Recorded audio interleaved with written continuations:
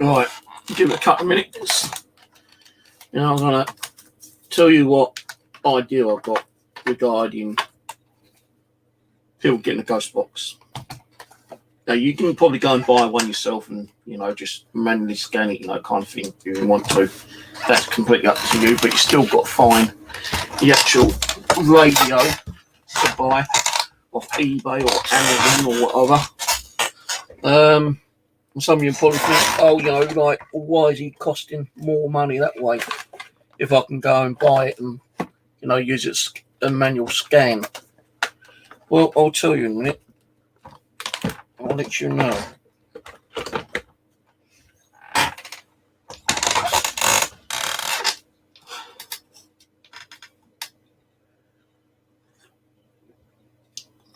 So, what I'm going to do is screen share. And I don't think anyone's ever thought of this, actually, to be honest with you. And I can't say how long this will actually go for.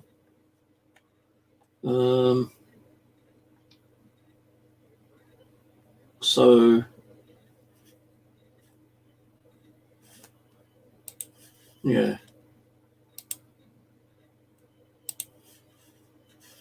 Sign up Facebook. So I keep getting those bloody notifications, but make sure my tablets are shut down as well. That one's shut down. This one isn't.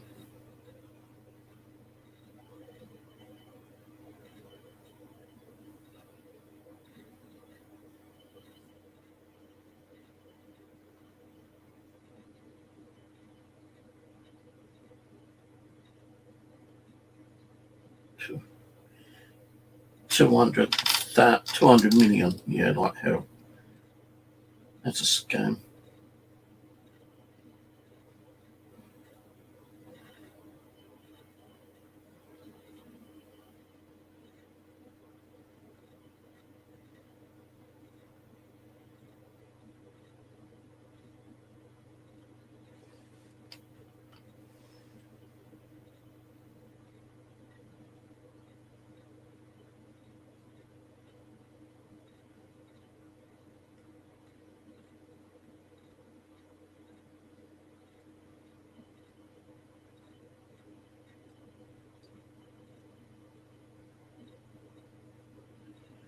Well, how many guys? I've just been informed I might have to pay you $8.99 to cancel my fucking mobile. Well, my contract finishes in a few days, and he said that it'd just be like kind of rolled over, it won't be cancelled. The other two, SIM card and tablet, would be cancelled.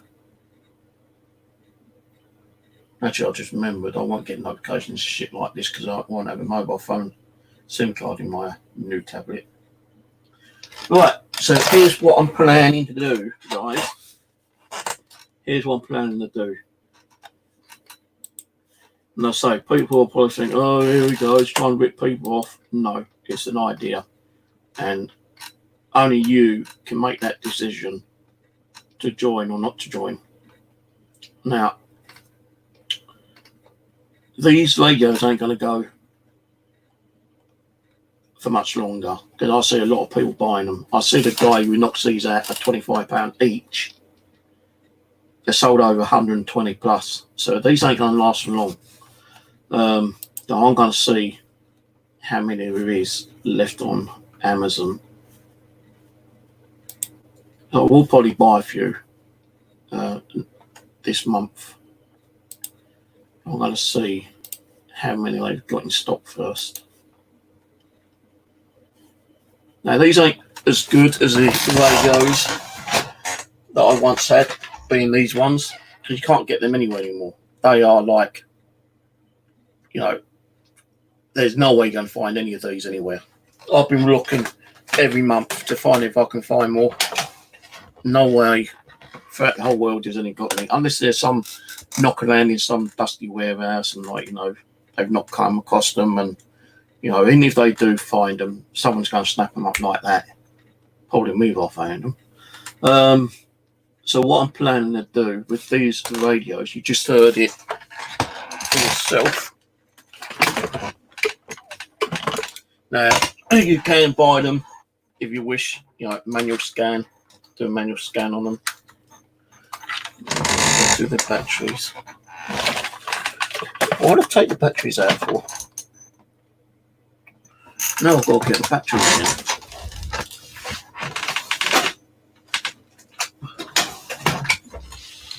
And these are, you know, these ain't bad little radios actually, to be honest with you.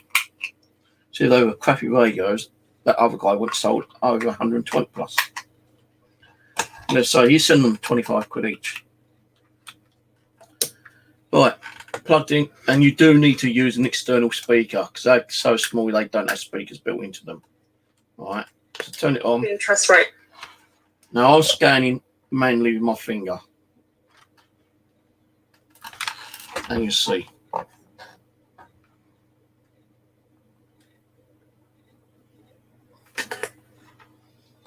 And you will get, you know, that bit of 10 seconds plus where it's not picking up nothing. And I'll tell you one thing, it does work on your thumb and your finger.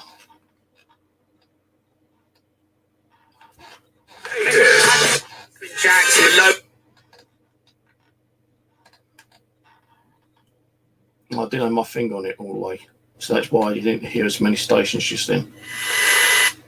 It's just 720 onwards, depending on how many stations are running, how many, you know, kind of frequency, you know, frequency.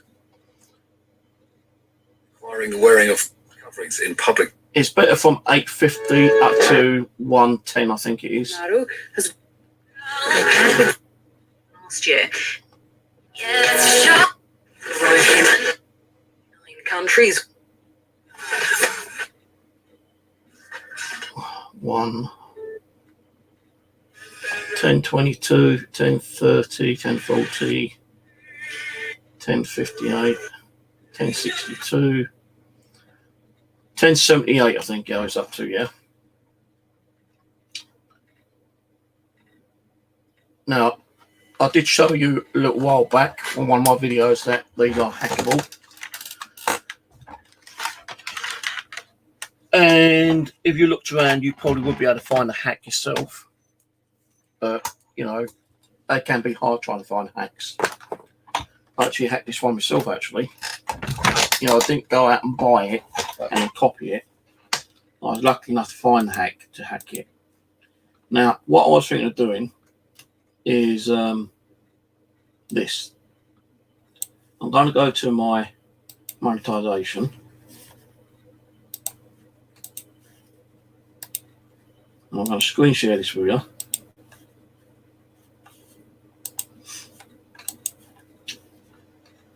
Right, my highest one is $4.99. I can't tell you how much radios are because they vary. If you can't get them, that you're going to be paying more for them, you know, if they're going to be in low stock. So, the guy sells his for £25. I'm going to add 2 levels. All right.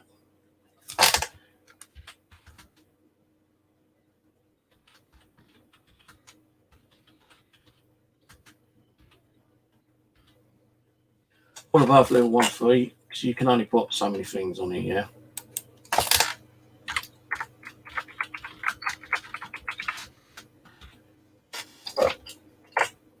Oh, that's why. Level 4. Level 4. Oh, that's support 4.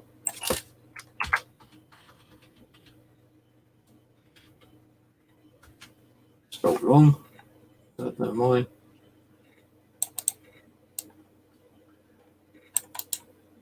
Support 4. Remove that.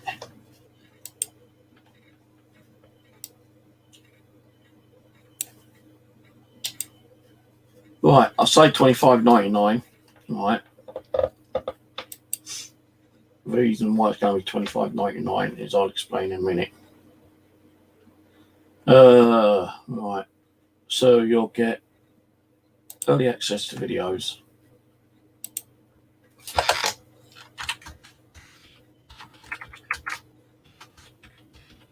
behind scenes, live chats. You can only put so much in these.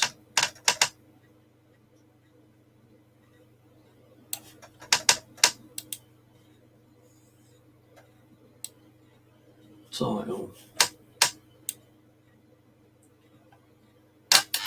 And what do videos, chats.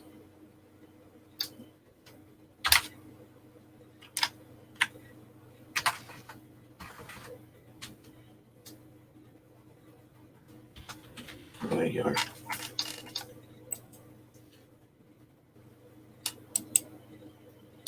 Right, so behind the scenes.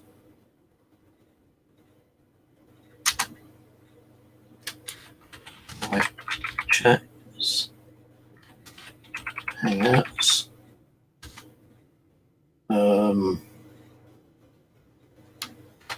New video content. Plus.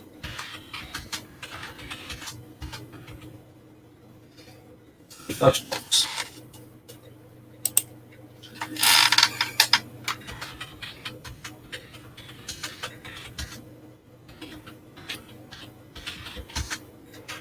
Free guys box included. One available.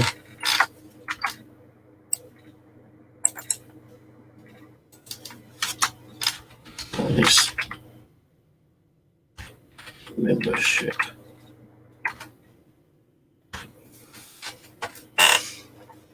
Right, create perk.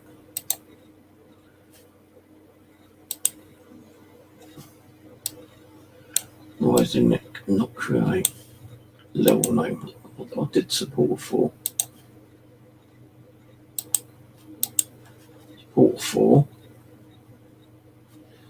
United Kingdom. Add perks.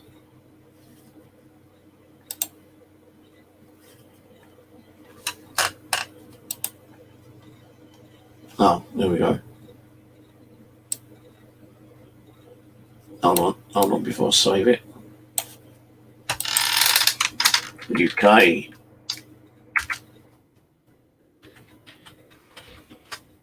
UK members.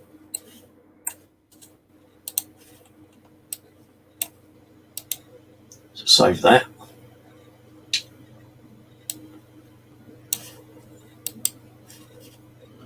Continue.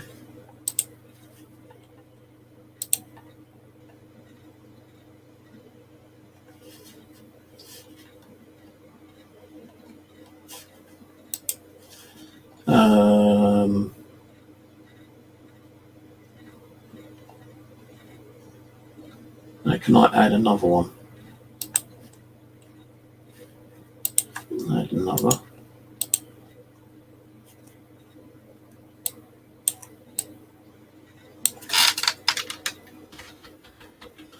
World members. Now this will be a bit more at $34.99.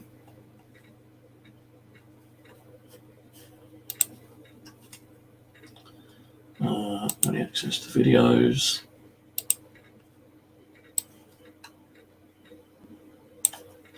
So you only get limited amount of words.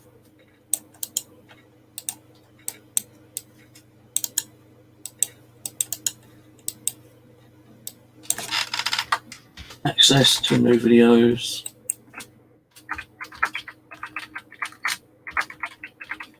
Behind the scenes, if I do any.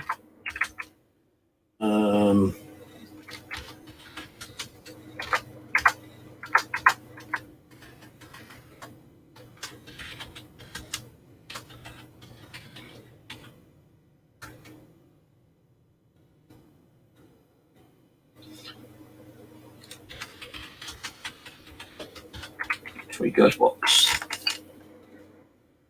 See, that can go in that part.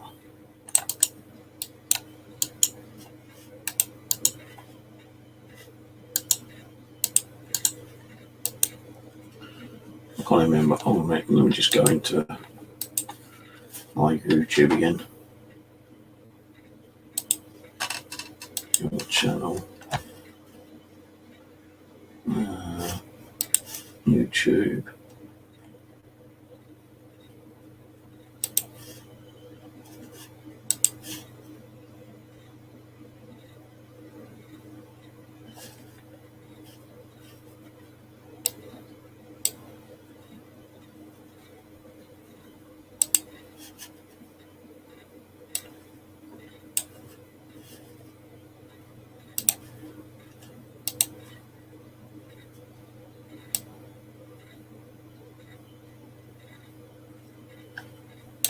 No, I can't do that way.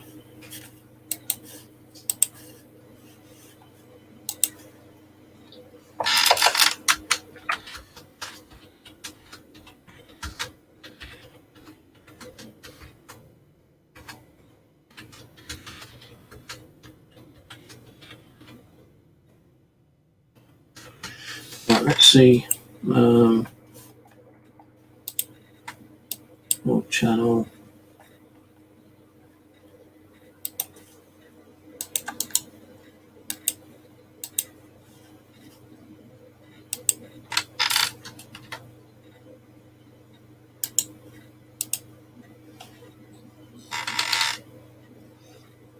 I don't think it's going to let me do it that way.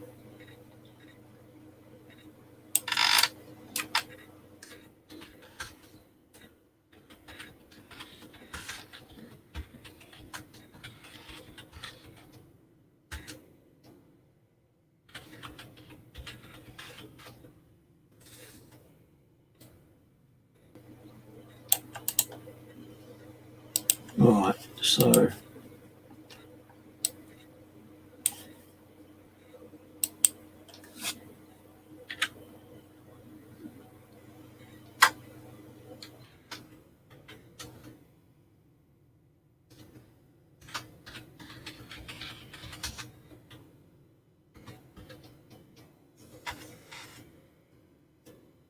alright, submit for review.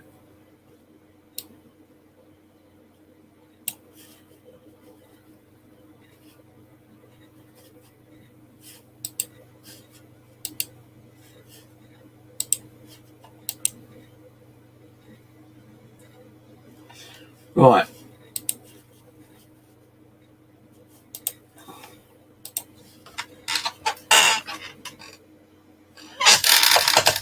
Well, I'll try that later when I get time, yeah? So you might be saying, well, wait a minute, I can go and get one of these, you know, on eBay a lot less. Yeah, you can. You can. I agree, you can go and get one of these a lot less on eBay. But do they actually have them in your country? How much does it cost you to get them sent to your country, for one? Are you able to hack it, or are you just going to be willing enough to use the up and down scan button and create blisters on your fingers? Because that's what's going to happen. I've had a ghost box before, and I've had to press my finger on it for God knows amount of time, and it did cause blisters. Now, with these, as I say, I've not checked on how many they have left in stock.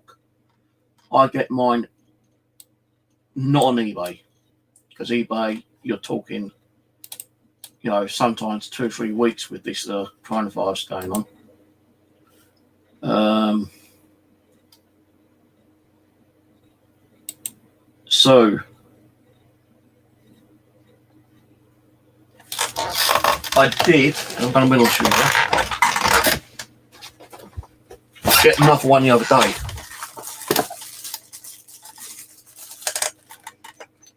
Same kind of radio, just it's got a logo underneath, which I don't want to show you because it gives you an idea on what radio it is. But same radio, right? This one,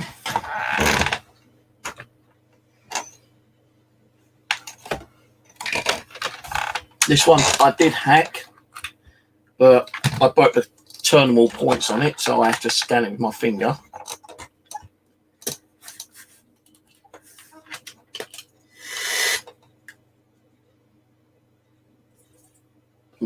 come up in a minute.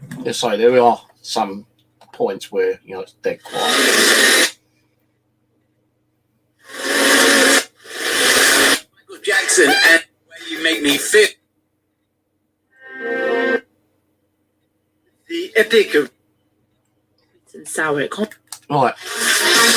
So that's that one.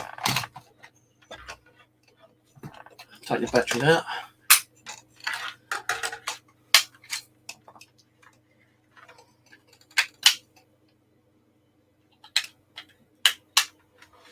Right. So that's the one I just used. This the new one because I broke that one. Turn it on. breakdown in this. And I'm not even touching the button. I'm not even touching the button. Now you can press the down button, I believe. In Phoebes. Yep. So all you got to do is, if you wish to scan downwards, you just press the scan down button. If you want to go back up, you press the up button to scan upwards, which is doing. Just scan, and I've got to go to my channel again, so I can't see diddly squat. So that is scanning downwards. Press that one.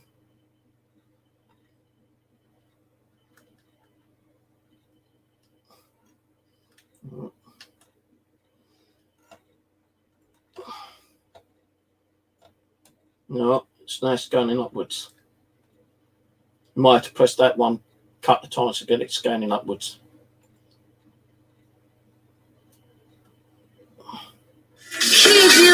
Everything we can. Now it's scanning downwards again.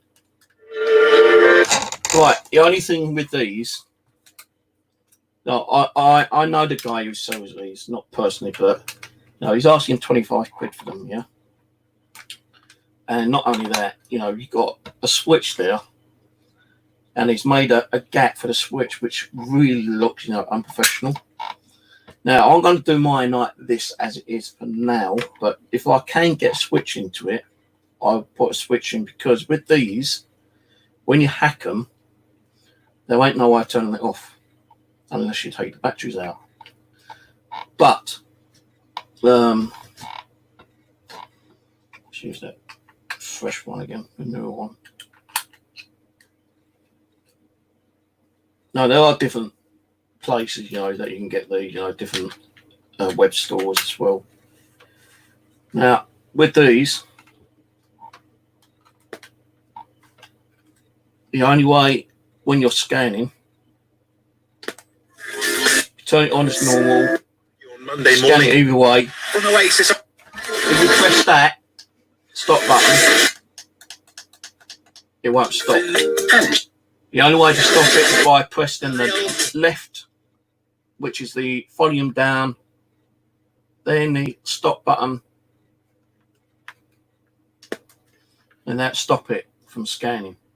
And then just put it on a clock mode. Right. Now you don't just get the radio. It comes in the box. Get a nice lengthy armband, and you get a pair of earphones. The reason you get earphones is because these do not have internal speakers. So think about it. Now, I'm actually going to try and put a switch on. Maybe tomorrow. I'm going to try.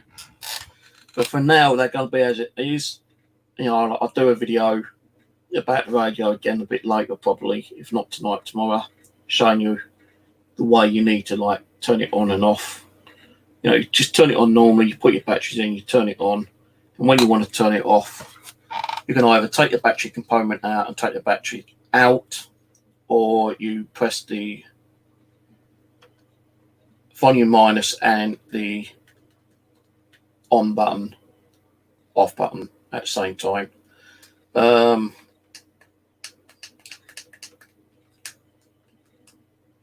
Now, when you do that, the radio will not turn on again, even if you press the on and off switch. So when you do turn it off, you're going to have to release the batteries and put the batteries in again. I know it's a pain, a little bit of a pain, but you'll have to put the batteries back in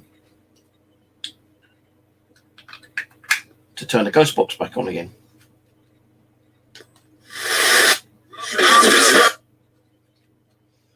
Now, so I've tried another way of trying to find out if I can turn it on and off.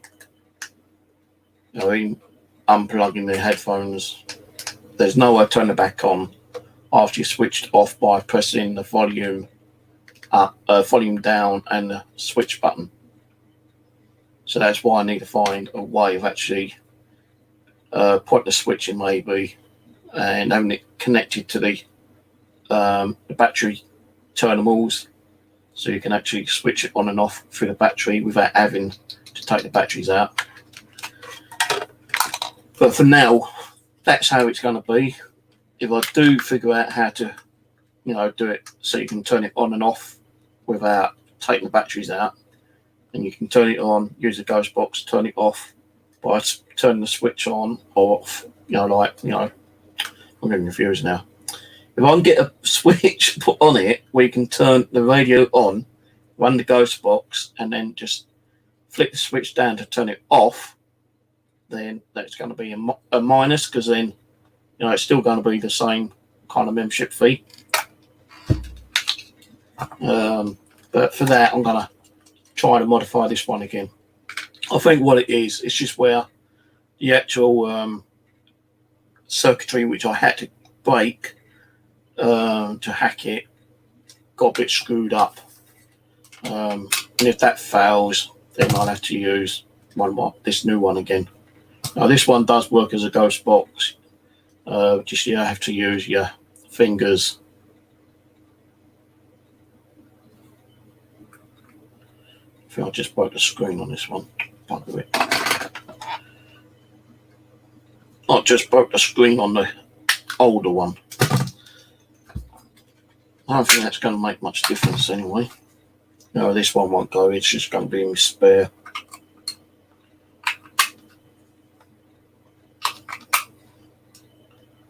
Yeah, it still works all right. I'll just crack the screen on it, that's all. It's only like the glass template. It's not the actual LDC. It's just the top glass bit that I've broken on this one, but it doesn't really matter. So I've only got one at the moment. Now what I'm trying to say, right, if you do decide, you've got to pay for the join, the membership anyway at first. And once I've got confirmation that you've already joined as a supporter 4, I'll actually order the radio, hack it, and send it to you. Now the $24.99 is the membership fee, and it includes the radio and free postage to the UK. The membership for World is an extra £10. It's going to cost a lot more money to send worldwide for Ghostbox. So if you are in America, or any other kind of part of them, like World, it will be shipped out to you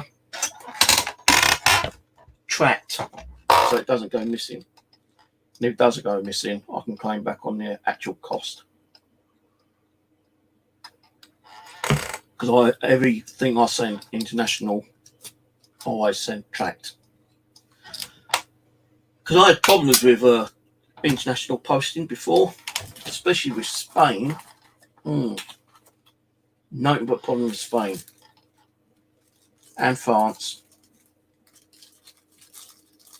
and even Hong Kong.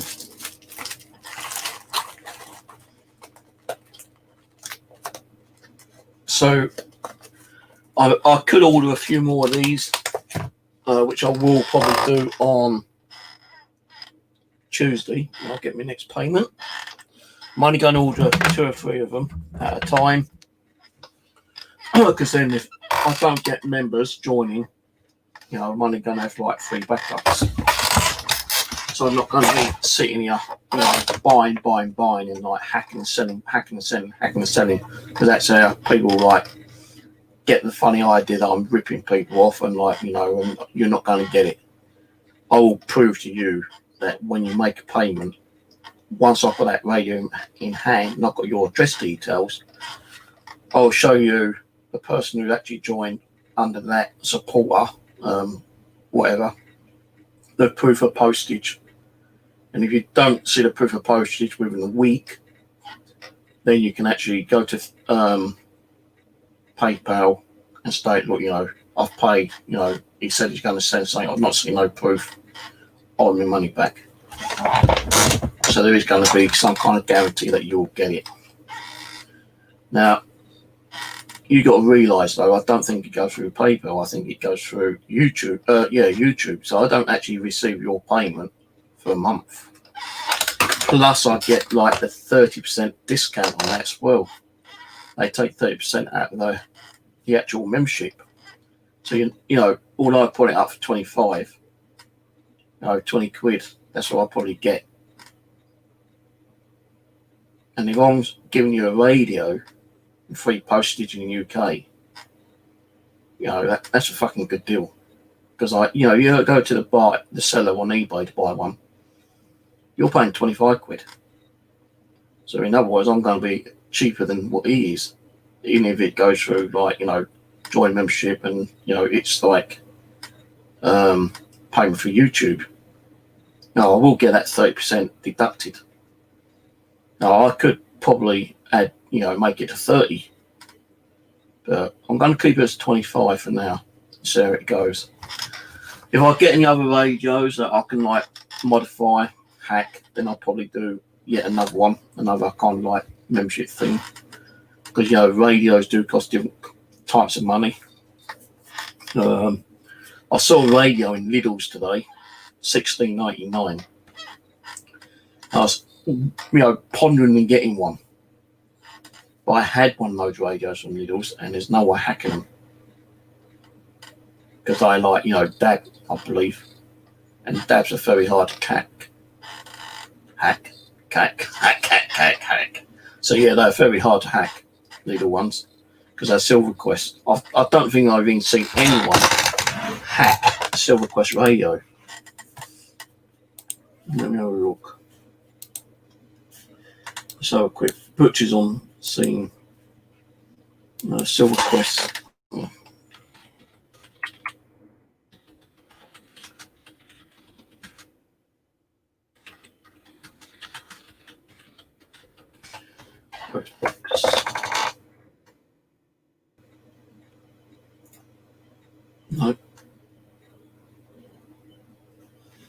No, Roberts. My bench. That's the one. I keep saying that my other radio might have been a different model, but it's not. It was a bench radio, and it wasn't one you could hack easily. You know, you couldn't like snip a mute button. I had to like do it so it goes through the actual contact. You know, the up and down contacts for the scanning, to actually scan it that way. Because you know, there wasn't no mute button in there that I could find to actually cut or snip or desolder. So yeah. No, I've got it on my watch list. I'm going to order a couple anyway, yeah. Just be ready in case someone does decide they want to join. You know, it's completely up to you. If you want to go and buy one and take a chance in hacking itself, go ahead. You know, you can scan it up and down just by pushing the button in and out, but eventually your finger is going to get bloody sore. You know, even your hand, like if you've got arthritis in the hand like I've got, and you keep doing that, that's going to give your hand a bloody problem, I'll tell you for one thing here. You know, if anyone does join and they get one of these off me, at least when you turn it on, it's going to scan up and down. Turn it off, put it in clock mode. You just do minus and volume and the power button. Now put it on clock mode. To scan it again, just take a battery out, put it back in, and then hit the start button. So, you know, kind of easy. Let me see if I can find any of those radios.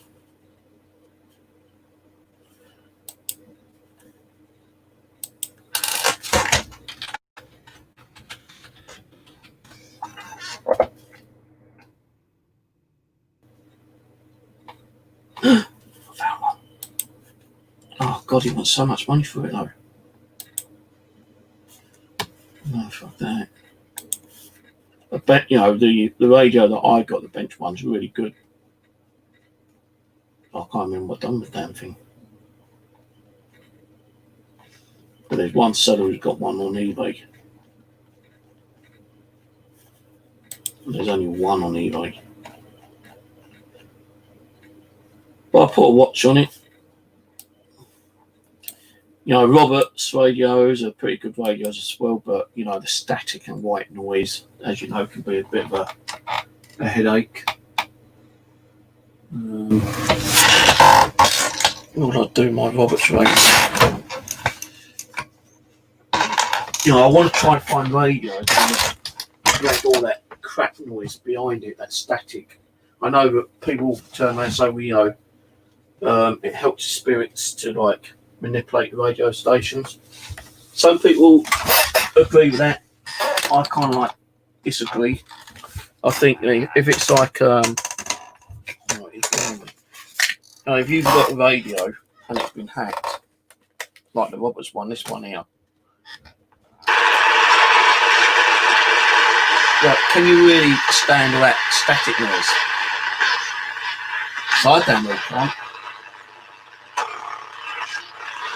Yeah. I suppose it depends on what frequency you're running as well. Like, that's FM now.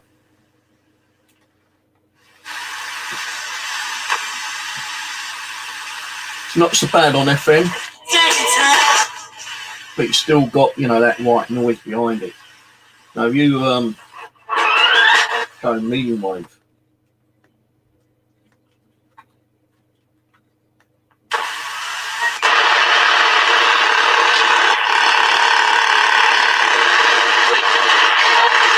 here we go to shortwave.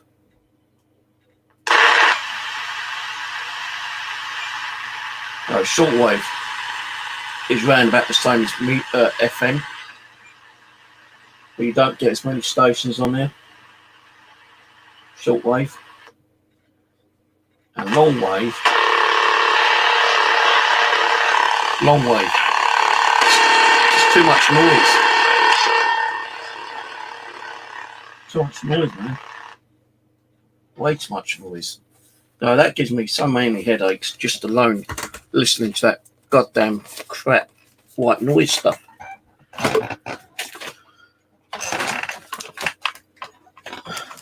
Now, if you are a member, by the way, and you want one of those like radios, you might have to sign up as a new member and then possibly cancel the old member. So if you're a $4.99 one, I don't know if you can actually upgrade or not. But if you want to go on to the from the $4.99 to the radio being $24.99, then do the $24.99 and cancel the $4.99 one.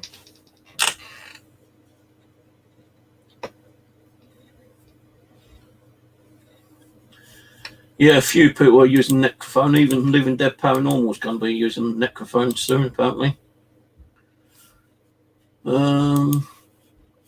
Let's see if I can find it.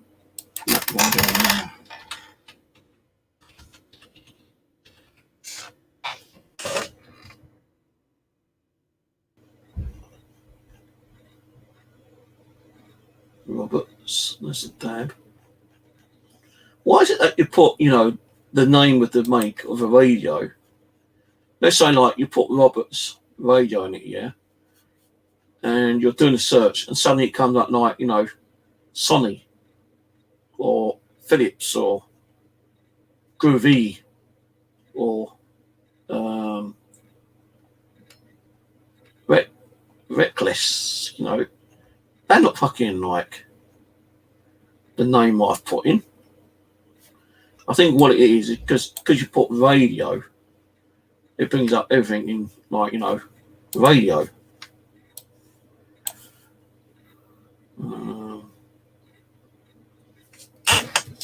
Let me check on something. I need to go to my watch list.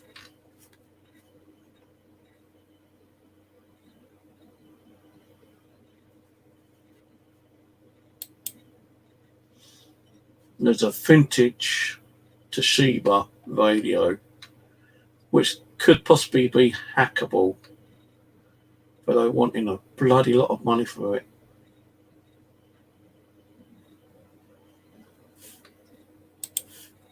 No, I want to start getting a few more radios, trying to hack and add to my collection. You know, I did have like several different radios at one time. A few of them broke. Now in the drawer, as you saw the other day. Some of them I got rid of. Some I swapped.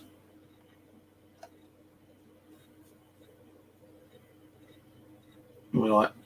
They got a radio a bit like the Radio Shack one, but it's under the TCM. £44.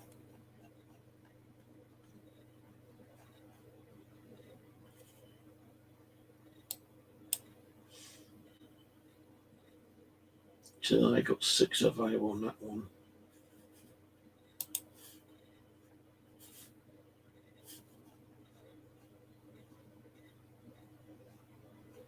I've got my eye on a couple of retro Sony Dream Machines, the cube type ones. So I was able to like add a up and down switch on those on the actual turnable, you know, the push button turnable.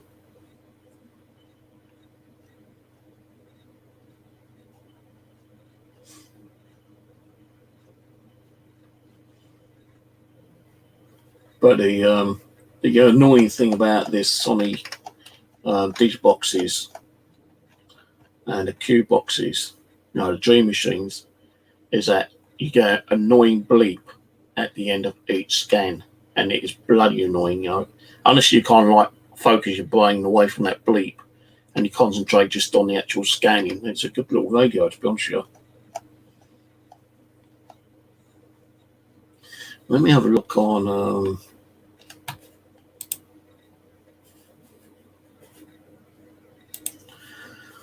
my website.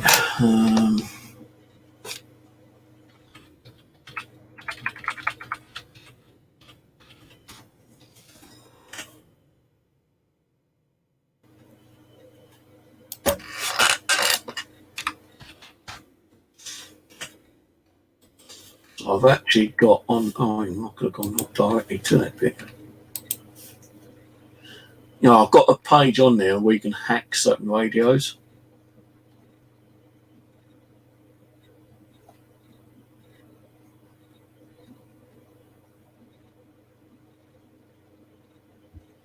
I like the Radio Shack models, the old ones.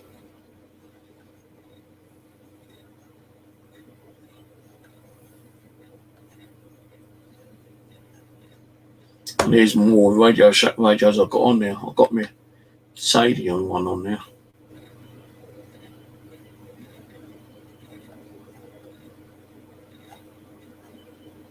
But the Sadian one, which I've got, is now actually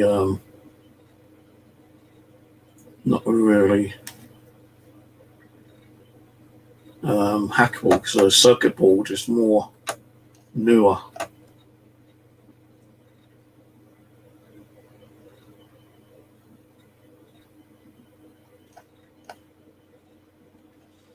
And some of the videos are no longer available. I'm showing you how to hack some of them.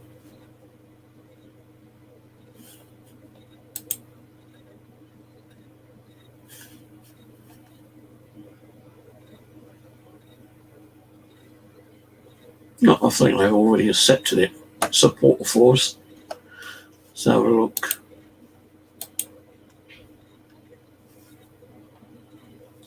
Join. Oh, no, they haven't yet. Still up to support of 4.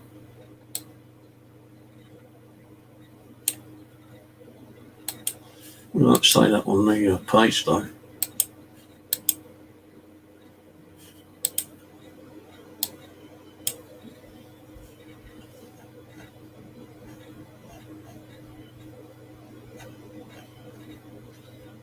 No, with the radios nowadays, they are getting smaller. You know, with the updated technology, but they're bloody harder to hack. You know, kind of thing. So you really do need some of the old models, like especially older Radio Shack or the little Sony.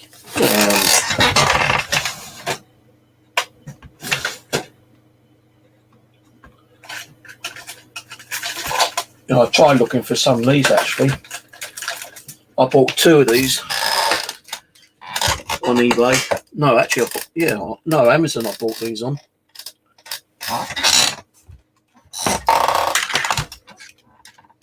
Now I found a way to hack these little buggers. Turn on. We are good.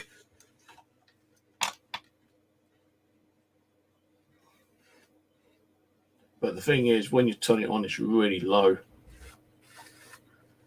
Cuts the volume right down, but you can hear it standing in the background. But it was hacked.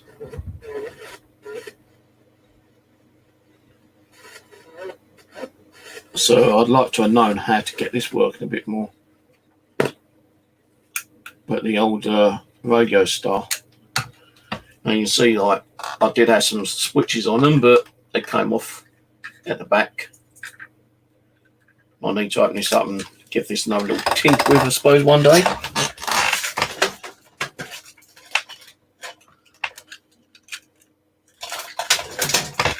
But where's that Sony one I had?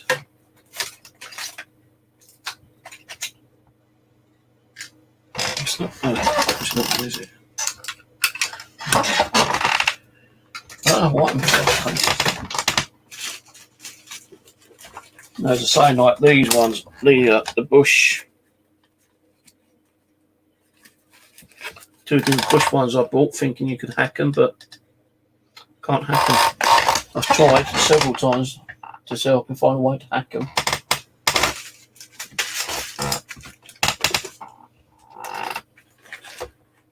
I did have a Sony one somewhere, but I glad I can misplace that now. Oh, there it is. These ones. Remember these ones?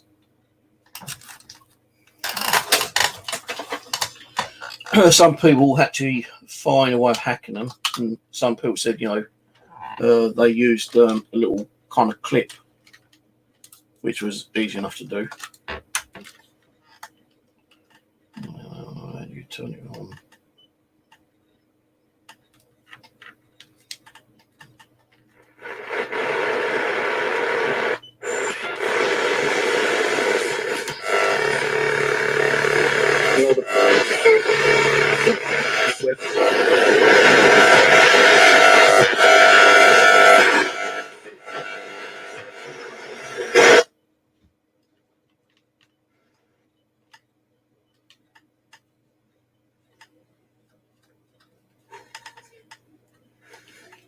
But I noticed on the sometimes the terminal can be really like dodgy, and it cuts the volume all the way out. So it's just shut it down. I think it might have been like a fault, or it could be the battery. So I didn't put new batteries in this one. Let's put these ones in. Now I've seen a couple of these being sold on eBay, but you know, ridiculous prices. You know, talking about 60 quid.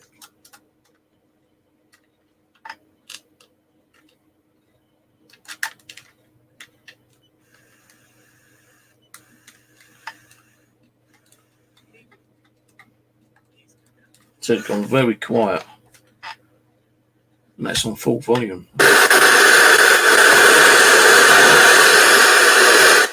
Dr. Mary Cahill.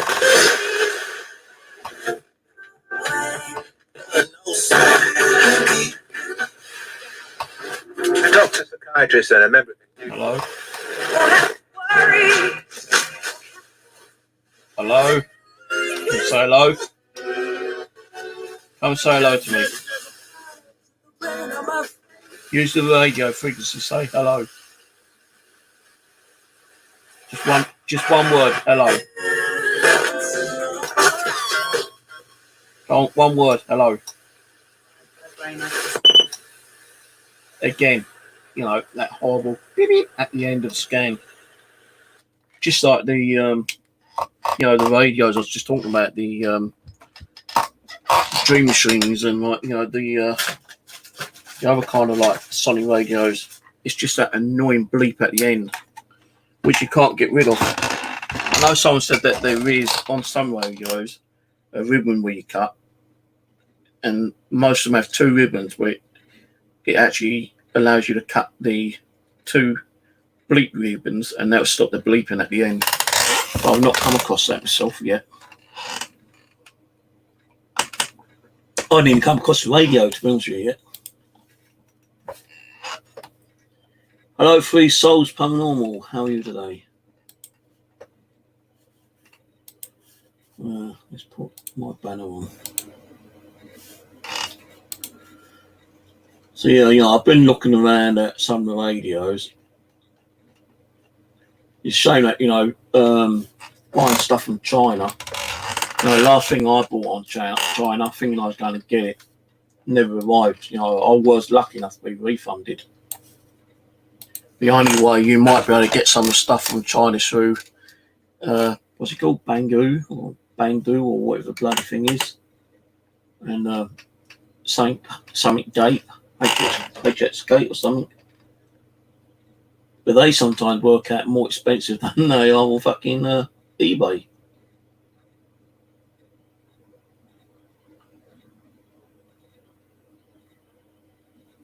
So I found a radio here. Not this particular one, but the other one I showed you, which I hid the name from. The same company on here with the company name has got another radio. It's like 15 quid.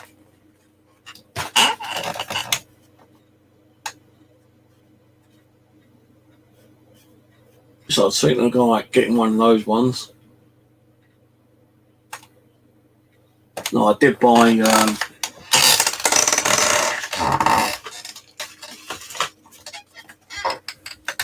this one as well, as you know.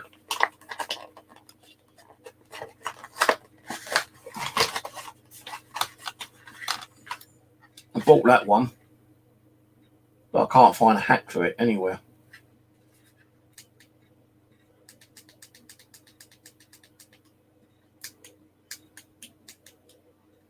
And it's like when you turn it on, you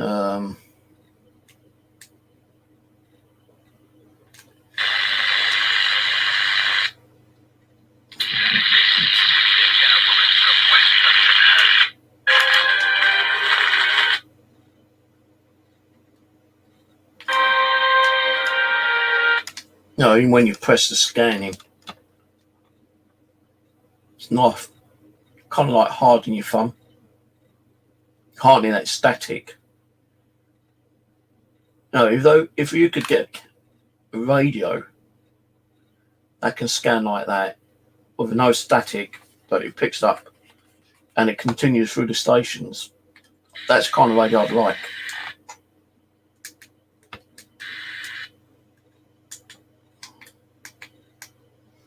It's bloody awkward to operate these ones are. Left the battery in this one because I'm going to have another attempt. You know, I won't say how much it cost, but it cost enough. More than these bloody ones cost. You know, you're talking about nearly triple the cost of this one.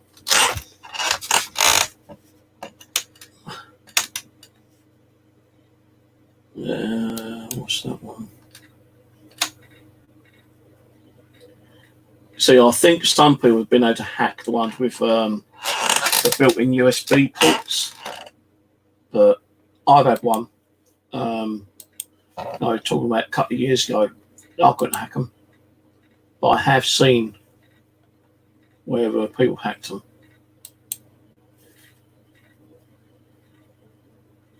I'm real urge. Oh, I better go, because I don't know if I'm supposed to be on Chris's channel or not. Hang on. Let me ask him.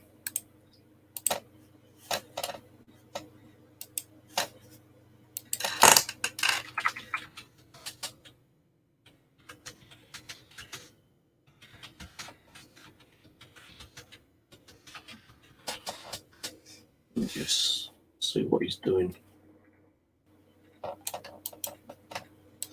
If he says now, then I'll jump off here rather quickly.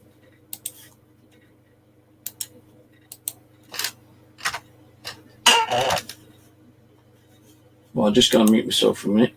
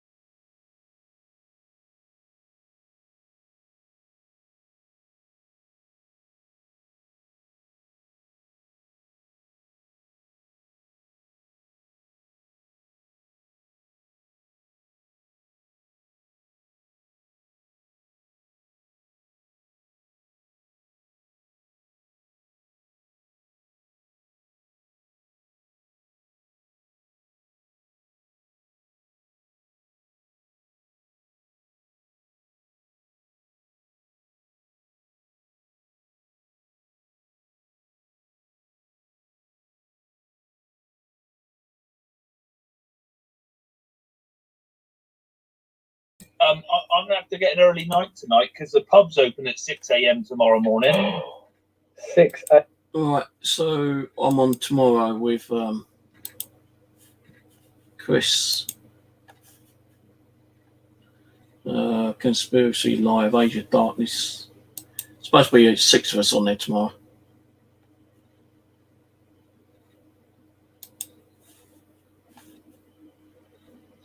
I think I've got 3 souls subscribed. Let me check. No, I don't know what he's talking about.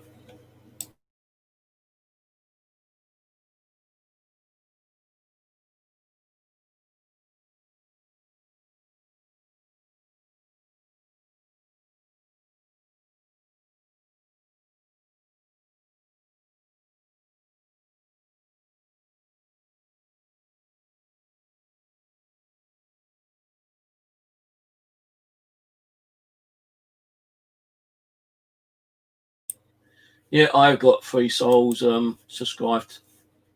So I'll just checking on that.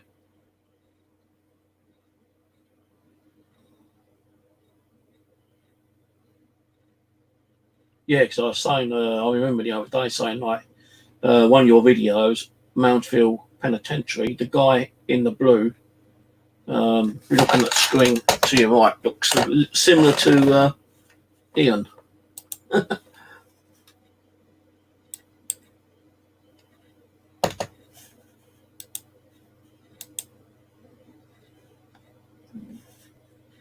Right.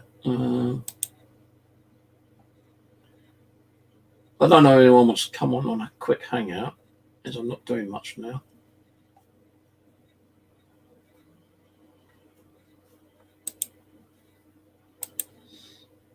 Oh, shit, what to look out for? Let's see if John's around, see if John wants to come on.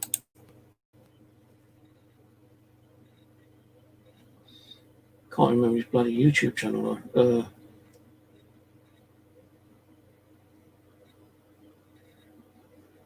Can't remember his name on Facebook.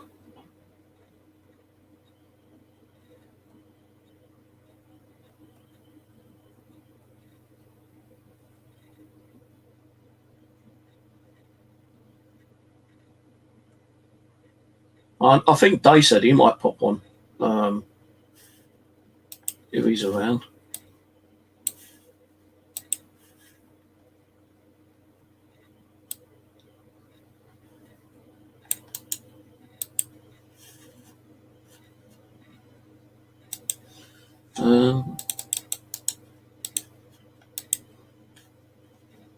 I don't know if I've got his email or not. That's the thing. Let's see if I've got his email.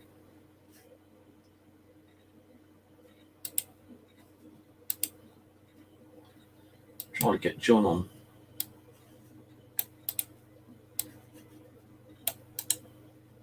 Copy. Need to go to my email now. Google Mail.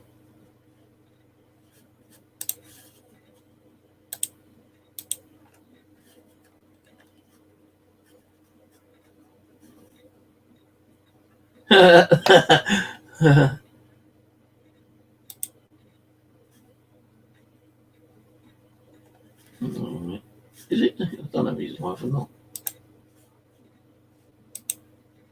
No, that ain't a live one.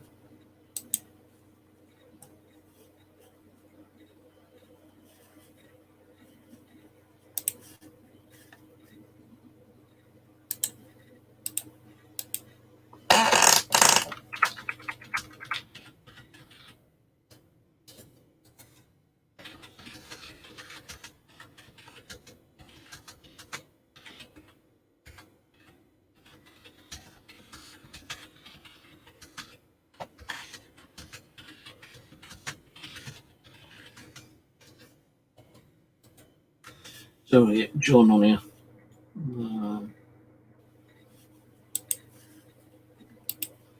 Invite. Copy. Yeah, let's catch up with John actually, see what he's up to. I know he's been doing a lot of live streams. I can't remember what his bloody YouTube, Facebook page is. It might be on the same.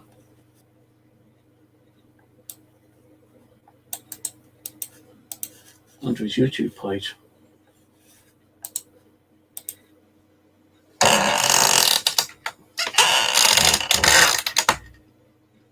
Legacy.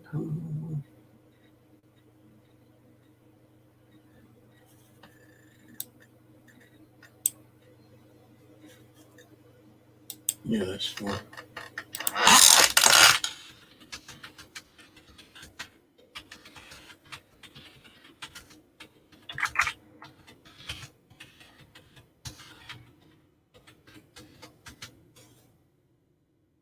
Right, I need to go back into what's name now.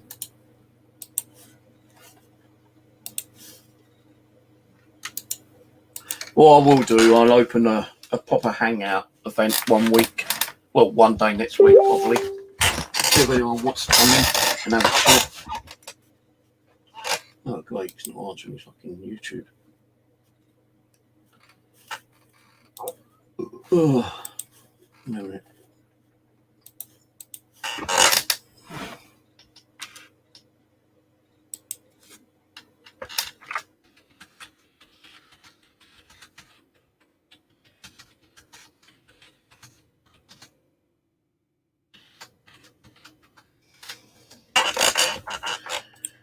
Right, yeah, I've got a copyright strike. Believe it, WMG, a few second clip on the Ghostbox session, Coopbox and Androids, maybe Hangout. Now YouTube are picking up all this kind of like very small clippets, you know, and that little small clippet that is caught, you're getting like strikes on, you know, not actual strikes, but you know, it gives you that notification you've had a copyright claim, you know, against you.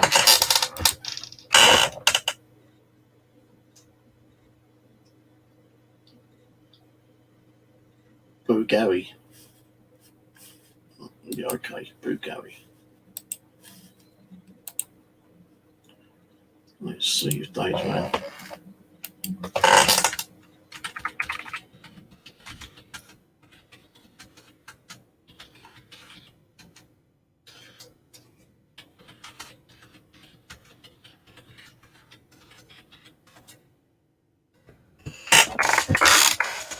So what one keeps doing?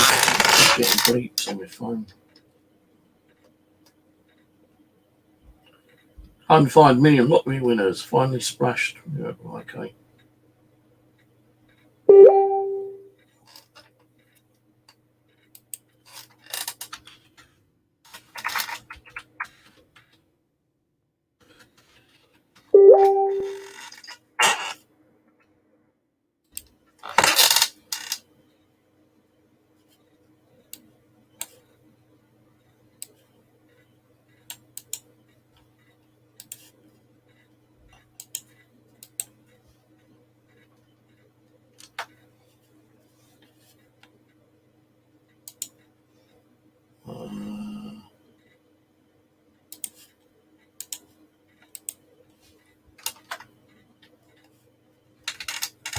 Well, I just sent John a message if he wants to join us in for a chat about ghost boxes. The one keeps asking me about this necrophonic. Well, come on and talk to me, and I'll tell you my honest opinion about it.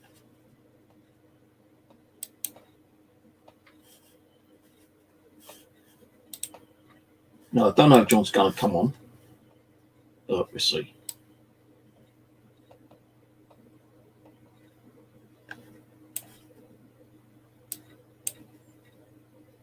Dave will be later, I reckon. Yes, Dave will probably come on later on.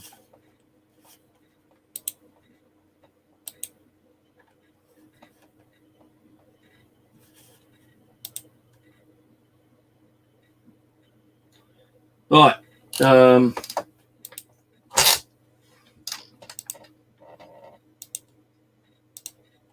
back to my YouTube.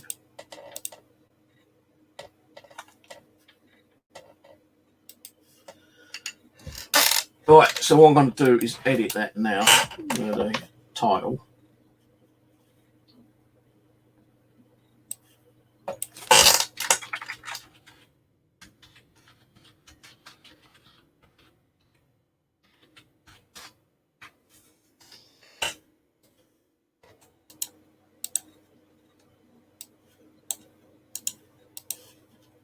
Change the title.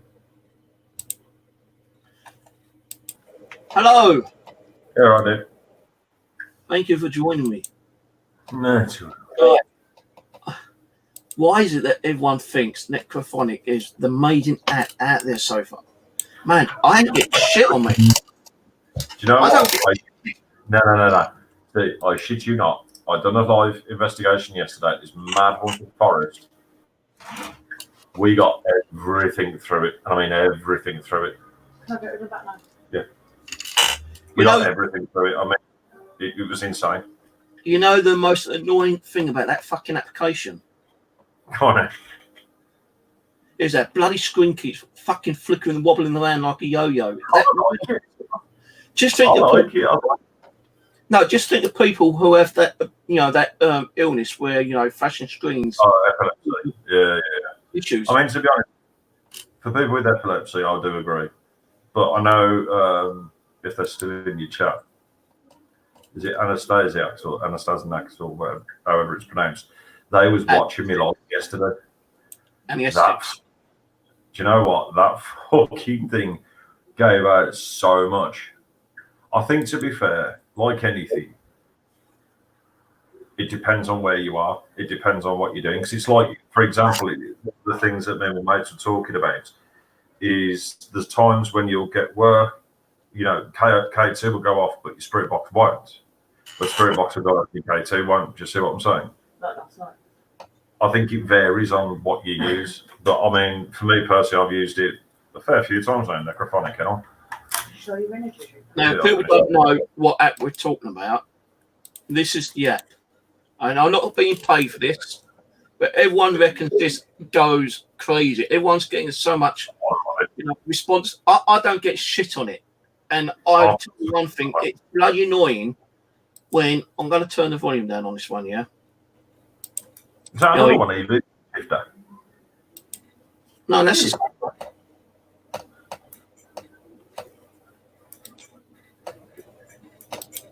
Good one. Oh, man, it'd be easier if I do it the other way. Where's my stats? You're going to make me start wanting downloading more shit, you know, now. Well, you know what? I had a phone call, a message from my mobile phone provider the other day, and he said, your contract on the 9th. My mobile phone has only got like 32 gig, and that is filled up with apps. No. So I rang them today, and I was able to get a mobile phone with 128 gig of memory internal, and which is a Huawei P Smart 2020. And I also got 11 on tablet with 128 gig internal memory. Both for less than the contract I'm already paying. So if you think 32 gig is a lot of data, you can put on, just think how much more data you can put on 120 gig mobile devices. You still get my phone, haven't you? Right, so where is the fucking thing? Hang on a minute, what was the other applications that the Necrophonic does? They've got, let me just go onto my screen. EVP shifter and dead wave.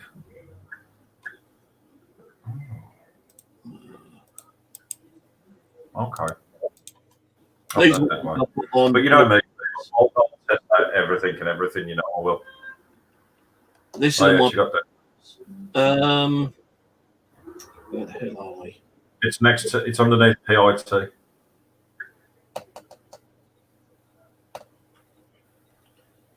Yeah, I've got so many though. So you know where your gym box is in PIT? Right, you know where you got your Echo box? This is one of their ones.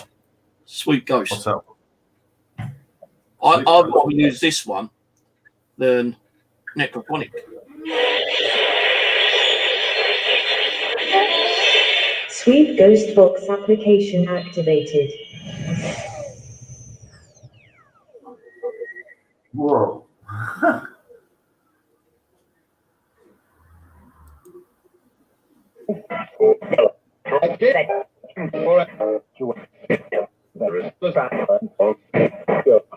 Burst mode. Okay. I like it with Echo, but you know, Echo sometimes can be a bit too much.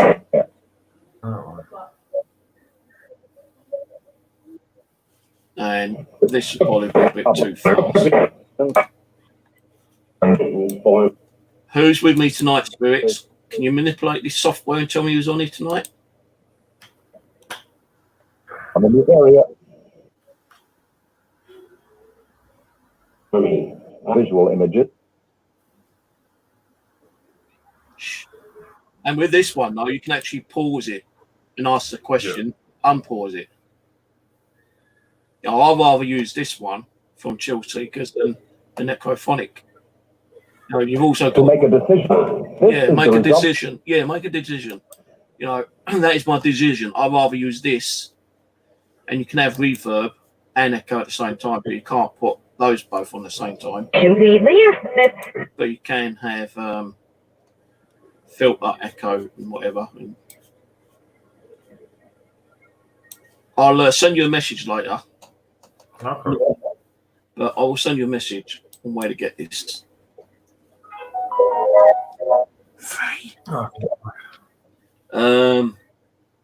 What's the other one? Dead Wave is also there one.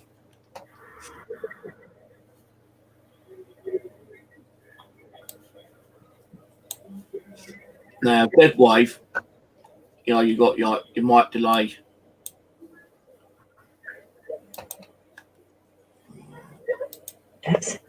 You got 5 channels. Microphone turn on or off. I've just heard Steve. You got your effects on it. You got effects. You got equalizer. And not only that, you got a nice little visual display on it. If you look at that, I was watching this the other day, right, John, with the visual effects. It looked like 2 explosions, like atom bomb explosions, and in both those explosions, I could see faces appearing.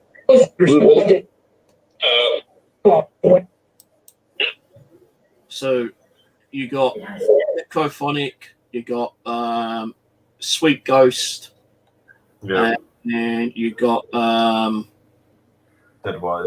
Dead Wave. Okay. And I've got all 3 of them.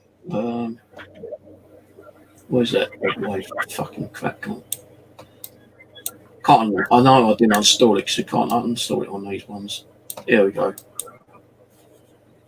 See, this is the annoying bit. You turn it on, you think, oh, no. Oh, nice spooky voice. Oh, yeah. Let's start. Terror. First thing, terror. That's what I hate. That flashing screen. I like it. Who's on with me tonight, spirits? Give me the name of the person on my hangout.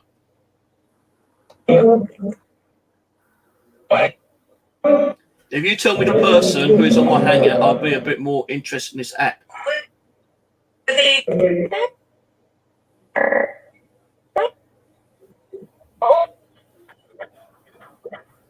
What's the person doing at the moment?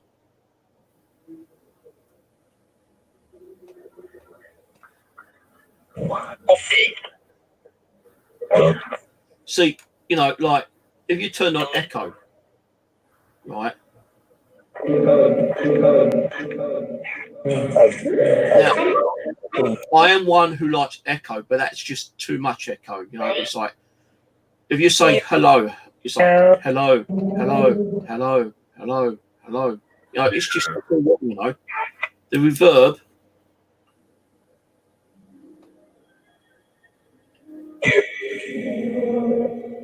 The reverb's not too bad, but it could be a bit louder. Now, what I said about this application the other day, right? They could do a lot more, which could be a bit more interesting.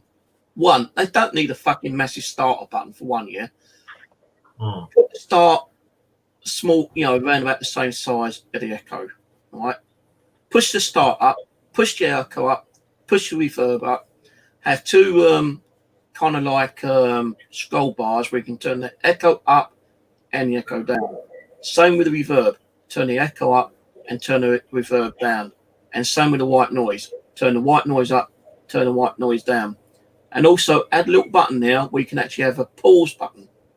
That would make that app a whole lot more sweeter, and a lot more people will probably like it and probably want to go and buy it. But to me, it's not cooking my crumble. You know, it's just, you know, you turn it off. Let's just turn it off. I really hate that flashing screen. You've got that disability where, you know, flashing screens, that could cause that person to have serious fits. Yeah, definitely. And they don't think about that. They should put a disclaimer on their apps as well. Look how crazy that was.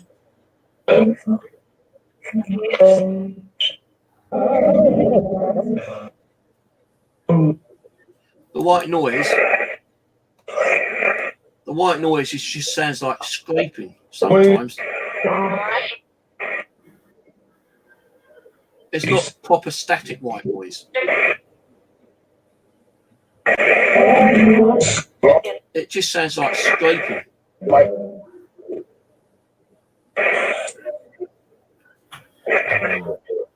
So why people have gone crazy over an app I can understand if you're getting, kind of like responses from it, then yeah, great, Yeah. you get responses. But if you think about it, you're going to get responses on a lot of apps from the beginning, but eventually you're not going to get diddly squat.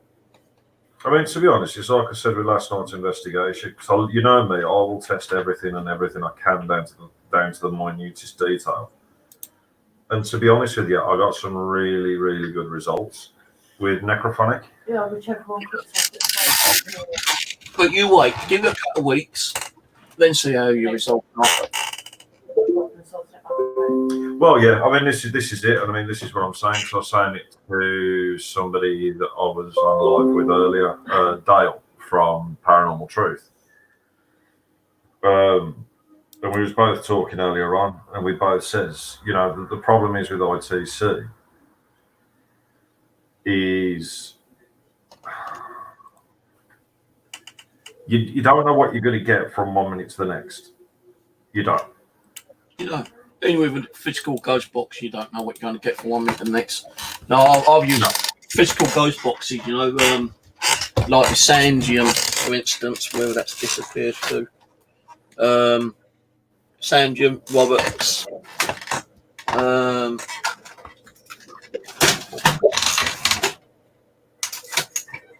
Sandium, I've always had really good responses on that one when I first bought it. But after a while, it stopped. It seemed like they didn't want to communicate with me anymore. The PSP 7. If it didn't cost me the money it cost me, that'd be used as a door stopper. Well, yeah, I'm not a big fan of PSP 7 to be brutally honest. And with the PSP 11, I paid. I love the PSP 11, but the 7. The 11. Because they couldn't. Yeah, you had that one. The PSP 11. But now I've got one necrophonic going on. The PSP 11, right? The only features I like on that is it's got a light on it and temperature. Yeah. And that too is more like a door stop for me, and I paid £150 for that one. I mean, to be honest, it's like with the PSP 11 that I've had, it's 50-50 on whether you get good or bad. No, my coop boxes do more than anything else. Coop boxes. I get more results on the coop box 15 than I do on the coop box 16. But the coop box 16's got the switch on it where I can turn the hiss off. And if I can turn the hiss off, it's a lot more clearer to me to actually hear and understand. I know, you need the background hiss, white noise. Yeah. Because I say that helps them to, I suppose, like to calibrate the sounds, the voice really replies to us. But when you got ghost boxes, like, let me find one, hang on, where's my Roberts?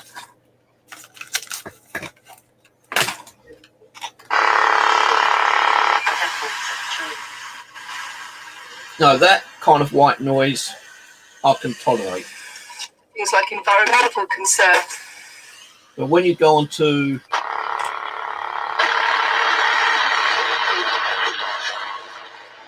that's medium wave.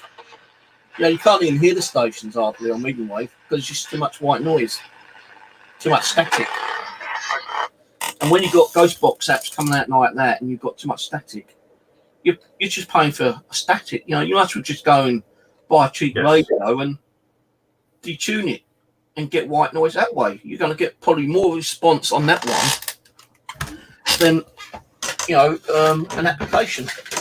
And I do have other ghost boxes where I've screwed them up and I'm only getting white noise. I'm not saying I'm going to get spiritual voices coming through the white noise. I have done in the past, but I actually prefer a radio.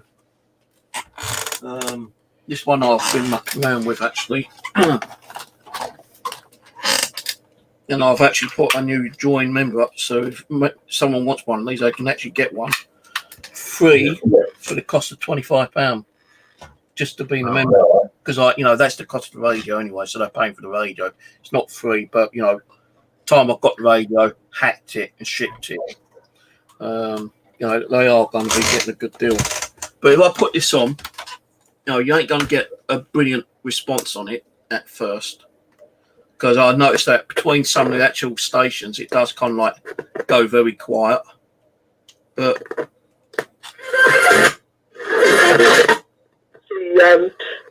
where's the white noise? Where's the static? There ain't no white noise. There ain't no static. That's what I prefer, a radio like that. So, you know, they can't use the white noise or static. They have to actually use the stations to try to create their words. Right, this one here, you know, when it's scanning through, it may pick up the station and stay on that station for a second, maybe a second and a half. But you're going to get on a lot of radios anyway once you hacked them. Sometimes you might get a radio where it's scanning constantly and it's jumping the station every like 0.5 of a second or whatever, and it's going to make the spirits work harder to try to, you know, make a sentence or even a word out of all those broken up stations, you know, kind of thing. But when you get a sentence from a spirit, and you know the ghost box is running so like 0.5 or just under a second, because it's scanning constantly through the station rather quickly, but you like a voice saying hello or I'm behind you.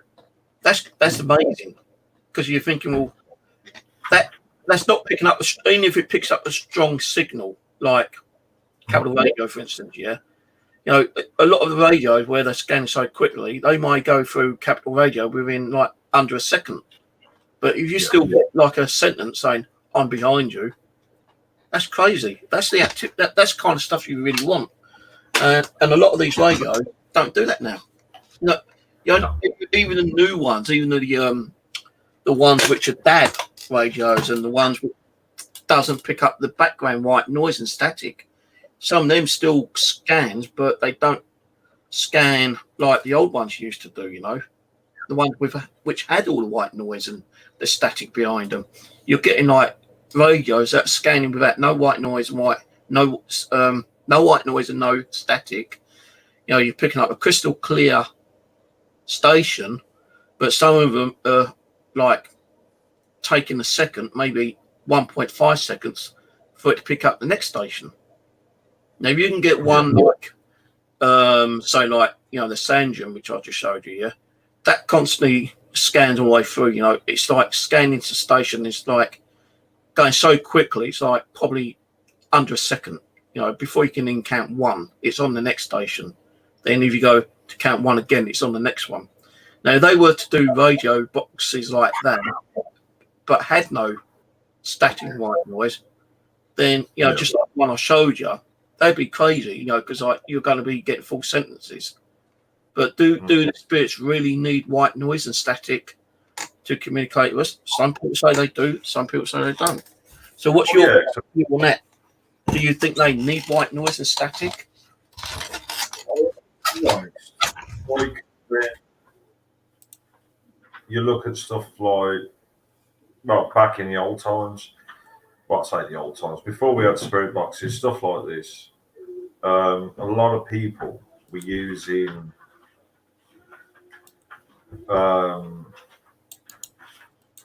TV. Yeah, I've got TV. You know, you know, the bog standard TV that you have at home, and just literally setting it on white noise. You know, and they was hoping to get stuff through with that.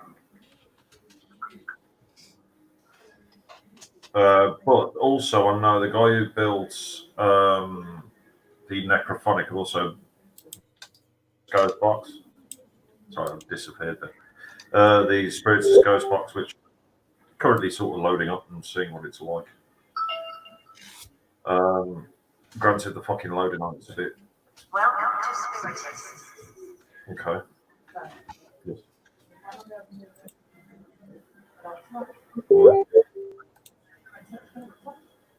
Well, yeah. Don't rush, Dave. I'll not rush you, Dave. Get your fucking ass in here. Yeah, I've got Dave Dimlow coming on in a minute. That's Dorius Lives. He's coming on in a minute because he uses like boxes. and he can give you a few good answers to some of the questions. We start with the Spirits of Skull box that the same guy who, well, Chill Seekers had released. Everything from your sort of audio and your visual as well. Those sort of things I haven't tested as much, you know, when it comes to sort of like the visual stuff. Did he say that what did you say? Start that again. Spiritus box that the guy Chill Seekers who did the Necrophonic, he's also done Spiritus box, which does visual, it does audio, all of that sort of stuff. Yeah. Now, when it comes to the visual side of things, I've never really tested it. I've never played about with it. Yeah, Spiritus box. Cool. I think I've got that actually. Let me see. I wish they bloody calculated alphabeted this bloody stuff on. At the end of the day, I mean, I've got better results with the Necrophonic than I have with the SP11. Oh yeah, yeah. Yeah, I tried the SP11, got nothing. Pulled out the Spiritus box, and that's when all. I mean, it got to the stage, and I shit you not. When I challenged the spirit that was around, I turned around and says, "Look, you know, when we ended, it was like you're not allowed to follow us." Blah blah blah blah blah. Next thing you know, through the Necrophonic, clear as day, bold as brass. There was three. In fact, there's three of us plus half of my chat because I did it as a live. We all simultaneously heard the Necrophonic tell me to fuck off. Now that impressed me. So I see a lot of Xbox apps come out here, and I do try them out. But you know, the more better ones I've seen ain't in English. Like I've seen ones that come through from Spain Paranormal, whatever the group's called. Yeah, I watched some of their videos, thinking, "Wow, that's crazy." But they only cater for Spanish language. You know, if they was to do it in the English language, they get a lot more kind of like following on it, I suppose. Just give me a minute, Steve. I'm just going to get you a load more viewers. Just give it 2 seconds. About that, they're coming when they want to. No, I've got a load asking, am I doing anything tonight? So I'm just going to send them over this way. Thank you so much, sir. I appreciate that. I don't think I've got a Spiritus box on here, but I might have it on my mobile. I don't think I've got a Spiritus box on here. I'm trying to have a look. Spirit Box Lite. Now, we did try Spirit Box Lite the other day. I think it was me, Dave, and someone else. Lindsay Simmons. We gave a quick test, and that was coming over. You know, we was getting responses, you know, even though I didn't think we was going to get responses. And that's from Spotted Ghosts, free app. And like, you know, I've not really used it. But I thought, I'll stick on 5 minutes. And within 5 minutes, we was getting crazy amount of stuff for it.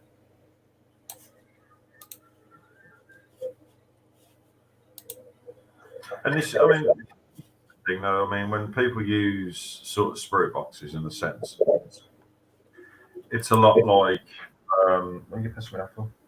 What do I use to pass you later? I don't know, why are you passing me? I'll fill it up.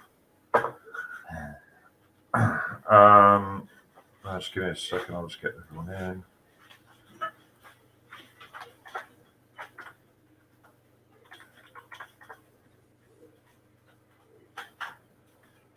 Bear with it and you'll get a load of people in there. Well, you'll get a couple of more people in. But no, like I says, I mean, like any tool we use, it's always hit and miss. You know, you could be using REM pods and get fuck all but get K2. You could use K2 and get fuck all on REM pod. You can use all the above, get nothing, but as soon as you put on a spirit box, all hell breaks loose. I mean, it's different what you use to what you need. But at the same time, it's like We couldn't yeah. listen, but the balls was going. Oh yeah, that was another one. We done a Canic Chase, and you know them cat balls, the lights up ones that are based off movements. So if you move it, it lights up. We'd had everything running from spirit boxes to fucking laser grids. We had K2s, REM pods, all of them set up, all on, switched on, everything. Nothing kicked off bar the frigging cat balls and the REM bears. Now, this is what I mean. It's what is it mad to say that it's what takes the spirit's fancy at the time? As mad as it sounds, but that's how it appears. Is it whatever it wants to interact with at that moment in time? Hello, Gillian. Good to see you. Hello, Jim. I suppose, well, we understand it's like, you have two different kinds of ice cream. You've got chocolate, vanilla. You pick what you want to pick. Now, the thing is, I mean, like yourself, we are what we class as old school investigators. I said earlier on, you use all the gadgets and everything you want, but nothing beats the old school methods, using your senses, using pen and paper, using cameras where you can photograph things. I think, nothing will ever change away from that. Nothing will ever take away from that. But at the same time, it's sort of like, yeah, I do like the concept of the new technology coming out. I mean, you'll love one of the lives that I'll be doing soon with Paranormal Truth. We're all doing a collab together on a live, discussing the old methods and new methods of investigating. But in fact, do you know what? I'm actually glad that I'm talking to you now, Steve, because I want to ask you an honest question, because it got brought up on Naked Zombie earlier. One of the questions was, because obviously, as we know, people like Mark Smith, Ghost of Britain, they've been running fucking riots all over the place, causing chaos wherever they go. Now, one of the ultimate questions was asked was, do we think we're going to lose locations because of what's going on? Now, over in Australia, my mate Brad, who does Naked Zombie, said, you know what, because they had a load of idiots go over and start running riots, they were literally locked everywhere off. You can't do it unless you're with an event company. Now, I turn around and says, I wouldn't be surprised if it does go that way. I wouldn't be surprised, if you know what I mean. What do you reckon? Well, I'm going to tell you one which I heard about, and I've been there twice with a friend of mine, and it is Puckley Woods. Now, there was a story in the media, and if you Google it, it's probably still on, social media. The people and the council of Puckley Woods was going to put a ban on all paranormal groups going down there to investigate Puckley Woods.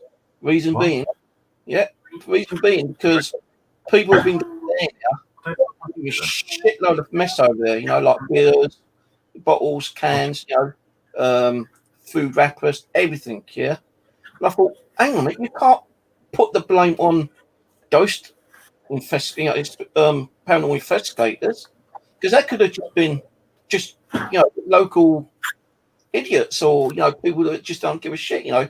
Why put the ban on Puckley Woods? Well, yeah, but this is the thing, because the thing is, it's like with us when we go on location. Rising in it. We go on locations left, right, and centre, and we always take care of ourselves. But it was like, I went to one place, and I shit you not, God's honest truth. I went to this one location, inquired about doing. I think it's like this museum place. I can't remember the top of my head.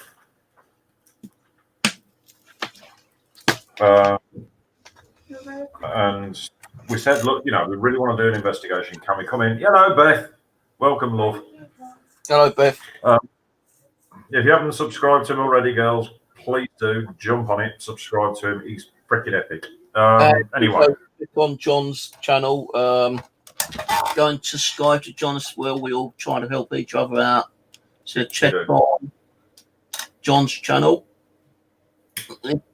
John can post his link if he wishes to in the side chat. I'll tell you what, guys. The best way to do it is you've got the Legacy Paranormal TV, which is my one on YouTube, and then you got also my other half, which is Dark Fantasy Paranormal as well. So don't subscribe to both. But I will do two. I can't comment on this. Beth, can you put up the links for me, please, Bab? She's one of my epic mods that just throws links everywhere. She's brilliant. But anyway, as I was saying, we did. If you jump on side chat, I'll mod her, tell her. then she can do it that way. Say again. If she jumps on the side chat, then I can see who she is. Then I can mod her. So I've only got you modded the channel. Beth, jump onto the side chat. Roger, he's good. Can't on this channel. See, what I think they should do, right, with some of the most haunted or supposed to be haunted locations, they should actually have cameras so they can check on what people are doing. They should also have safety measures, which a lot of people don't have. Safety measures. Like Oh yeah, I mean, location. You know, it could be a house which has been empty for like 10 years. You got to realise when you're going there, those floorboards could be very unsafe. oh yeah, but like I was saying about this museum I went to, we'd gone to check it all out and have a look, and it ended up where I says, look, do you know what? Is there any chance that we could use this place as a location? Just bear with me, I'm just faffing about with everything at the minute.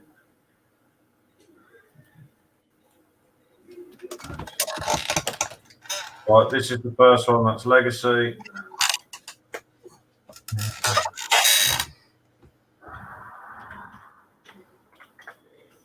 I was going to say, Steve, if you go on to your normal YouTube, viewing it as your normal YouTube, you'll be able to add them as mods there as well. Oh shit, no, wrong one. And then this one is Dark Phantom, guys. So please go and give me other half some, and I'll explain why we got 2 channels in a minute. But anyway, as I was saying, you do that now. You give me 2 minutes to go and sort the cat because I need to feed the cat, and that's your cat litter. Yeah. You explain that. Get back to these your haunted location in a minute.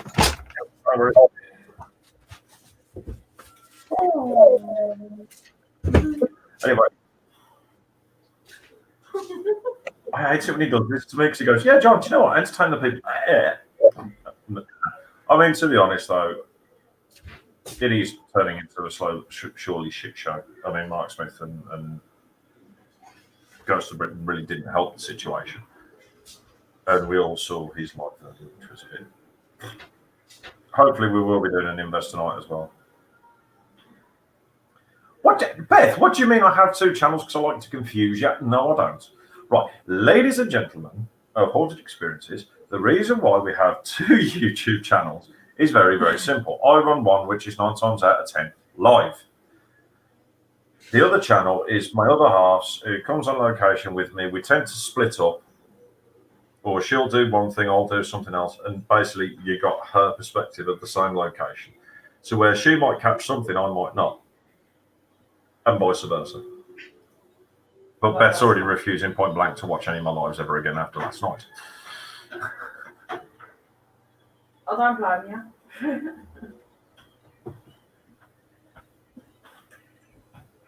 Hang on. Who charged to go up bloody Pendle Hill?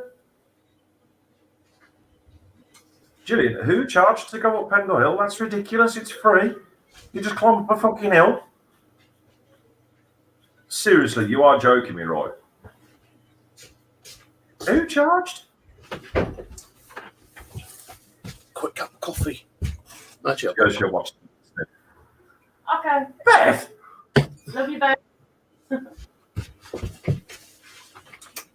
Oh, Ghost of Britain. Yeah, I mean, this is what I'm on about. They're charging people to go up Pendle Hill. And it's free. You literally drive up to it and climb it. Done. Ghost of Britain.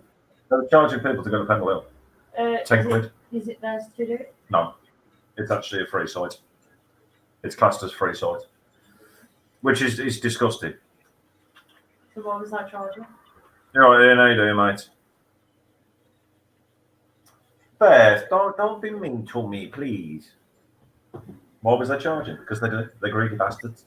And What right do I have? they don't have any right. They don't have any right. Right, to charge for their haunted museum, that is entirely up to them. If they want to charge for their haunted museum, they can, because it's theirs. They want to do. To go with them? I don't know. It's free. That I think there to see, which is are hung in Lancaster. Do you know what? Honestly, Gillian, I wouldn't say that because I did actually do Pendle Hill.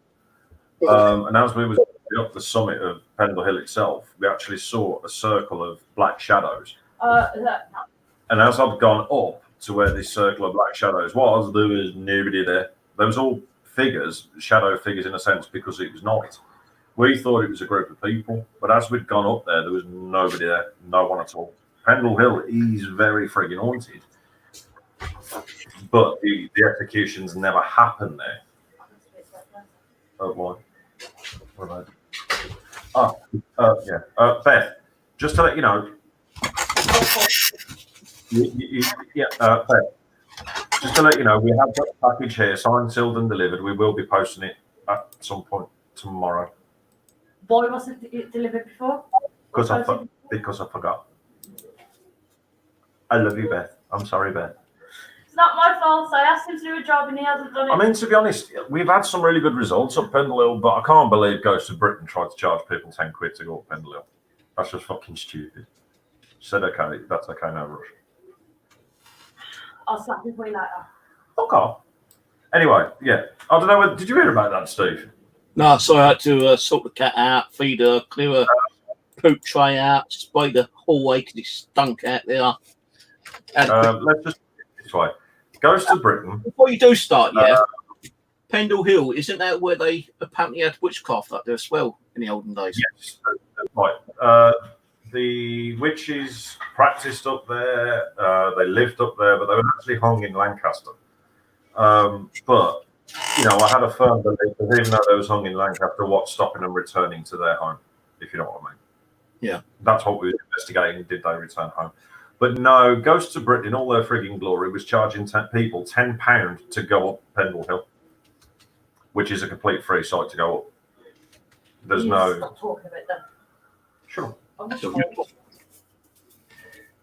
But then again, it's not unheard of with them lot. Anyway, so like I was saying about this museum, so we got to this museum. I was inquiring about hiring it out and seeing if we could do an investigation there, seeing how much it was. They blatantly turned around to me and said, "We do not do paranormal teams anymore." And I was like, "Well, I'm really sorry to hear that. How come?" Because we are a very, very genuine team. You know, we got insurance, we got this, we got that, we got this, we got that. They basically said, and you're going to love this, Steve, because it wasn't anything that you can think you would normally think of. It wasn't PX or Ghost of Britain or any of them. It was most haunted. Now, most haunted had turned up at this museum, blind, stinking drunk, ironically, tripped over something, knocked off one of the exhibits and smashed it, and then got kicked out. That's why it was never aired. One of the crew of Most Haunted turned up blind, stinking drunk, smashed one of the exhibits, and they all got kicked out. Ever since then, they point blank refused to let anybody in there. Refused. And this is the problem because, you know, and there was other stories, but I won't go into who or what was said, but there was another woman who had a house that was notoriously haunted. Another paranormal team went up there and went, yeah, sorry, I'm not having anybody in the house again because she was made a mockery of over YouTube. They basically, because they didn't get any evidence that night, they turned around and said it was a load of bullshit. Michael Paranormal Rich, how you doing, mate? They basically says, yeah, she won't take anybody else on because of that. That's cool. Oh, If anybody wants anything does anybody else want anything that's George? right, sorry, Julian, I don't know what's going on here with Michael. He's just hiding all your messages. I think he timed you out. I do apologise about that. Michael, don't time anyone out, please, because I'm causing havoc here at the moment. Oh, I don't think he meant to.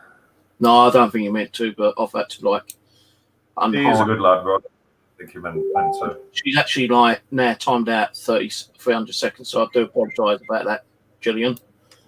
I was just copying her name to go to YouTube to get her link, so I could subscribe. Yeah, I was going to say, bless her. I mean, now Michael is a good lad because he's one of the ones I'm sort of tutoring at the moment because he's very, very new to paranormal investigations. Yeah. And I'm kind of Just be careful. Just be careful, Mike. Michael. You don't need to use it. Use your chat. Mark Smith is on Instagram. Oh, well, do you know what, Julian? He's going to get fucked for that anyway because his bail condition stated he couldn't go on social media, so I don't care. Anyway, Yeah. back to the topic.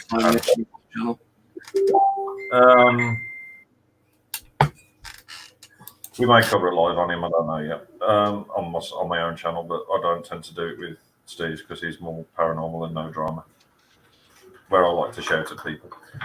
Anyway, as I was saying, so I mean, this is where it's getting difficult. It is really getting difficult now. But at the same time as well, what we have noticed as investigators is when we're going to locations, we've had to now stop telling people where we're going. You know, I offered some eggs for them when they came down. Oh, God. Are you a pain in the ass? Aaron, how you doing? You know what a pain in the ass is? Oh, yeah, exactly. But no, like I says, you know, we've had to stop releasing where we're going or where we are because we found out that, especially at the hospital that we did with Joe and all that, as soon as it was released, Not down to us. and it wasn't down to us, but when it was released where we was, I think it was one of them, the two idiot teams that done it. The place got absolutely frigging trashed to the point that we was limited on where we could go in the actual building because a lot of it got trashed. But now we've got to the stage of saying, well, we're at this place. We're usually 9 times out of 10, if I'm going live, I'll say, right, we're in Dudley or we're here or there, but we never say specifically where the location is.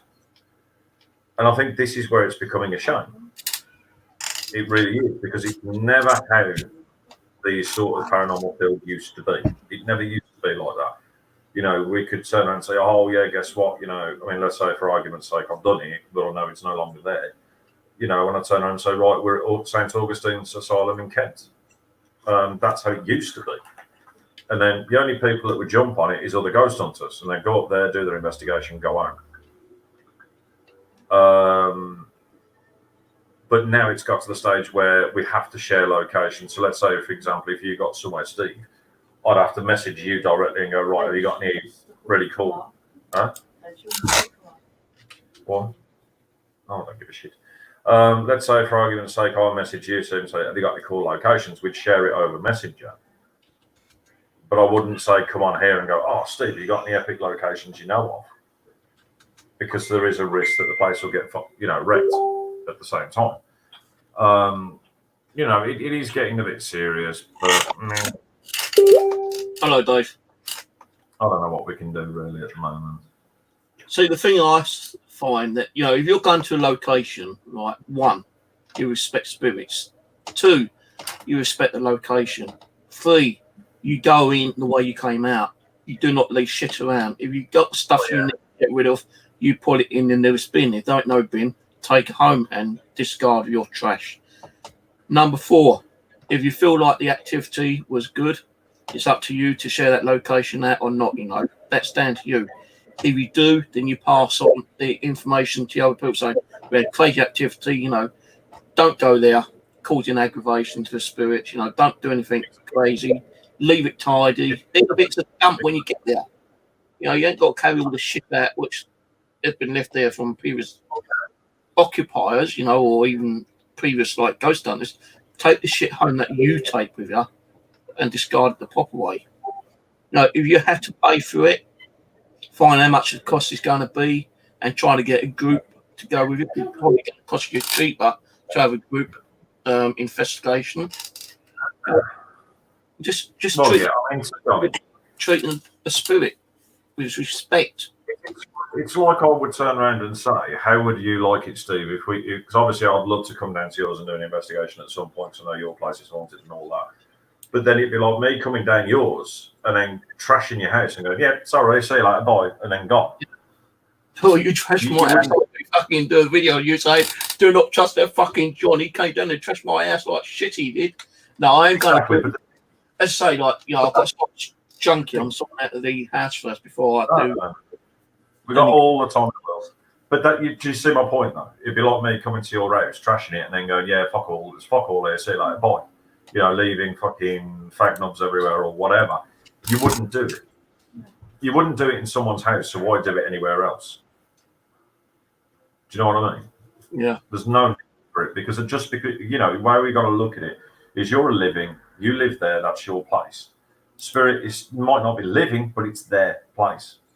Yeah. It's where they reside. So why treat it any differently? You know, and it's like someone commented on my live yesterday when they turned around and says, do you know what, mate? You know your shit. You know everything about this all. And yeah, I do. But at the same time, if someone comes to my house and trust it, they wouldn't be able to leave. Fucking hell. But no, that is a fair point. Is you can't expect to go on location and trash the place. You can't. What do you reckon, Dave? Say again. I'm asking Dave his opinion. I was going to say it's very quiet. Is your mic working, Dave? Or you gone for a pee, or are you stuffing those bloody sausage sandwiches again? I just love the way you say Dave. It just reminds me of Only Fools and Horses. Sorry. You're Dave. But no. That is into your name, Dave. Dave, wake up, you lazy bugger. Can you hear me now? Yeah, that's better. Yeah. Is it working now? Yeah, it's working. Yeah. Communication problems. Like in regards to what, Steve? You said what are my opinions on what exactly? What was you talking about? I think what he's going for is how locations are treated nowadays. Oh yeah, that's like, it. Yeah. Like shite, usually. I mean, I don't know whether you heard what I said. Go on. No, go on. You're all right, John. Go on. No, because what I was going to say is it's like when we did the because I don't know whether I know Ghost of Britain done it and PX did it. We did it with Joanne Brown. We did this abandoned hospital. You know, police said it was fine because there was a way in and way out where it didn't involve breaking in. But because I think it was either Ghost of Britain or PX, it actually leaked out where it was. And we don't do this as a rule. Next time we entered that place, it had got beyond trashed. And I mean, there's trashed and then there's trashed. But it's not just that. It's every time we've gone to various different locations, it just gets worse and worse and worse and worse and worse. And I don't know. It's got to the stage where we can't sort of share locations anymore. You know, legitimate teams like yourself or me or Steve, we're having to speak to each other on Messenger. I mean, I haven't got you yet, Dave, on sort of Facebook yet, and you know, hopefully we will. But it gets to the stage where we're having, even me with the Ouija brothers, if I hit up Steve and say, Steve, you got any cool locations that you know of that isn't going to cost me? Where are they? And he'll tell me on Messenger, here it is, but just don't tell everybody where you are. And we have to do it like that. So what we're basically getting at is it never used to be like that, did it? In all fairness, there's been a massive swing around in attitude towards locations anyway, John. I mean, I completely agree with everything you say. I mean, you've referred to a few people that I've known for a few years and their activities over the years, but I won't go into that. I'm not afforded the luxury of being able to leave any location that I've been at in a mess because I'm mainly or primarily focus on private residential investigations, cleansings, that kind of thing. But when it does involve an investigation at an historical location, then I don't think there's any excuse for leaving anything there. Anything that will bring a negative view or a negative aspect on the paranormal community or paranormal investigators is absolutely out of order. I mean, at the end of the day, we're all ambassadors for the field in the eyes of the public and in the eyes of the people that own the properties and the police and you know, the local governmental bodies. And you're going to get that because some people are focused on getting there, enjoying themselves, having a good time, and getting out of there. And we're in a disposable society, and that's the unfortunate side of it, really. Oh yeah, and I mean this is what we're getting to now in society.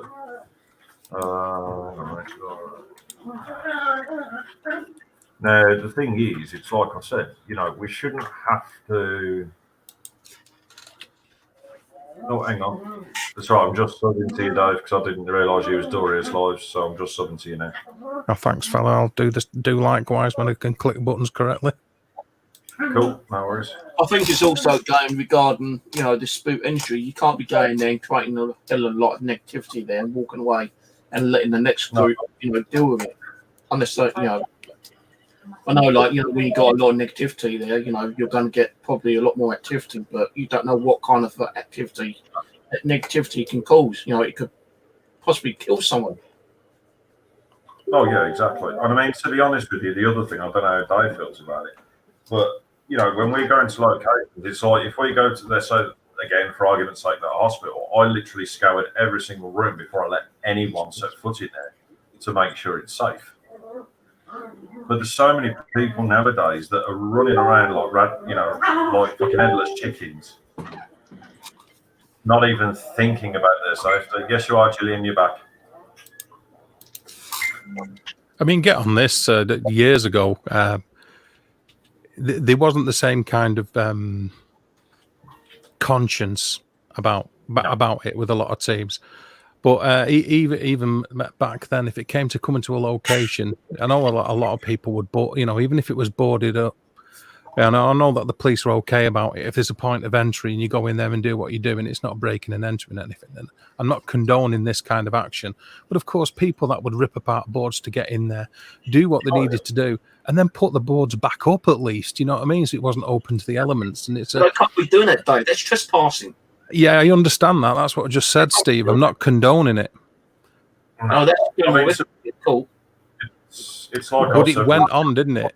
A few times in the paranormal field, who's got caught by the police, and just recently, to be honest, just really recently on the video. Well, the officer saying, "Well, you are legally trespassing." Well, we didn't think about that. We've been a couple of times before, and we've been stopped. I mean, this is why we, as a team, we work very closely with the local police. And even they've gave me the trespass laws, and they basically said to me, "Look, at the end of the day, if there's a way in and a way out that doesn't involve you physically touching anything, so let's say boards, fencing, whatever, if there's a way in and way out where you don't have to physically damage anything or remove anything, you can go and do it. But if it's boarded up or fenced up, don't even think about it, because then it's breaking and entering." And I said, "You know what? Fair play to you. Thanks very much." Bar the fact that the officer turned around and then went, "Yeah, you're a braver man than me to do that sort of work." What? Yeah, it's not the first time I've heard that from the police either. When they pull you at silly o'clock in the morning because you're out and about doing a bit, and they're like, "What are you up to, sonny?" I'm going there. I'm paranormal investigating. It's like, yeah, the likely story. So you open up the rucksack and all these flashing boxes and everything fall out and all this weird shit. And then they're like, "Actually, you're not talking out of your ass. You are a paranormal investigator. You fucking weirdo." Or they start to ask you loads of questions about what is the weirdest place you've been, what have you seen, And then you're stuck there for 3/4 of an hour explaining to them all the best locations that you've been to, while somebody's burgling an house down the road because they're not doing the job. Me and Aaron had that over Wimbledon Common. Fucking old Bill pulled us up on Common. He wasn't worried about what we was doing. He did ask us what he was doing, but he was more interested in trying to find the way out because their police car couldn't find, two of them in the police car. "What are you doing? Ghost hunters." "Oh, you caught anything?" And we sat, stood there talking about 10, 15 minutes. He goes, "Well, it's been interesting talking to you, but the main reason why we stopped you is that we're lost. Can you tell us the way out?" And we said, "Yeah, you go down here, down here, down here." And you know what? About half an hour later, thinking that, they probably have found a way. Same police car, same two coppers. We still lost. What fucking idiots. We've had an invest out of that on the back of one of them being pulled over by the police at 2:00 in the morning on the way to a cave of all places.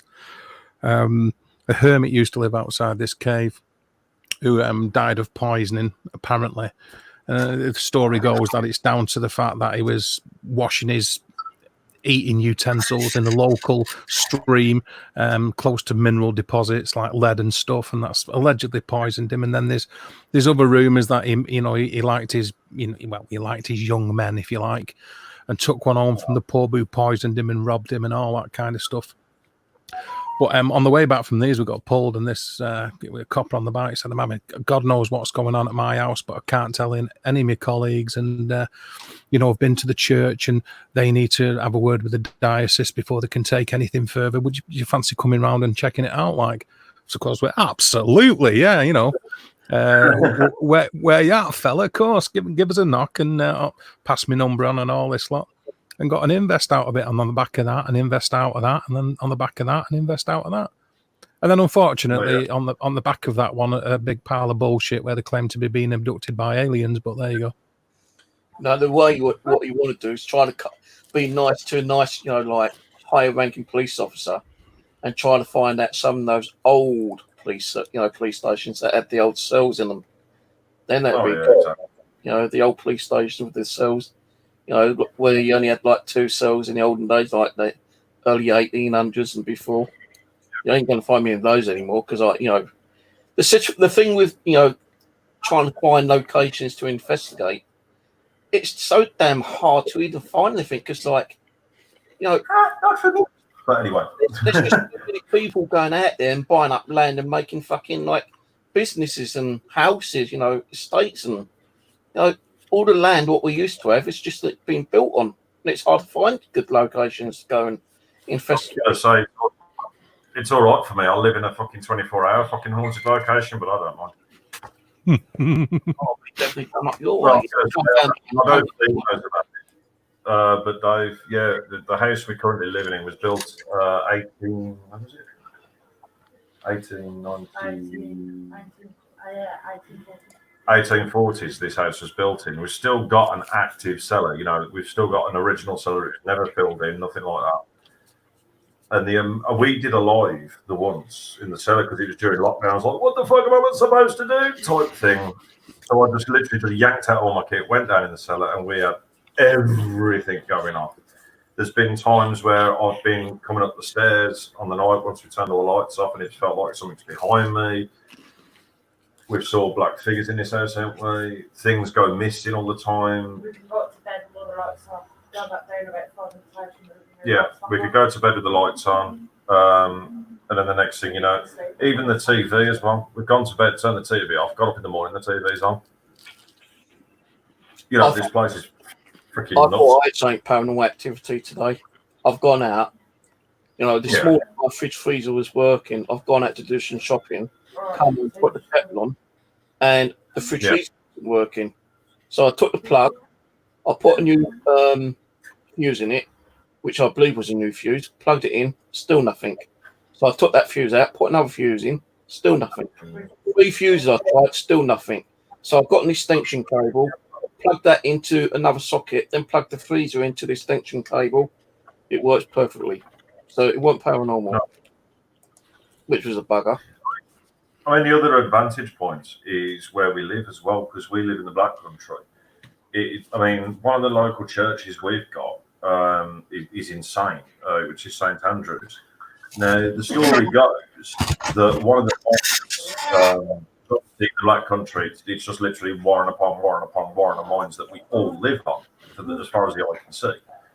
But St Andrews Church, there was a mine explosion, and basically, from what it was documented, is when it had exploded, fire and smoke exploded from the actual churchyard, and they basically stated it looked like the gates of hell had opened up.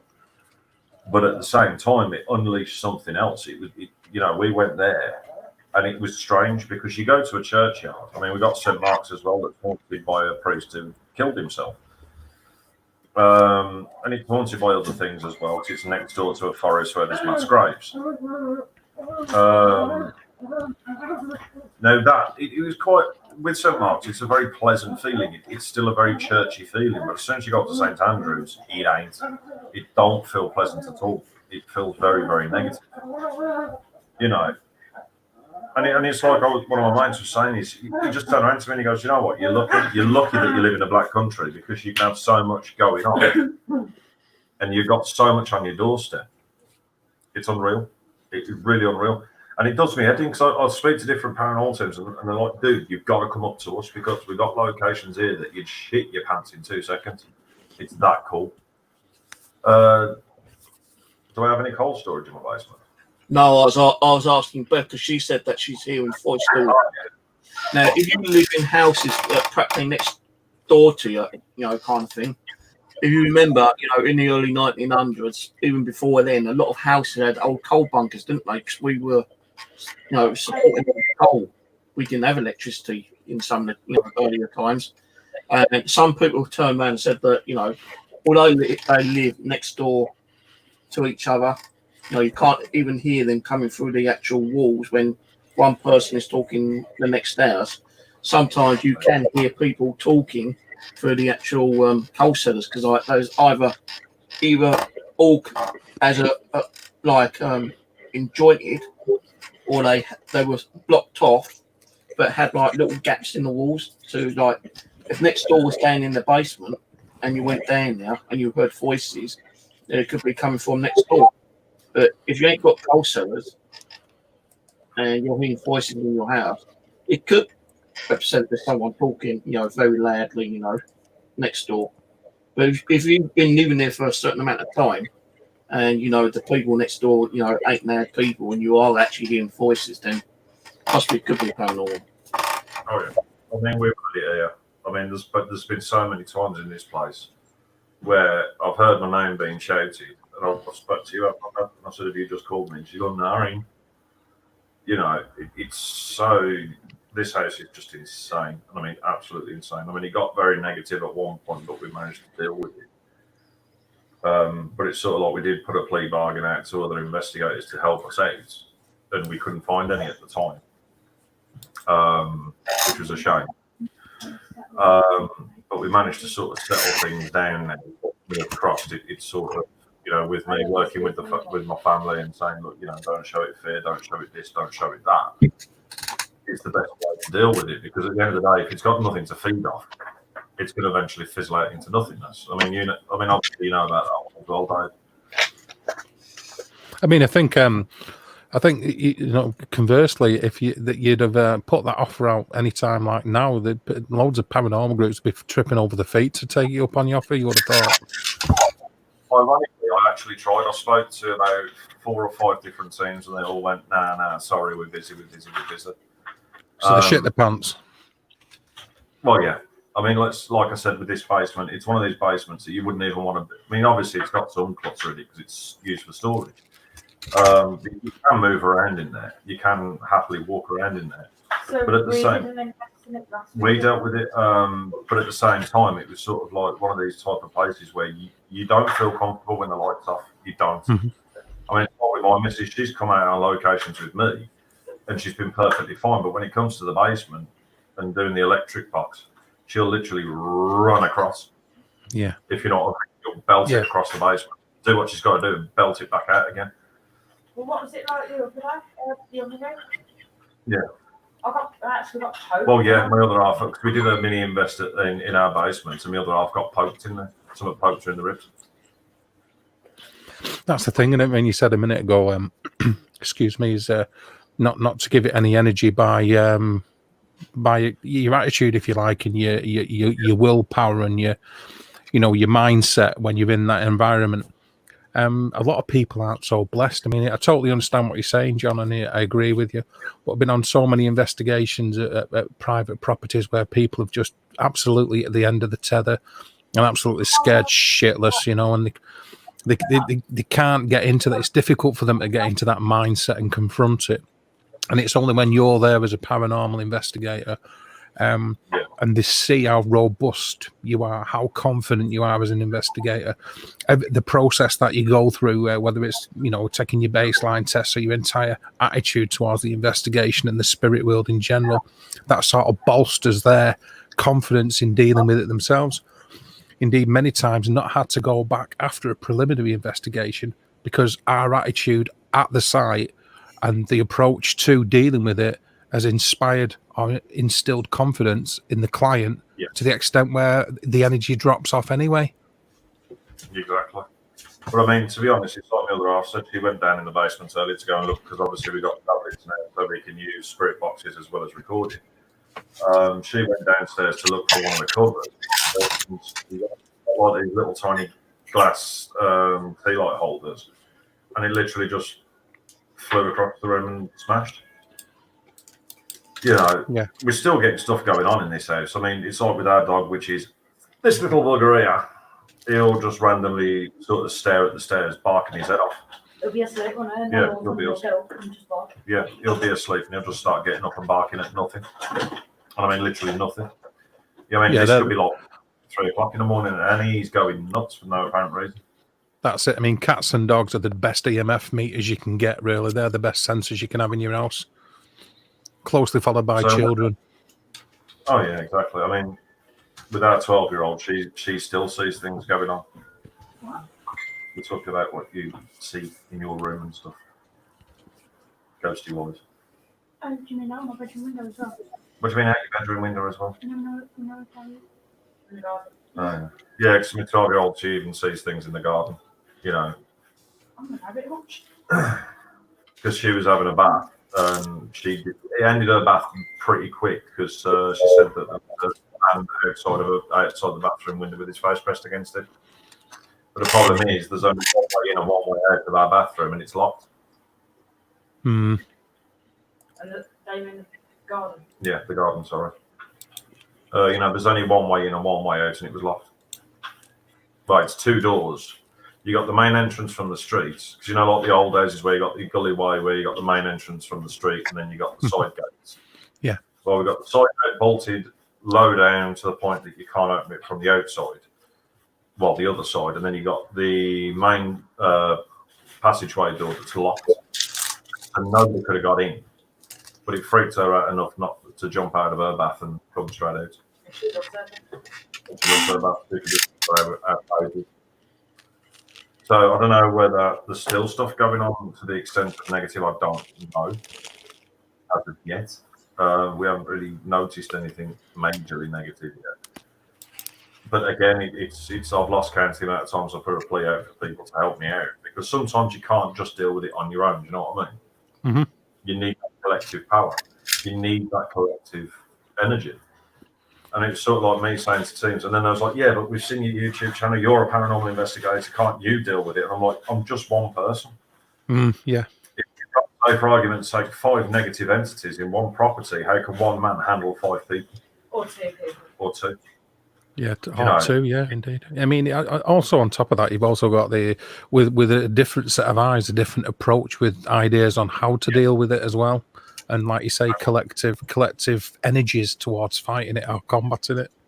It surprises me that nobody's wanting to do that in a way. And then in another sense, it's like, yeah, it sounds about right, you know. Do what? Because I was out making my coffee. You're too busy chomping Mars bars, you dude. No, it wasn't a Mars bar. It's a peanut chocolate. Dirty. At least I'm not sitting there every night stuffing sausage sandwiches, mate. That's exactly what I was doing. Exactly what I was doing a minute ago when I was waiting in the side chat for 20 minutes for you to bring me in. Chomping on a sausage. You timed it well, really, because there's been some strange sounds coming down the mic. But, of course, I forgot to turn the mic on, as you already know. Yeah, well, yeah. Like I said, it was more to do with Steve, because we had like a spiritual shit show in our house. And at the same time, it was like I was putting a plea out for help and nobody wanted to know. So I was like, yeah, fuck it, I'll try and deal with it myself. Coffee. What do you want me to do? Stick a straw through the goddamn webcam until you suck on it. Yeah, you know, you can. He won't offer you anything, Beth. He's tighter than 2 coats of paint. No, I want it. Go, rewind. What do you want me to do? Stick a straw in the coffee into your mic until you to slurp on it.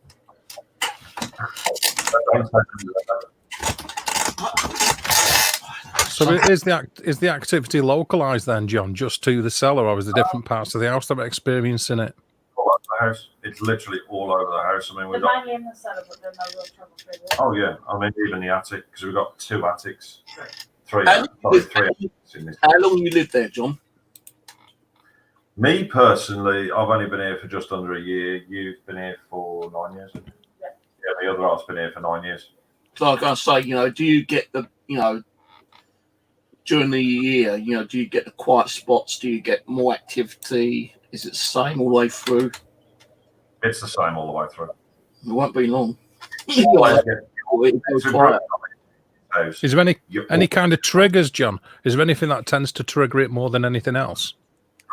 It's like literally, we could be sat here doing what I do and what she does. So obviously, she's doing her studying for mental health work, and I'm doing, my paranormal work, whether it's researching or live streaming or whatever. And this, even at any time, we could do. All of a sudden, it goes from really warm to really freaking cold in minutes. And again, like we said with the dogs, Just start ignoring it now. we have started ignoring it, but it got to the stage where with the dogs, I'd say at least 3 or 4 times a week the dogs go nuts. Is it more energy and vibes, or have you had like visuals and like smells and sounds and stuff? Oh God, don't stop me after this one. Well, with my other half, she constantly smells burning.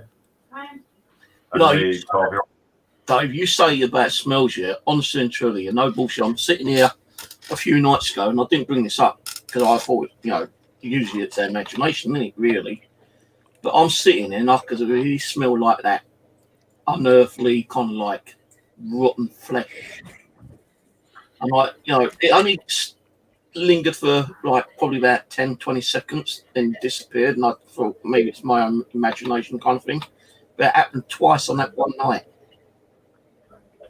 I think, unfortunately, we're sort of preconditioned by society we're sort of told that it's our imagination. It's sort of everybody expects us to put it down to our imagination and ignore it. But maybe it isn't. Sometimes it isn't your imagination. You are picking up on it. You are getting that smell, and it is peer pressure that does it. But by the same in the same hand, like, you've also got auto-suggestion if people suggest or even mention it. I mean, it's when we do preliminary investigations, we've got to be so careful about the type of questions that we ask, because you're sort of prompting people subconsciously. So, if you go in there and say, what did it smell like? And they haven't said anything about a smell, you've prompted them or tempted them to mention something that they might not have done otherwise. You've got to be totally grey, Yeah. It's ironic you saying that, though, because the mad thing was, it's like when the other half, she can smell the burning, I can't. So there you go. I won't. So there's no. That's the best thing when it comes to the stuff that goes on in this house, because it's like I'll experience something she won't, and she'll experience something I won't. Yeah, it's like being in it, really. It's like the frequencies. You might hear things while she may not hear nothing. She might sense that there's something there. She may sense the smell. She might feel the smells or the cold spots, and you're feeling like you could probably hear voices. You could probably sense that something's been moved. So we've all got kind of different senses, I suppose. Which almost lends itself to the electromagnetic frequencies or brainwave patterns, what are picking it up consciously or subconsciously. Because as I said to you before, Steve, a massive part of it is psychology, whether people want to admit it or not. I mean, obviously they don't want to admit it because they would like to think that what they're experiencing is very real, and to them it is very real. But beyond them parameters, I mean, it's like that old one, isn't it? When you see the colour green, are you seeing the same shade of green as I am, and is green the same to you as it is to me? Exactly. I mean, it's like this house. It's weird. I mean, to be honest, it's like, in a sense, it's like living in 30 East Drive in this house. It really is. Probably not as bad, though. Not as bad, but in a sense of activity-wise, it never stops. It never bloody stops. I mean, there's been times when I've been making sure I'm testing equipment before I go out and stuff like that, and then I'm just testing it and it's going apeshit at me. I'm like, okay, I'm testing you. You shouldn't be going apeshit at me. But at the same time, it's also been we've left. I don't know, like a flashlight, or whatever piece of equipment we use. And then as I've gone to test it, the batteries are completely frigging dead in it. Yeah, but you can either put that down like to a bad batch of batteries, or it's something that's draining the battery. Because I bought batteries, and like I've tried them, and like put it in the radio or one of my devices. Yeah, it'd go on for about 10 seconds and just suddenly drain. Now I have to change those batteries over again and again and again. And I have found that sometimes, even if you buy a packet of batteries, some of them ain't been charged up correctly. They might do a test on some of the manufacturers, but the cheap ones, they just put it all into one pack. They don't test them, and you could either get 2, 3, 4, 5, 40 batteries, when you could get like another 4 or 5 which are good batteries. Yeah, that's the thing. They do batch testing, don't they? I mean, the biggest culprit I found is rechargeable batteries, because they run at 1.2 volts instead of 1.5 volts. So the current's dropping a lot quicker in them than it is in batteries you buy from the shop. So these you get 30 for £2, right? From pound. You could stick in a good half of these, thinking they're going to be good batteries, and they might not have no power to them at all. Dog shit. Could be perfect. Absolutely. There you go, Beth. That's why he won't make you a brew. He won't even spend money on batteries. Right. Anyway, the main topic was about ghost boxes. Anyway, not about haunted location. Well, it is partly haunted location. The paranormal experiences with, but starting with John, and don't go on about the necrophonic crap. What other ghost boxes? No, it is crap. You like it, I don't like it. That's my opinion, that's your opinion. What is your other not so much of a best ghost box session, but what other ghost box have you used in the past that you've got pretty good evidence or EVPs from? Echo box. Now that's apps. How about physical ghost boxes? Oh, Joey, behave. Sorry, the dogs are just trying to kill each other again. I mean, to be honest, if I could say anything when it comes to them, it's got to be the SB11. I've got better responses out of the SB11 than I did the SB7. Well, you are going to every get time more response out of the SB11 because it's dual SP7s in it in one way. Well, yeah. I mean, that's what I tend to do anyway. SP7, which has been modified slightly before they brought them out. Now, it's like with me personally, I'll scan AM and FM at the same time. I've done it, not got nothing. And I've had some really good results through that one, but it's like I said again. No, if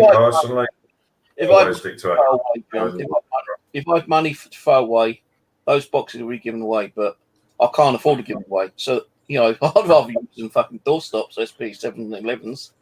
But my sound will give me a lot of good stuff. If I can find a way of getting them for free, as in download, I mean, it's like with my Necrophonic and Echo Box. Echo Box I paid for.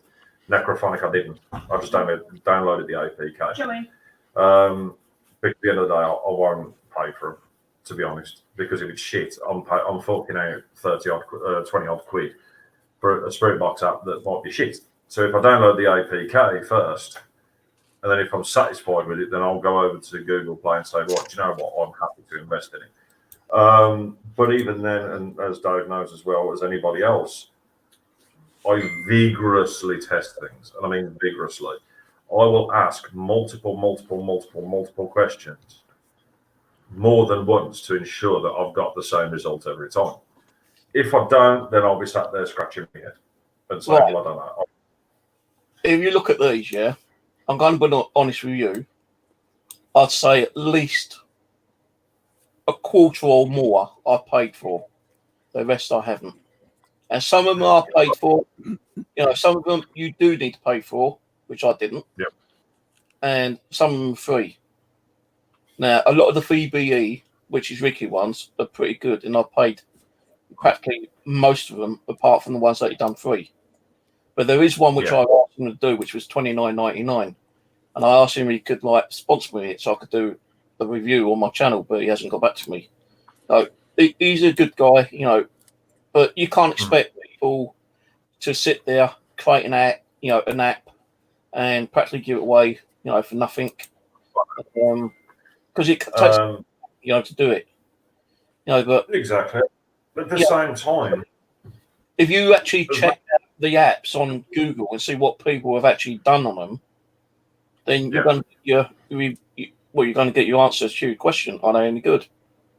And 9 times I don't even read them. They ain't going to use them, are they? No, I mean, to be honest, this is why I tend to avoid reviews, because it's sort of like, you could have somebody reviewing it who's never done investigations in their life, and they just thought, fuck it, it's a good idea. Yeah.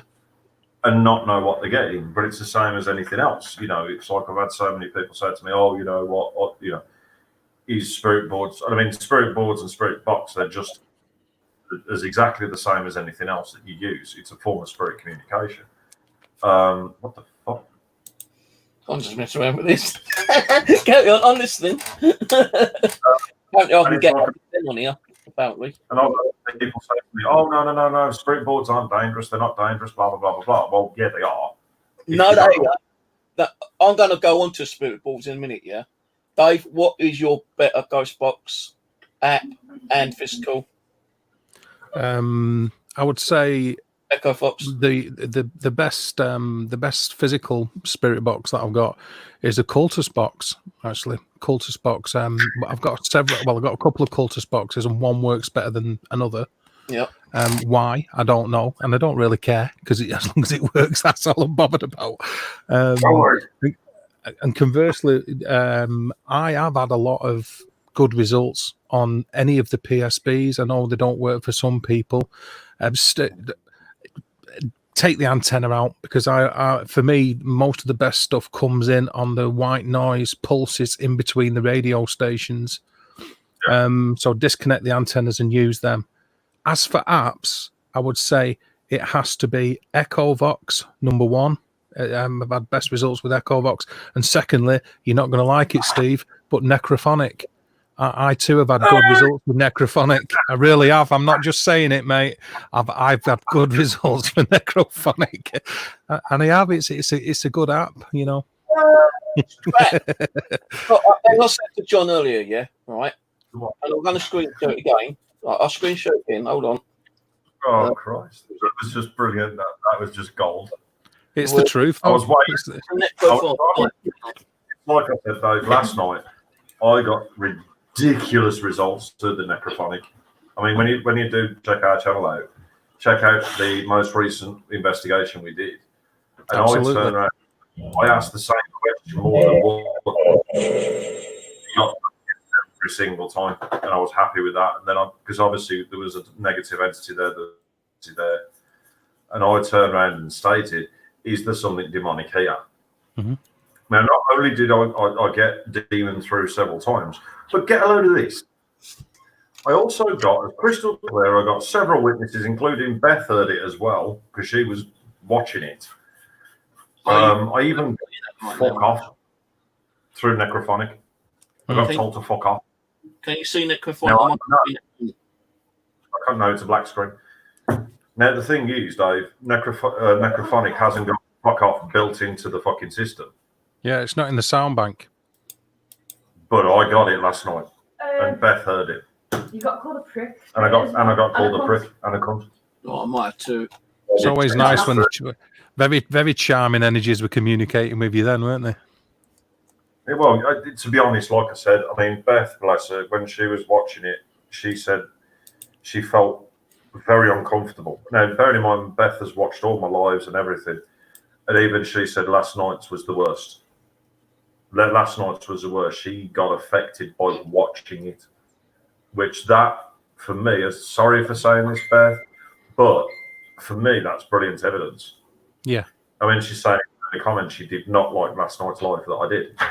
She's begged us not to go back. She's begged us not to go back, even though I don't listen and I will go back.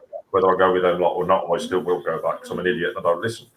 Good but the fact of the matter is, to have your audience, to have your audience affected, that is just evidence in itself.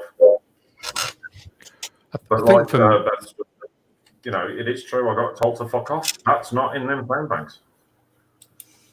Right. I think for me, when you use an app, Steve, and you know, it's if you've got confidence in it, and if that is a conduit, and you're acting as part of that conduit for spirit communication via energies, it is just a tool. If you've got confidence in it, then the spirit energy's got more chance of understanding how to use it and giving you results, just like any other piece of paranormal equipment, I think. Same with dowsing rods, same with anything else you might go into in a little while, which is why I won't mention it. But I think that, you know, if you're channeled into it, the spirits can channel into it, and that's where it's at. Right, you can see that now, yeah? Alex. Indeed. Right. This is what I said to John earlier, yeah? One, the start. Why fucking put a massive start button? You know, are we completely blind or what? You know, one. Right, the echo. Listen to the echo. Hello.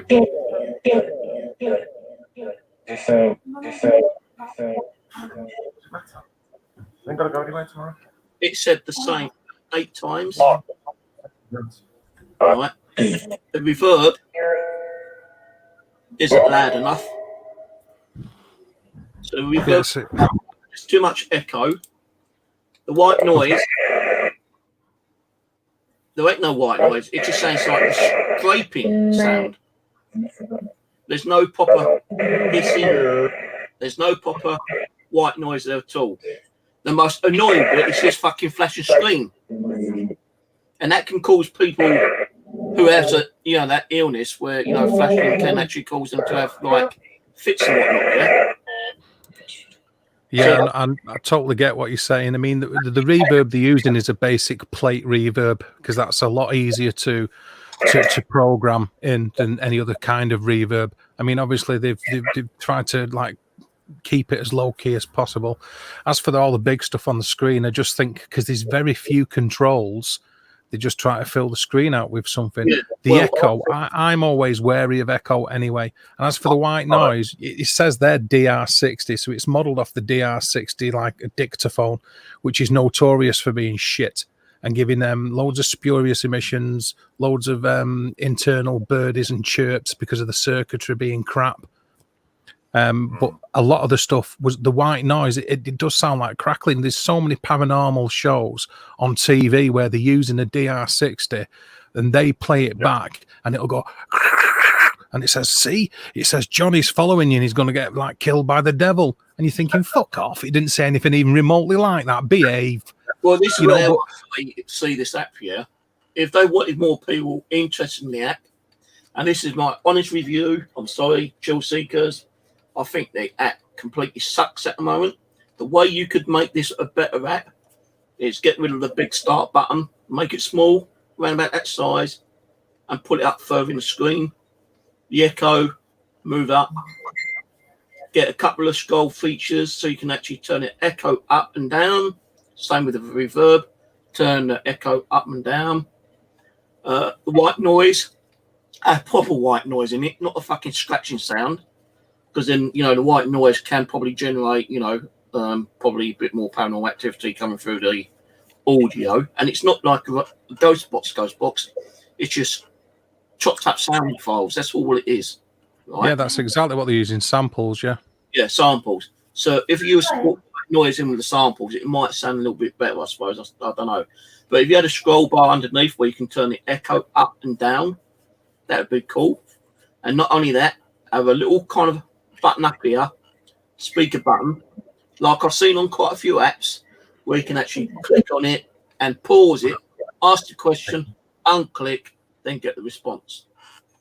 I will say this for what I will say this though for what it's worth. As far as the necrophonic's concerned, the white noise, I've got other things that I can generate white noise with, so it's not a deal breaker for me.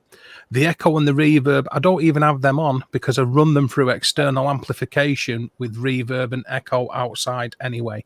Yeah. So the echo and the reverb isn't a deal breaker for me. Basically, I'm just doing it because of the chopped up phonemes, the generated chunks of words that are in the actual. That's all I'm bothered about, because I'll use other things in relation with it. Like I say, external amplification and different reverb where I've got total control over it. Because if you've got a physical box where it's got an audio chipset designed for that particular effect, you're always going to have more control over it. Like your guitar pedals you've got, Steve, you've got more control over it than you ever will with any kind of app. No, but because it is just digital encoding you're dealing with. You were dealing with digital encoding to reproduce noise rather than physical chips. Well, the thing is, as I said, is add more. As I said, right, You know, like you're saying, like if people like us have got, you know, equipment we can use, like the echo and reverb pedals, that's bonus to us in one way. But people who don't have the money to go out and buy that, and they want to use the echo and reverb, that echo is constant. You know, like echo, you're hearing the same thing from loudness to quietness 8 times. You don't need to listen to it 8 times. 3 times is long enough. And I try to do that on my own pedals, you know. Reverb is completely shit. Sometimes the end of the same word and the beginning of the same word said back to back can form another word because of phonemes. You're using phonemes, and that can say something. I mean, in itself. personally, I would be more happier. But it's the volume control. There's no control on the volume. You need a volume control on it. I'd just say the only thing I'd be more happier with the Necrophonic is if they added more sound bank options. You know, where a lot of these actually could have multiple sound banks running. Scroll reverb, and maybe like a section where you can actually upload your own sound banks. That'd be cool still.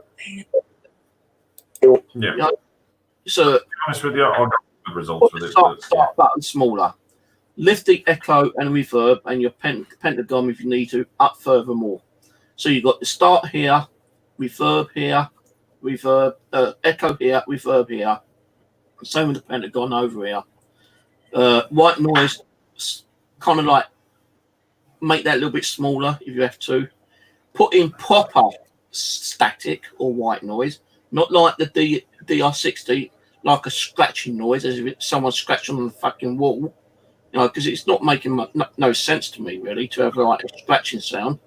And have a scroll option where you can turn it up and down, reverb up and down, and a nice little earphone thing you can pause, so you can ask a question to the spirits, and then unpause to get the reply. It's not too much. If they were to put those features in, and like how much was this at now? I can't remember. About £12 one it, £10. Yeah, something like that. Let's say £10 for instance. Yeah, if they took, you know, my video and like said, well, you know, the guy sounds like, you know, maybe we can put a few extra features in there, you know, where you got the scroll, so you can turn the echo up and down and the reverb up and down, and put some decent white noise in, and the pause button, and yeah, like the other guy said, upload feature where you can actually upload your own sound banks. And if they put that, you know, for about £15 to purchase when they've done the upgrade, I reckon they'd get a lot more people interested in it. I think they're going to go off the reviews that they've had off people that use it and the amount of sales that they've had. And if they haven't had bad sales and they haven't had bad reviews, they're not going to see any reason to change it. And that's what you're dealing with. I look at it like this. I look at it like this, right, Steve? I've got 27 guitars, 27 of them. I need one. I need one of them really, but I've got 27. Now, a couple of them, when I try to play them, the feel isn't just there, so I don't play them. And because of that, I don't develop the feel. And I think it's the same with apps. If you stick them on, you give them a bit of go, you think, I don't like this is shit. I'm not bothering with this again. Then it's always going to be shit. And I'm not saying you haven't tried it, because obviously you have, or we wouldn't be having this conversation, you know. but it's given them a fair crack of the whip, because I've got a few like you have. I mean, you collect the things, don't you? You know what I mean? You end up with absolutely loads of them. Apps I've got on my PC, I've probably got about 200 fucking ghost apps, you know. There you go.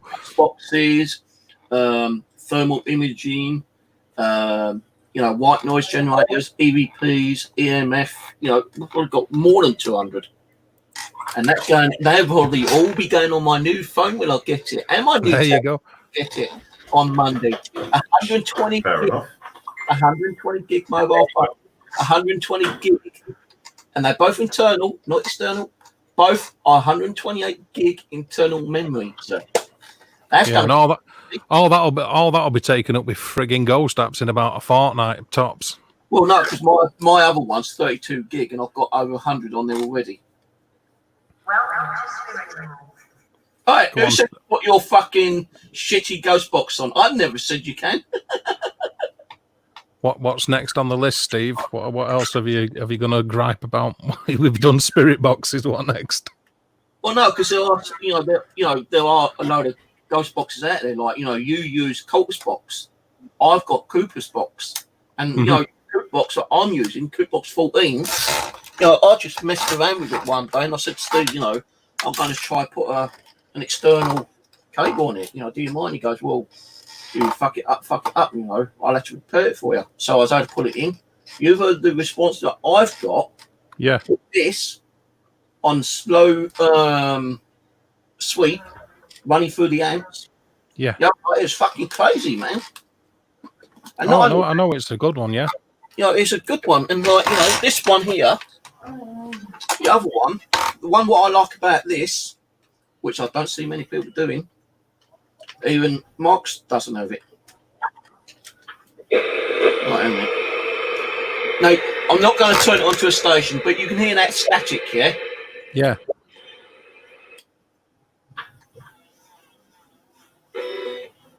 One switch turns all that static off. That just says see? Now that, if I could get a cable coming through that, that's going to be even more better than this one is, because I'm not going to have all that static white noise. So I'm going to be ponting around with that later in the week. But you have two schools of thought where that is concerned, don't you, when it comes to any kind of ITC equipment, especially with radios, is, you know, if one's scanning, no matter how fast, if it comes through on a radio station, then it's humans speaking the words, and it just happens to be coincidence that it lands on that particular station saying something at the right time. And of course, debunkers and skeptics are always going to use that as their argument, aren't they? Likewise, you can say, well, if you don't listen to the radio stations and you only pay attention to any words that come through on the white noise in between, that you're getting breakthrough from taxis, or you're getting bleed over from other stations and interference, and you know that's still humans talking, and they just happen to be saying something coincidental at the right time. Now, you know, because you do a lot of ITC, and obviously I've not spoke to John a lot, but with the amount of what I spoke about tonight, I'm fairly sure he does a lot of ITC and the rest of his team. We all know that there's far more to it than just happy coincidence when you use a spirit box. When you're in a location and it says something that is completely relevant to what you're asking, to what has happened in that night, or to any individual within that team, that it can't just be some dude sat in a leather chair with headphones on at Radio Bollock Bag on 250 FM or something. You know that it's not that. You know when something's coming through. Well, there was a time when me and Simon James was over Mitcham Common, where it's just closing down, doing like crossing, and I always do a prayer.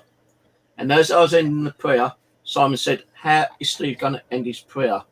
And just I want to say amen, the ghost box just spat out, amen, at that same fucking time. That was crazy. And like, you know, Simon was well known, and he was a bit kind of Jews about ghost boxes, but to get an amen, as I was going to say amen, because Simon said, how is he going to, I could have said, in God's name. I think coincidence is a word that's been invented for convenience for people that haven't got imagination or have already in a mindset of disbelief, personally, especially when it comes to ITC. Dave, you know, it came through audio. You know, I was too busy, like, still doing a crossing, and Simon goes, "Did you hear that?" I said, "I think, did that just say amen?" He goes, "Like, fuck, he said amen, just as you're saying amen." He goes, "Now that has put me a believer in ghost boxing." And he was kind of like a bit juice about ghost boxing. So, you know, skepticals that don't like ghost boxes. If you know, do you think skeptics that do not believe in ghost boxes, if they hear something, you know, resembling what's going on? Let's say you go to a location, you know, the most haunted location, and you get, like, you know who was murdered there. So, like, Peter Brixton or something, yeah? Just making up a name, Peter Brixton. And you say on a ghost box, who was killed here? Who was murdered here in this spot? And the ghost box suddenly spits out Peter Brixton. And the skeptic in ghost boxes suddenly hears that. Are they going to turn around and say, well, hang on, that's just for a radio station? You know, maybe it's a station talking about, you know, an old case. Well, what's the possibility that you know, you're going to get a radio station talking about someone who was murdered there was never even documented on social media or newspapers or TV? I think it's more likely that a skeptic wouldn't use that as an argument. They would more likely use the fact that you already know that somebody of that name was murdered there. So that's deliberately what you're hearing through pareidolia. Yeah, but if they hear it themselves. I think if it's like that in it, you know, for a believer, no evidence is necessary. And for a disbeliever, all evidence is useless. So, you know, if they're not going to believe, they're not going to believe, Steve, because I've had this when I've done a spirit box session and people have been there and they say, well, what do you think you heard? And 50% of the time, people are saying, I'm not hearing anything. It just sounds like radio stations.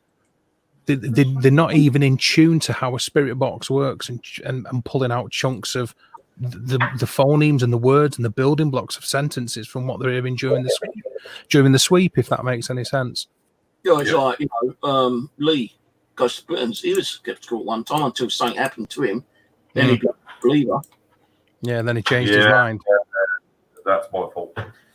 But anyway, we won't go into it. Yeah. Anyway, so I think you should go into it.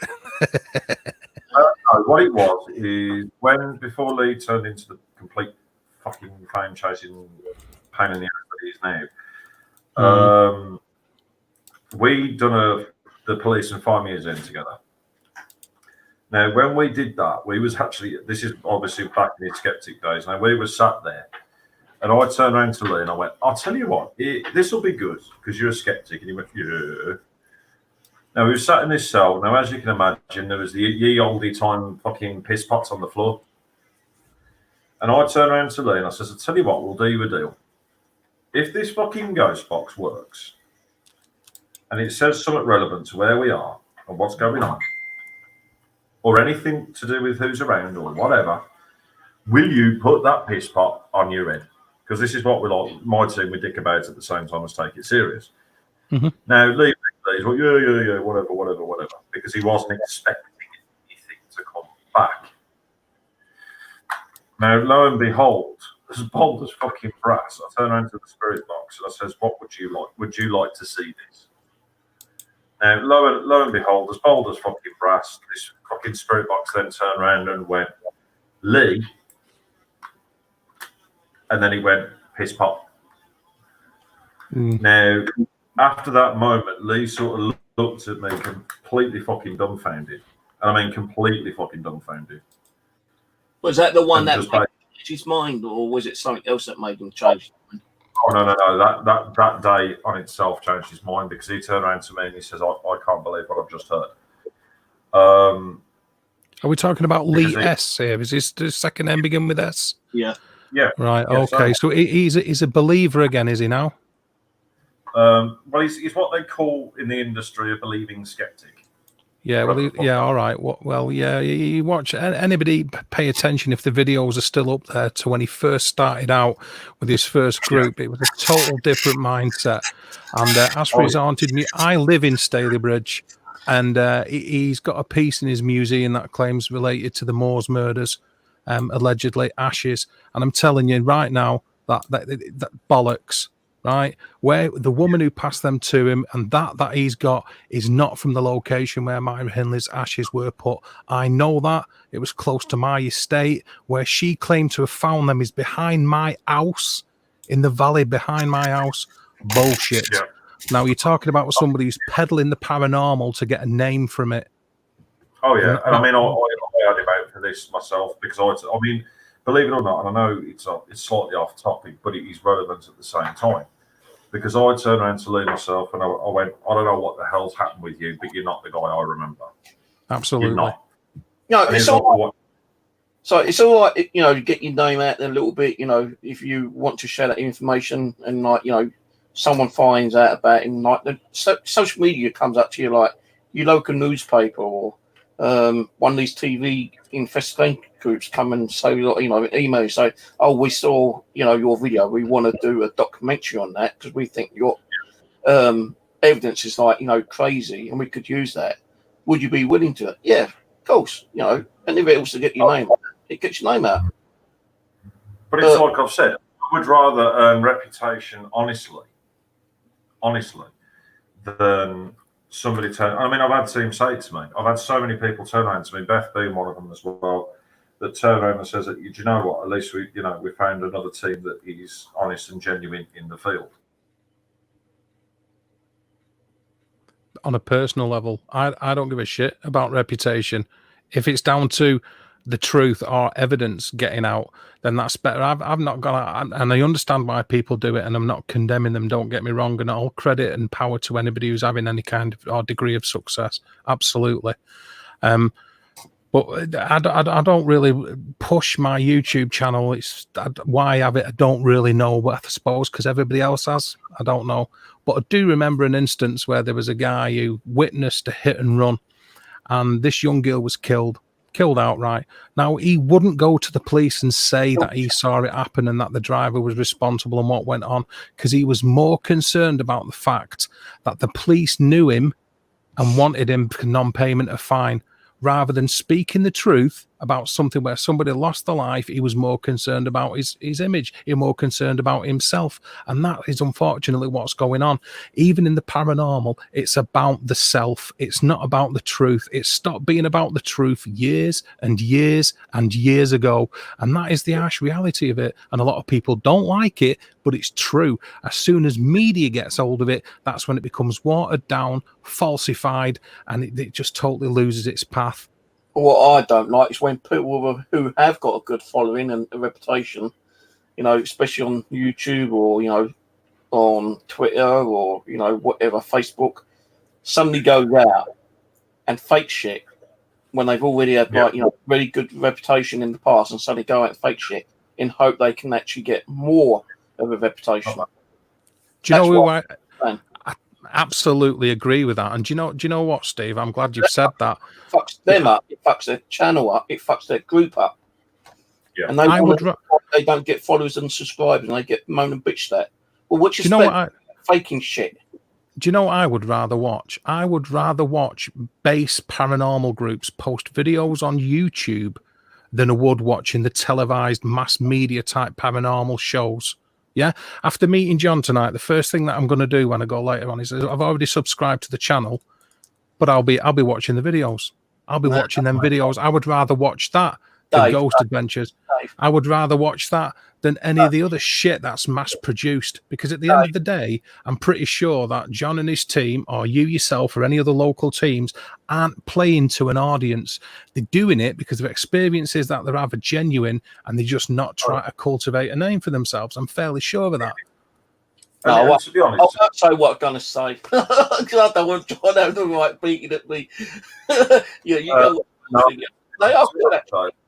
It's like I've liked to people, and I know Beth, who's watching, will validate this because she was on the live when I said this. And I went, do you know what? I would rather become famous for speaking the truth and taking all my and I don't even use the word fans. I will actually treat everybody within my audience as family and friends. Bang on. And I turned around and I said I would rather treat and take everyone who watches me on the journey with me I'll work with any. I mean, I find it difficult. Let's say, for example, you come across a team on YouTube that's got, I don't know, 25,000 subs or whatever. And as soon as you're a little channel like myself, come up, I haven't even hit the 1,000 yet. But like you said, my knowledge is there. I know what I'm doing. I ain't stupid. Yeah. Well, the other way of getting, like, you know, a little bit more knowledgeable, well, not so much knowledgeable in your mind. You know, what I'm trying to say, how to get out there a bit more for people to watch your channel. You need other channels in your group to share out your link so they can come over and watch your link, and you do the same. Like you said to me, what's Steve's channel? Subscribe to him. You got some of your viewers over here tonight to watch my channel. People I've never seen before, and I appreciate that. And what did I say? Post your link so my viewers can go to your viewers. Same with Dave. And you know what? Link. In fact, it was, I'm hoping I can pronounce the name right, but Anastasniak or something like that. But anyway, he was the one that commented last night on my channel and went, you know what? You know what you're talking about. You know what you're doing. That's the annex. That's the one. That's the annex. I've known fucking Will for years, mate. And he does some good. And he does. And I've looked at his videos and I was really impressed with what I saw. The thing When he is, doesn't close his channel down all the time because of the hate and the bullshit drama that keeps going on out there, if he kept his channel up and he continued doing the paranormal, he's got some pretty good stuff out there. I'll tell you something now. If you're still watching right now, do us all a favour. Keep doing what you do. Fuck the drama off. I mean, to be honest, when Steve Lee dragged me into all the bullshit that went on with MS, and he dragged me into begging for my help and everything, and like the nice guy that I am, because Steve, you know I am a nice person. I'll help anybody. All right, no worries. I got so much shit for it. I'll give you a shout if you're still awake. Which was my mistake that I made. But I didn't quit. I never quitted. I just turned around and said, okay, guys, yes, you. You know, I don't sort of shut everything down in the sense of because of drama. I just turn around and say, well, fuck you. You know, you're causing drama because you're jealous. You know, you have to fucking attach strings to shit and fucking rig everything to get your followers. I've been accused of doing that. And the thing is, I get followers. But this is the thing. I get my followers from going out on location and grafting my ass off. That's it, end of. And being truthful. But as I've always said, if I become one of these people, lucky people that hits the, I don't know, 25,000, 30,000 million, whatever fucking subscribers on YouTube, I won't turn into this fucking arrogant egomaniac. I wouldn't, because that's not the type of person I am. And would I take everybody on the ride with me? Yes, I would. Of course. I'd still turn around and say, oh, Beth, do you know what? We're up your neck of the woods. Do you fancy meeting up with us for an invest? I wouldn't care. If you ever come down here, right? If you ever come down here, you've got a vehicle. You've got a vehicle, haven't you? Yeah, right. You come down here when it's time for you to go home. You take me up your place. Let me do a night over there, and then I'll get a train back.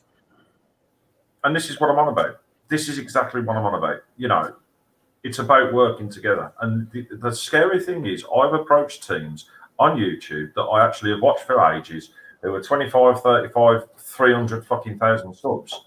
And I've said, you know what? I'd love to do a team up with you. Now, believe it or not, there's 2 teams out of all the others that have got the high subs that have turned around and actually worked with me, which is Steve and Griff Ouija Brothers and Dave and Lexi from DNA.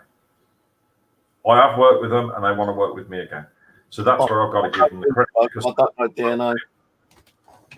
Well, I mean, Steve doesn't live very far from me. And we all work together. We all do work together. You know, if he's not doing the sort of paid event ones and something free pops up, he'll turn around and say, yo, dude, we're going up Cannock Chase. Do you want to come along? Yeah, why not? Let's go. Do you know what I mean? That's what it's supposed to be about. But I've always said to people, and the other thing which I've said on Naked Zombie earlier on, and I'll say exactly the same thing on here, is as I turned around and said, if I start getting monetized and I start doing super chats and blah, blah, blah, blah, blah, I've already told people where that money goes. That money goes on equipment and locations, but not only that, because it's going to be split down the middle. The other half of it will be going to domestic abuse centre by us called Chad and Mental Health UK. That's the other half of my money gone. So people say, oh, look, he's scamming, he's conning people out their money, you know, he's not going to get this, he's not going to get that. Well, I said to people, right, when I got my join button on, I said, if people subscribe to me, and pay that little kind of membership, that money will go onto my StreamYard, so I can actually get that fucking little icon off, and I can stream a lot more. Because on the free one, you only get 20 hours. Look, I've been streaming practically every fucking day, and that money did go on my StreamYard, and I had to pay. I still had to pay something towards it, you know. And I appreciate the people who support you, but when you get people supporting you, and there's channels out there who don't get the support, they're up your fucking arse, calling you a scammer, a beggar. But this is what I'm talking about. But the thing is, it's like, because obviously I can't afford a lot, but I supported you in a different way with your really cool logo that you've got up there. Because I drafted you up a logo and went, there you go, Steve. Something that looks cool for your channel. Mm. Do you know? And that's how you support each other. Exactly. Well, I sent you a imp pump, didn't I? As well. Yeah. There we go. Still got it. Yeah, one of my first prototype EM pumps. The old analog. The old analog meter. I think I'm a little bit more old-fashioned in my attitude towards it. You know, Steve, I've like since the late 80s been messing around in various forms doing paranormal investigation or UFO investigation. And for me, if anybody's in the public eye, they've got an opportunity and a responsibility to portray it correctly. Now that's up to them, and I understand that. I don't have a wish to be on that bandwagon. I don't have a wish to be carried along on that tide. I do private residential investigations to help people. I help people. I want nothing in return. What I get in return is the satisfaction of knowing that I've tried my best and had a personal experience. And all power to anybody's elbow if they want to crack on and make something in the paranormal community. Don't misunderstand what I'm saying. But what I'm saying is if you lose sight of your goal because you want to change it for fame, then you're not in the right game. And that's the top and bottom of it. You've got a responsibility, really, as an ambassador for the paranormal field. If you've got thousands of subscribers, to be as true to it as you possibly can to get a message out, rather than just try to get your name in lights. But I guess that's up to the individual, isn't it? Yep. Exactly. But the thing is, it's like I've always said, if a TV show was ever to approach me, if a TV show was to approach me and say, do you know what, I've seen your YouTube channel, I'm really impressed with what you found, blah, blah, blah, blah, you know, could you do something for us? Yeah, I will. But the second any fucking TV company turns around to me and says, do you know what, you didn't get anything, is there any chance you can fake it for the audience? The answer is, do you know what, you can shove your contracts up the arse, see you later. Mm-hmm. Because that's where my credibility all of a sudden just disappears. Now, the thing is, I mean, Steve knows my journey. Obviously, you don't, Dave. I had experiences of UFO sightings and ghost sightings when I was a kid. Ever since then, I've been absolutely addicted because I've always believed there's something in there. There's something out there and there's something going on. And that's all I'm in search for, is the truth. That's it, nothing more. You know, and I've always said the same thing. If I get fame and fortune from it, fair enough. But I won't turn into half these arrogant tosspots. No way. I refuse. Yeah. I understand that. And this isn't directed at anybody on this stream. All I'm saying is I do it because I had an experience when I was a kid and there was nobody around to explain to me what happened. There wasn't anybody there. It was just my experience and then my thoughts from then on about trying to find out answers. And I understand if people want to do something in it, I truly do. But I'm just in it to help people. And if I can, that's enough. I know that when I've been close, man, top of the world and all that kind of shit, especially with music. And I know that when we got signed in the late 1990s, we got signed. Our posters were all over the UK to do a tour. And you know what? I knew where things were going when I looked at them posters and the name of our production company was in bigger letters than the name of the band. That told me everything I needed to know, that they're more interested in promoting themselves than what they are in the actual thing they're promoting. And it's the same in the paranormal world, unfortunately. It's just the way it is. I mean, to be honest, it's like, let's say, for example, if I look at your channel, Dave, I mean, at the minute, you're currently sat at 139 subs, yeah? It's 139 more than I deserve.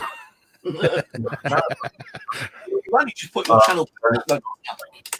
I have only just put the channel back up, yeah. So, you know, well, if you're sat right now at 139 subs, I'm currently sat at 849. But the thing is... Well, I've been doing this 8 years, you got to remember. 2000, and 2,580. Exactly. And I mean, to be honest, now, Steve, you're monetized, you get everything, blah, blah, blah, blah. Well, to a certain degree, I don't know. I don't do formalities and algorithms. The money goes, like you said, on equipment, on streaming. But at the end of the day, it's like I said, you know what they class. To me and Dave, every time you monetize, you get 30% discount. You get 30% knocked off from YouTube. So if someone joined my channel tonight for $4.99, I'm not going to get the $4.99. Yeah. Because YouTube takes off the fucking 30% from it. It's just like, super chat, super stickers. They always take money out. Can I say something a sec, Steve? Can you just say something? Yeah. Can I just get in a sec? I'm interested to hear what you was going to say, John. I mean, to be honest, it's like to people like me and Dave in the sense of we're the lower end of the spectrum when it comes to the subs. Steve, you're now what they class in the sense of the sub world. You're now on the way to the big leagues because you're in that 1,000 mark. I'm not. But the thing is, if I was in the big league, I would be wanting at least 100,000 subs to be in the big league. No, but I'm saying you're on your way too because you're on that 1,000 mark. But it's like I've said to people, when you've got somebody who is over that 1,000 threshold, and as I said earlier, I've approached teams that are over that 1,000 threshold. They don't want to know. They don't want to know. But then who hasn't changed a bit, but the whole thing on YouTube, he hasn't changed at all. He hasn't changed who he is. He hasn't changed the type of person he is. He's always remained the same. And that's what is mainly important. I mean, it's like what, however you pronounce his name, but he says, but earlier, wasn't drama. I was saying, I want no part in it or association anymore involved with anyone's drama base. Exactly. And this is the problem. You could look at, 30 different YouTube channels and 20%, 50% of that is drama based. Ooh, pretty. 50% of that is, drama based. And then you've got the other 50% that's legit. And this is what I love about, the people that the stuff I'm doing is way too dangerous and I have to stay focused. Exactly. And I mean, this is the thing. And as Beth found out what I do and what Dave does when he does the house clearances, you don't know, Dave, what you're going to come across. It could be a very simple, do you know what? Aunt Flo needs crossing over. She's a bit lost on her way. She needs to be crossed over. There's an easy job, yeah? Now, with that one, you've got the Aunt Flo who needs crossing over because, she needs help. But then all of a sudden, you've got some random frigging demon that, somebody's done something in that house before they moved in or whatever. You've got some negative entity, dark entity, demon, demonic, whatever. And all of a sudden, your job has gone from piss easy to fucking super dangerous in minutes. And this is the thing that all these fucking drama nuts don't seem to realise. You could go to one location, and this is another thing that does my sweet. I don't know how you feel, Steve, or you, Dave.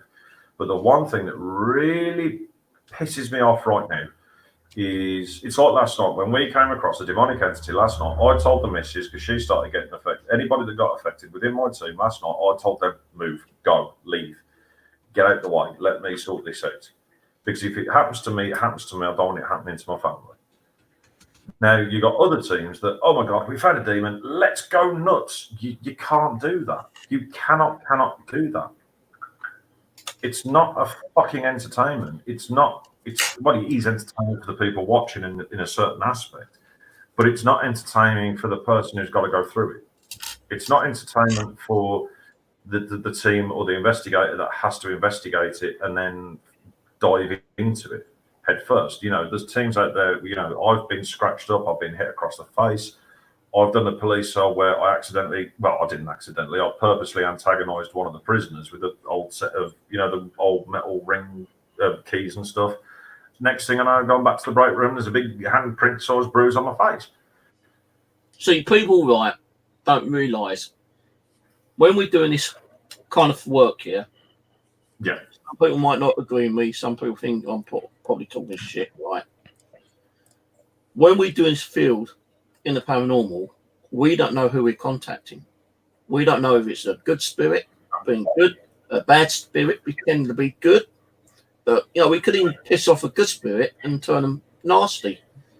You know, it is, in my way of thinking, it can be fucking dangerous sometimes. When you do it. And it's not so much entertaining. To you, it might be entertaining when you're seeing someone being picked up and thrown across the room, or you're seeing scratch marks peeling down their face, and you see that they didn't do it themselves.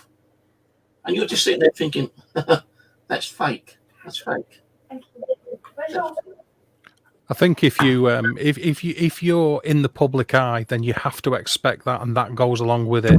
You're signing up for that, and you're giving permission for people to judge you by being in the public eye, because you can't have it both ways. You can't be known for what you do and not want people to know what you do, because it doesn't work like that. And it's unfortunate, but you're going to get opinionated shites whichever way you go. That is going to happen, Steve. And I know that you've bore the brunt of a lot of negativeness, but as far as the drama goes, it doesn't matter to me one jot, because it isn't there if you don't put it there. You know, it's nothing to me. I'm not interested in any of that one bit. I know that when a mum can actually turn around to me when she first talks to me and said, it's parents should be able to tell their children that they're going to be okay before they go to bed at night.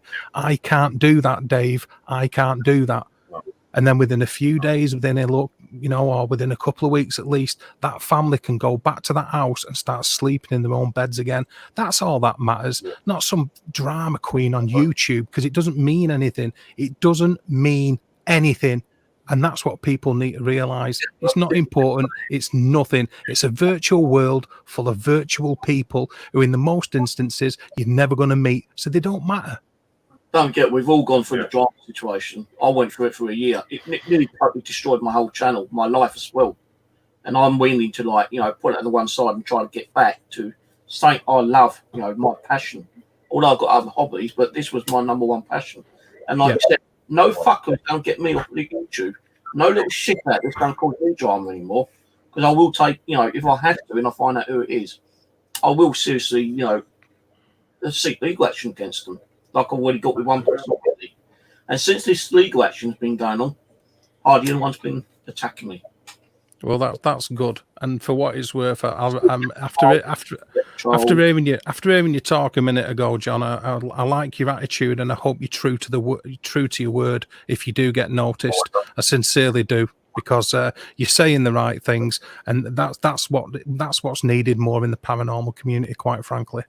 Yeah, I'm going to tell you it's true, right? On Facebook one time, about 2 years ago, someone contacted me and said they was a publisher, and they write stuff on ghost hunting and stuff like that, yeah. And they said they wanted to do something on Haunted Mission. Oh, I can't even say it now, my own fucking town. Haunted Mitcham. And I said, well, I appreciate at the moment I can't do any kind of interview, meet up with you, because they said that they paid my costs to go meet them. They take me out for a dinner, everything, I said, I'm sorry, but I've had to reject it for now. Maybe in the future, if you're still looking for someone later, I can't.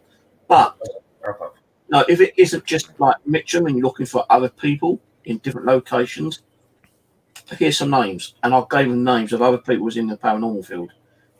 Now, I don't know if anyone was contacted and had people going around and interviewing and writing down stories to do some kind of news feature on the newspapers, or if it's going to go into a book or whatever. I don't know, but I had to reject it, and I've actually been asked to go on radio stations as well, which I've had to reject because of the drama, my mental health.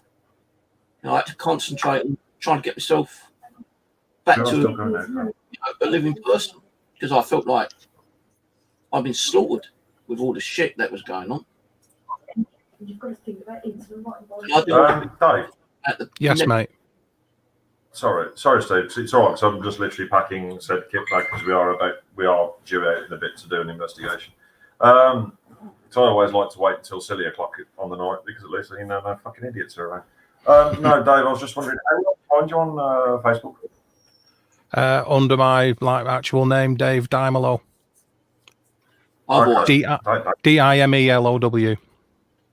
I've always said no. I know you have. I look a bit like a zombie in my profile picture because I'm wearing makeup for a music video, so I look a bit of a dingus. But you will find me there. I can send in you your link, Dave. Well, thank you very much, Mr. M. I will do the nicest thing for you and give him your link. Nicest thing you ever done for me was build me that EM pump back in the day. Oh, fucking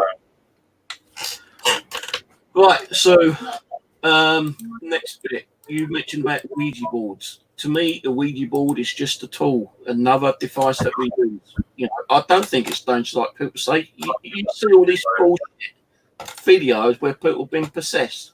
They're just arseholes. They're making up videos and pretending to be possessed to make it look like Ouija boards shouldn't be used.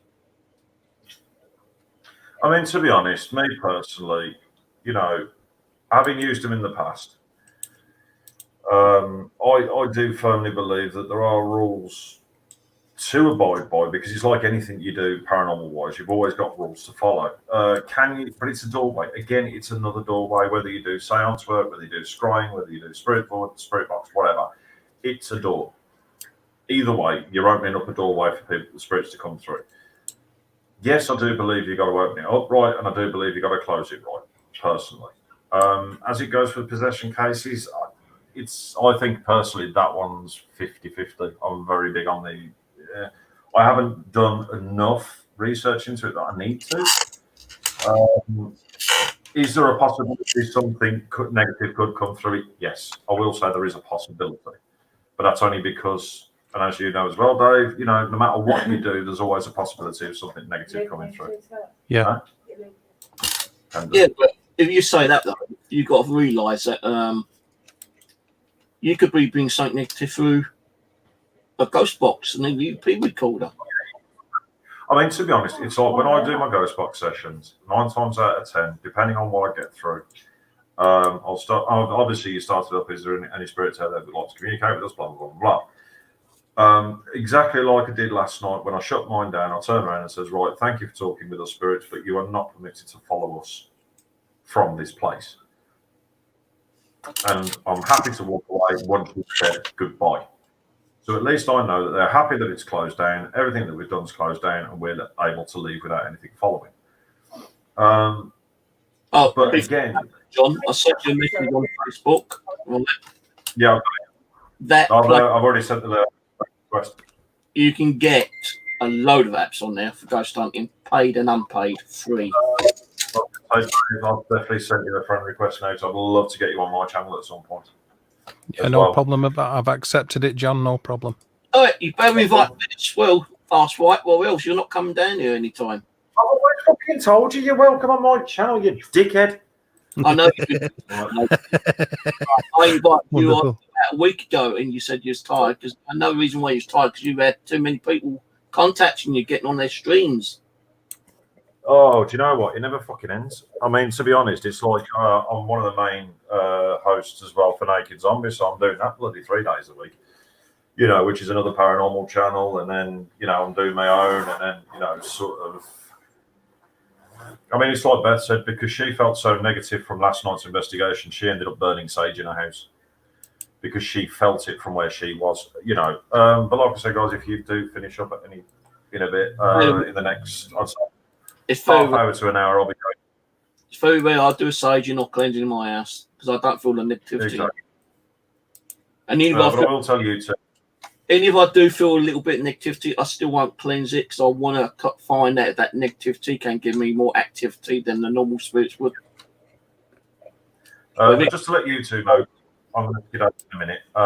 In the next, I'd say half hour or so, I should be going live. Half an hour to an hour. Okay, cool. Well, we can't go on, can we? Because you'll be investigating.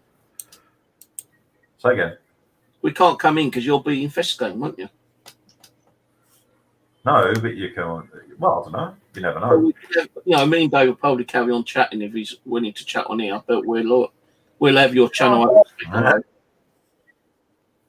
worry. It'll be interesting. Interesting one night. Should you do a live stream in any way, John? I'd be interested in joining in on that, even if it's just sat in the wings and watching and enjoying it. Like I say, I've got opinions, but my biggest opinion is to support everybody in the paranormal community. You know what? YouTube is a fantastic idea. I've never done that before. You know, use your phone as a hotspot, maybe. Well, I use my phone because obviously now you can stream yard off your phone, can't you? So that's how I do it. I never tried. So if I can find a way of doing the link share on my phone, I'm more than happy to share it out, invite you into the investigation yourselves. I think that's excellent. No, it's only I'll get to watch it later. I mean, to be honest, the way I look at it, it's never been done before, and I love to do stuff that's never been done before. Death Angels. So yeah, who knows? Who knows where we go from there? Anyway, I'm going to skid out. So thank you so much for having me, Steve. It's all right. Return the favour, or else. I always do, you miserable shit. The problem is you're always quite hot. You're on everywhere, so I can get you. Paranormal investigators on YouTube, guy. So don't forget that. Yeah, but Steve, I've also got to take into consideration that you're running around a load of fields with your BP one, so I can't always get you. Yeah, there you go. Yeah. I'm trying to get on. Mr. Fucking, do you know what? I'll send you over some of the relics that I find just in case it's haunted so I can study it. And so I'm still waiting, but you know. That's what I want people to send me stuff so I can do, like, you know, and if it means returning it, but I'd like to get people to send me stuff so I can actually do like my own little infest, do a live stream on it. Yeah. Ironically, the only haunted object I have in my house is that one. But unfortunately, I can't send it out either. That looks a little bit similar to that one, mate. Unfortunately, I can't send it out to anybody because the spirit attached to it protects my house. It's a priest. Similar to yours, mate, but yours is more darker brown. Yeah. But like I said, unfortunately, the priest attached to mine sort of watches over my house at the same time, so it's sort of I can't really let him go. Otherwise, I would. Anyway, thank you so much for having me, Steve, and I will definitely see you guys later. See you later, John. Catch you in a bit. Bye-bye. So, your opinion on Ouija boards? I think I've got a very similar opinion to you on them, actually, Steve. I think they're a tool to be used by people who wish to use them for spirit communication.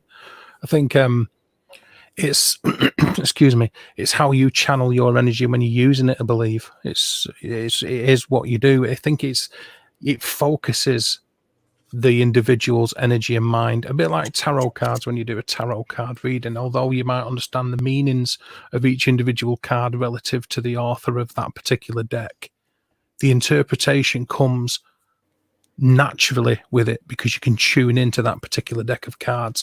And I think it's the same with runes and everything else. It's a conduit for your own spiritual energy to connect.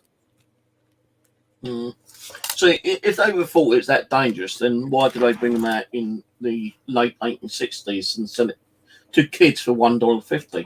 And why is it, if it's so apparently dangerous, do they still sell it in Walmart in the United States to kids?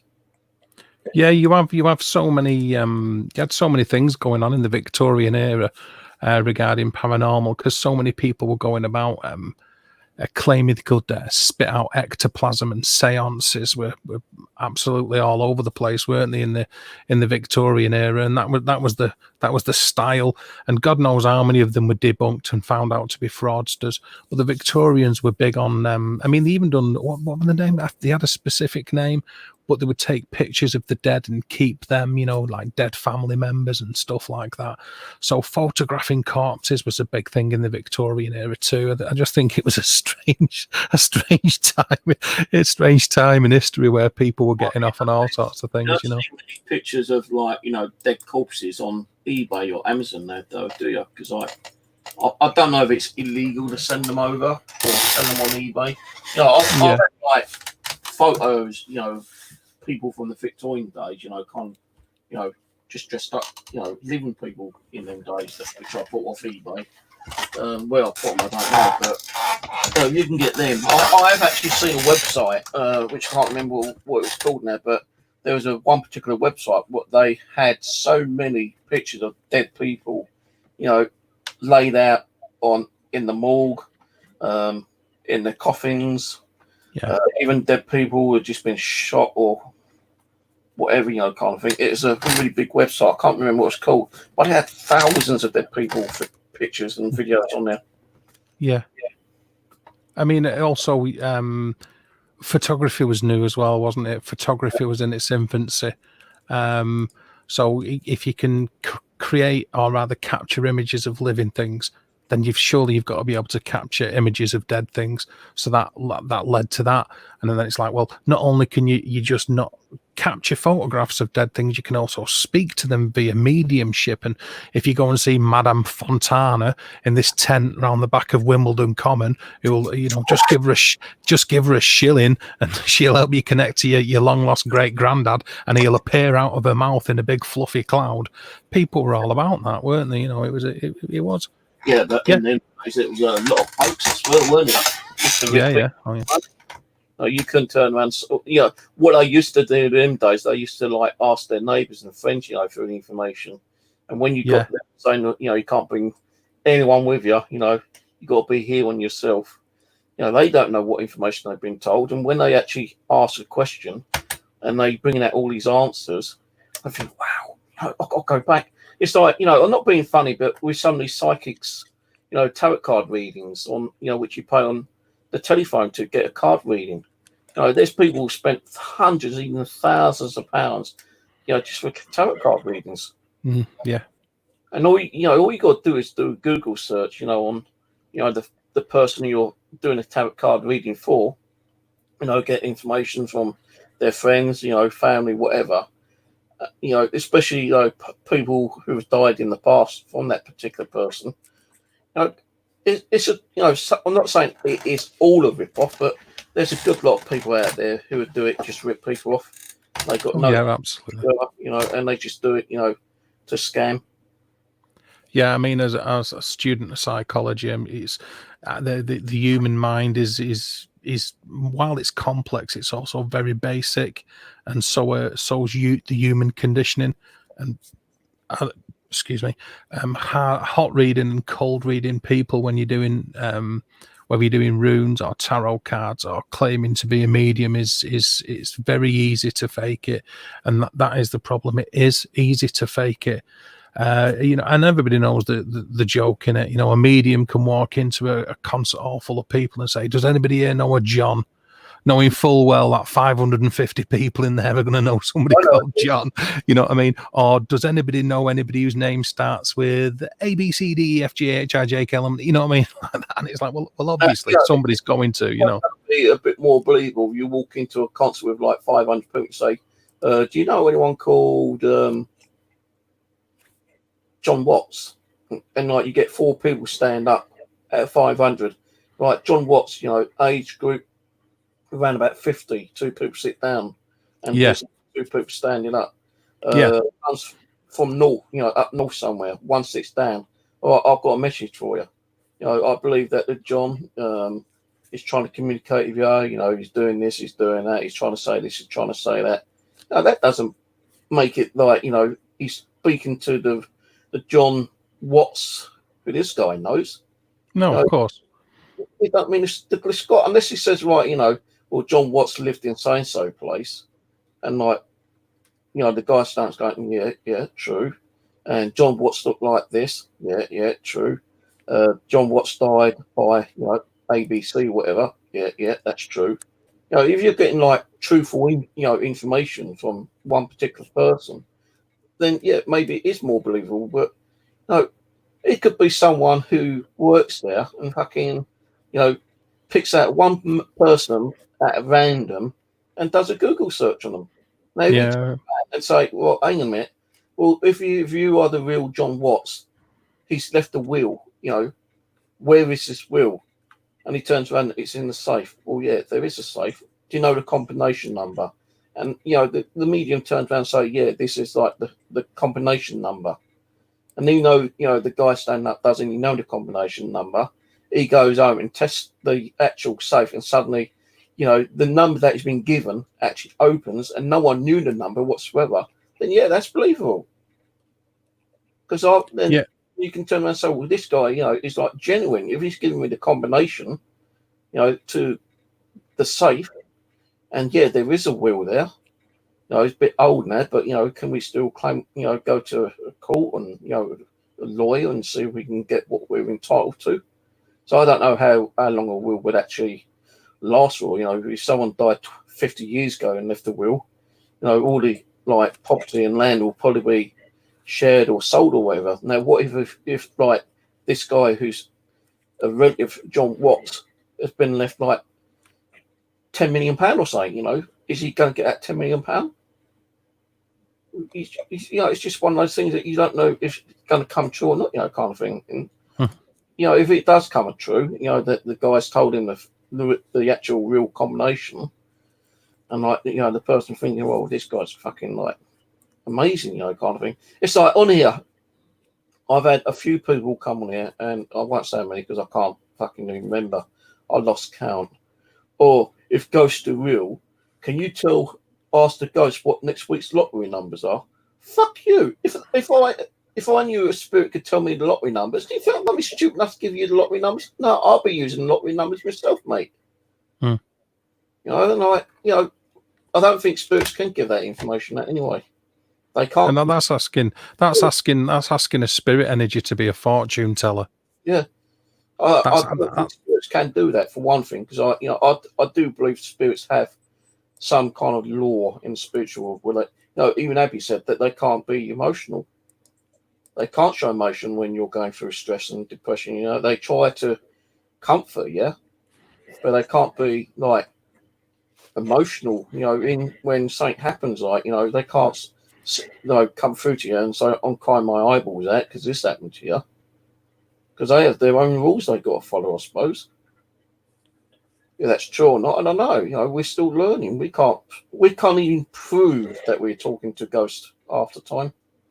That's well, in all honesty, and cutting right down to the chase, the fact of the matter is we can't prove we're talking to spirits or ghosts 100% of the time. We can't prove it, end of, because if we could prove it, it would be a science now, and it's not. So we can't prove it. It is down to faith and belief and personal experience, isn't it? Even some of the scientists out there, where they're trying to find out, what energy a spirit is using, it's not going to be found, because if they can find out exactly how that's done, the government's going to come in and get all that information and put into secrecy. What if a spirit told us no, we know that the planet is supposed to be 4 dimensions. How do we know it stops at 4 dimensions? How do we know it don't go up to, multiple dimensions, 100 or 200 or 300 dimensions? Let's say someone was told how to open a dimension, and you give the scientist that information, and the scientist builds, certain equipment, and suddenly a dimension, a doorway, a portal opens. Yeah, it's not going to be shared with the public, is it? As soon as he found that out, the government is going to jump down his throat, take that information. They're going to use it for their own use. They're going to get rid of the guy. They probably fucking shoot him or put him in prison for the rest of life, where he can't give that information out to anyone else. I think that the chances are that would be almost certainly the case, that they would get involved. Absolutely. But I think you'd be hard pressed to find any scientist or doctor who would willingly put their name to such a discovery anyway and put it out in the public domain. I don't know, possible. Frankenstein, for fuck's sake, he created living tissue out of dead tissue. What's the scientist? Come on, think about it. Scientists now is bringing tissue from one animal into another animal, making fucking what they called different kind clones. Cloning, yeah, but when you put, what's that called? You're on about stem cell research? Something like that. It's there's been pictures where they've put human ears on a mouse or something. You know. Oh yeah. You know, and like they grafting the white. Yeah, genetics. Yeah, genetics. That's the word. Yeah. Yeah. You know, if there's genetics, what else is there out there? There's Well, I probably mean, stuff that we don't understand. I know what you're saying, but you're dealing with physical and tangible things there, aren't you? That's the thing. You can say, here, I've got a mouse with an ear on its back, which I don't know what job. I don't know what you. But yeah, we can understand that. But if you got someone coming through and say, look, you know, well, I know how to open that portal, and that portal is going to lead to another planet or another universe, or you know, somewhere, you know, in the spiritual world where you know you're going to confront, you know, negative spirits, even the demon himself, you know, or even devil himself, you know, kind of thing, or you know, it's a quick way of going and visiting God. Well, how do we know that, you know, God wants us to go through a portal to go and say, hey, God, how's it doing today? Can we have a cup of tea, have a chat? No, that ain't going to happen. I don't think for 1 minute that the government don't already have studies in this and already know things we don't. I think that's fairly obvious. If you look at stealth technology, they were researching that in the 1960s and earlier. Project Grudge, Project Rainbow, things like that. But it wasn't in the public eye until like 30, 40 years later. So whatever they're doing now, people like me and you might never know about because we'll be dead and gone before anybody finds out about it. Well, if you think about it, you know, Germany had a lot more hidden technology than we even thought of. You know, think about it, the V rockets.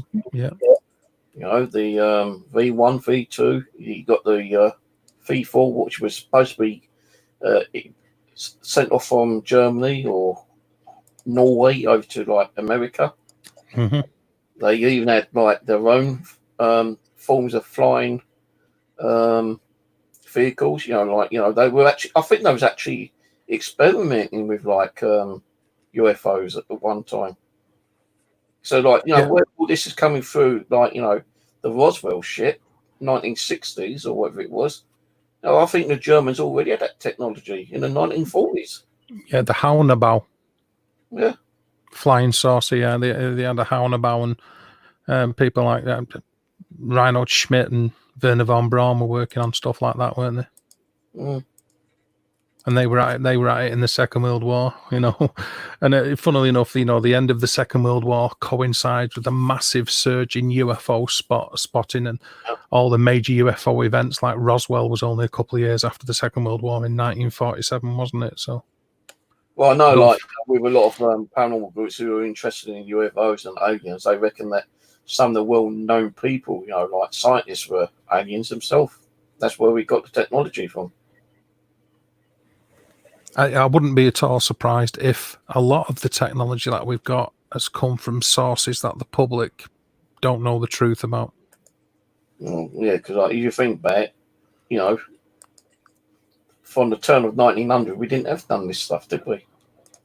If you look at the way technology's jumped throughout human history, and you look at it through measurable human history to the last 100 years, if you look at when we first flew from the Wright brothers in the early 20th century to where we are now, then even a blind person will be able to see that it's a massive jump, that it doesn't fit in with the rest of our evolution as a human species. No, I know. Even with where you got the programs on, like, you know, they reckon like way back thousands of years, you know, the Egyptians, you know, and other forms of civilizations, you know, have had like being way back in the caveman that time, you know, they reckon that they've gone in there and seen sketchings of like weird creatures and like, you know, humanoids and unidentified flying objects in caveman's time, you know. So, you know, it's not new, is it? It's nothing new.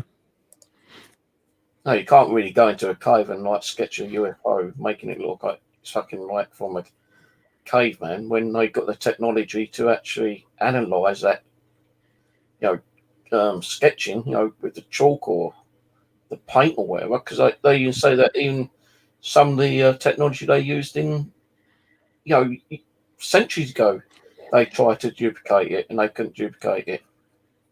But you've hit the nail on the head. That's exactly what they've done. They've tested these.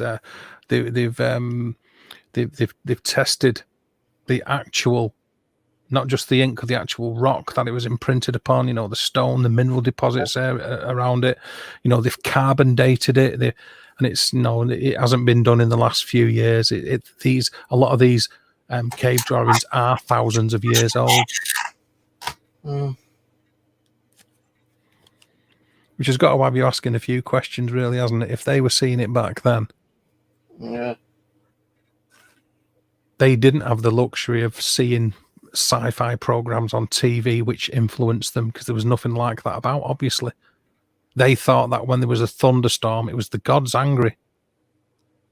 Yeah, I mean, totally different lifestyle and mindset. I wonder if aliens have TV. I know they can pick up broadcasts. I wonder what their TV program's like over there. Do they have like EastEnders and Coronation Street and shit like that? Yeah, you got to wonder. I mean, we know that radio transmissions don't go, they continue. So the very first signals sent by Marconi back in the day when he was bringing about radio, that they're still going into space. Yeah, they've caught some strange signals coming from like way in the galaxy, and it's been going on for 25 years, and it seems like a continuous like beep or whatever it is, and it's been going on well over 25 years. It's like a break. You get it 9 years, then you get it like year one, then it kind of stops for a few years, then it comes back, then it stops and it comes back, then it stops and comes back, kind of thing. Yeah, it's cyclical, isn't it? When you was a baby back in the day, Steve, was you on CB? Yeah. Well, there you go. When you was doing breaker on 19, any breakers on the line type stuff, and clean and green and treetop tall and all that lot, shouting to your buddies, there could be somebody in Ursa Minor in a constellation far off distant galaxy that's listening into you and thinking, this guy's off his fucking nut. Have you heard him? He could be listening into you now and he's thinking, I wonder if he's still on channel. I want to respond. 19 for a copy. Anyone want a copy? Come on, any breakers out there? You got the Blue Thunder here. And Blue Thunder from the actual TV show, the Blue Thunder. Yeah, any breaker out there want to talk to Blue Thunder? Come on, talk to me, rubber duck. Seriously, I had a CB strapped to my bike, a car battery on the back, and a fucking antenna. And I used to ride from my house through Bexley Hospital, across the fields, more across the actual dark safe, onto the footbridge, and I used to sit there on my bike, a car battery, antenna, and a CB radio. And I'm going, any boats on the 19, copy, you got the Blue Thunder here on the footbridge, come up to the A2, Dartford turn off, if you can give us a toot on your horn, I'd appreciate it. And quite a few times, breaks have come through. And I go, yeah, just come up to that stop now, but breaker Blue Thunder. Yeah, I'll give you a hoot and when they're mobile. Yeah, I remember it well. You see, you were mobile. I eventually bought myself a handheld radio. It used to be, I can't remember the fucking thing it was. I only sold it about 4 years ago. It used to be a CB radio. They had a battery pack on it, and it took 12 AA batteries, and it had a built-in antenna. And I had one of those. Yeah, handheld. Yes, yeah, handheld. Was it a Midland or something? Yeah, Midland. That's it. Yeah, Midland. Yeah, Midland. Yeah, I've had a Midland myself. Yeah, they work well. Yeah, Midland CB radio. Shoulder strap. Yeah, man. Right over your shoulder. You got your antenna at the back. Yeah, any breakers out there want a copy? I had that for years, and I've stopped using it. I was actually thinking about getting another CB actually, because if I'm not doing streaming, I tend to get bored, and I don't want to be watching TV all the time. I don't want to keep watching YouTube all the time, so I was thinking of getting us another channel, but it'd have to be FM. Now I know AM is now legal, I think, isn't it? AM. Yeah, the European frequencies are also legal in this country now, so you got 80 instead of 40. Yeah, so I was thinking of getting AM FM, but I don't know what it's like with the actual interruption with the TV frequencies. It's not as bad as it was because of the terrestrial TV isn't like it was. But you should just get your license, Steve. I've had my license for years now. No, your license for amateur radio, because it's not like it was. There's a 3-tier system now where there's a basic exam which gets you on the air, and it's not expensive to do it, and you can talk all around the world, and you can buy a handheld radio off Amazon which will cost you about 30 quid, which will enable you to get into another station which then boosts you around the world, and you can speak all over the world for 30 quid. Yeah, but it's like the fucking phonetic code like you had to do, like, this is radio 197436 Alpha Bravo Charlie 694, calling out for any stations, over. Yeah, well, you just done it. You can't say it. I would be able to fucking remember my phonetic fucking alphabetic and numeric fucking station. I'd rather go on AM FM like I used to and go, hey, Blue Thunder from the past, any breakers out there who remember me from the old Dartford 20, come on back. You get a prefix and you get a suffix, and it's like I'm an M0, so I'm a mic 0 because I've got an advanced call. But anybody with an advanced call is a mic 0, yeah? So, but it's the 3 letters at the end of it that makes me the individual. And in my situation, I've gone for Sierra Alpha Delta, so that my call sign is M0 SAD, Mossad, like the Israeli Secret Service. That's why I went for it, a play on words. So if you got yours, you might be M0 STE for STE, you know what I mean? Yeah. And all you need to know is your own. And the exam is 27 questions and it's multiple choice. And I'm no good at like questions. I'm always getting them fucking wrong.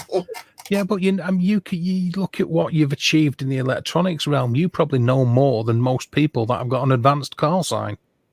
I doubt it.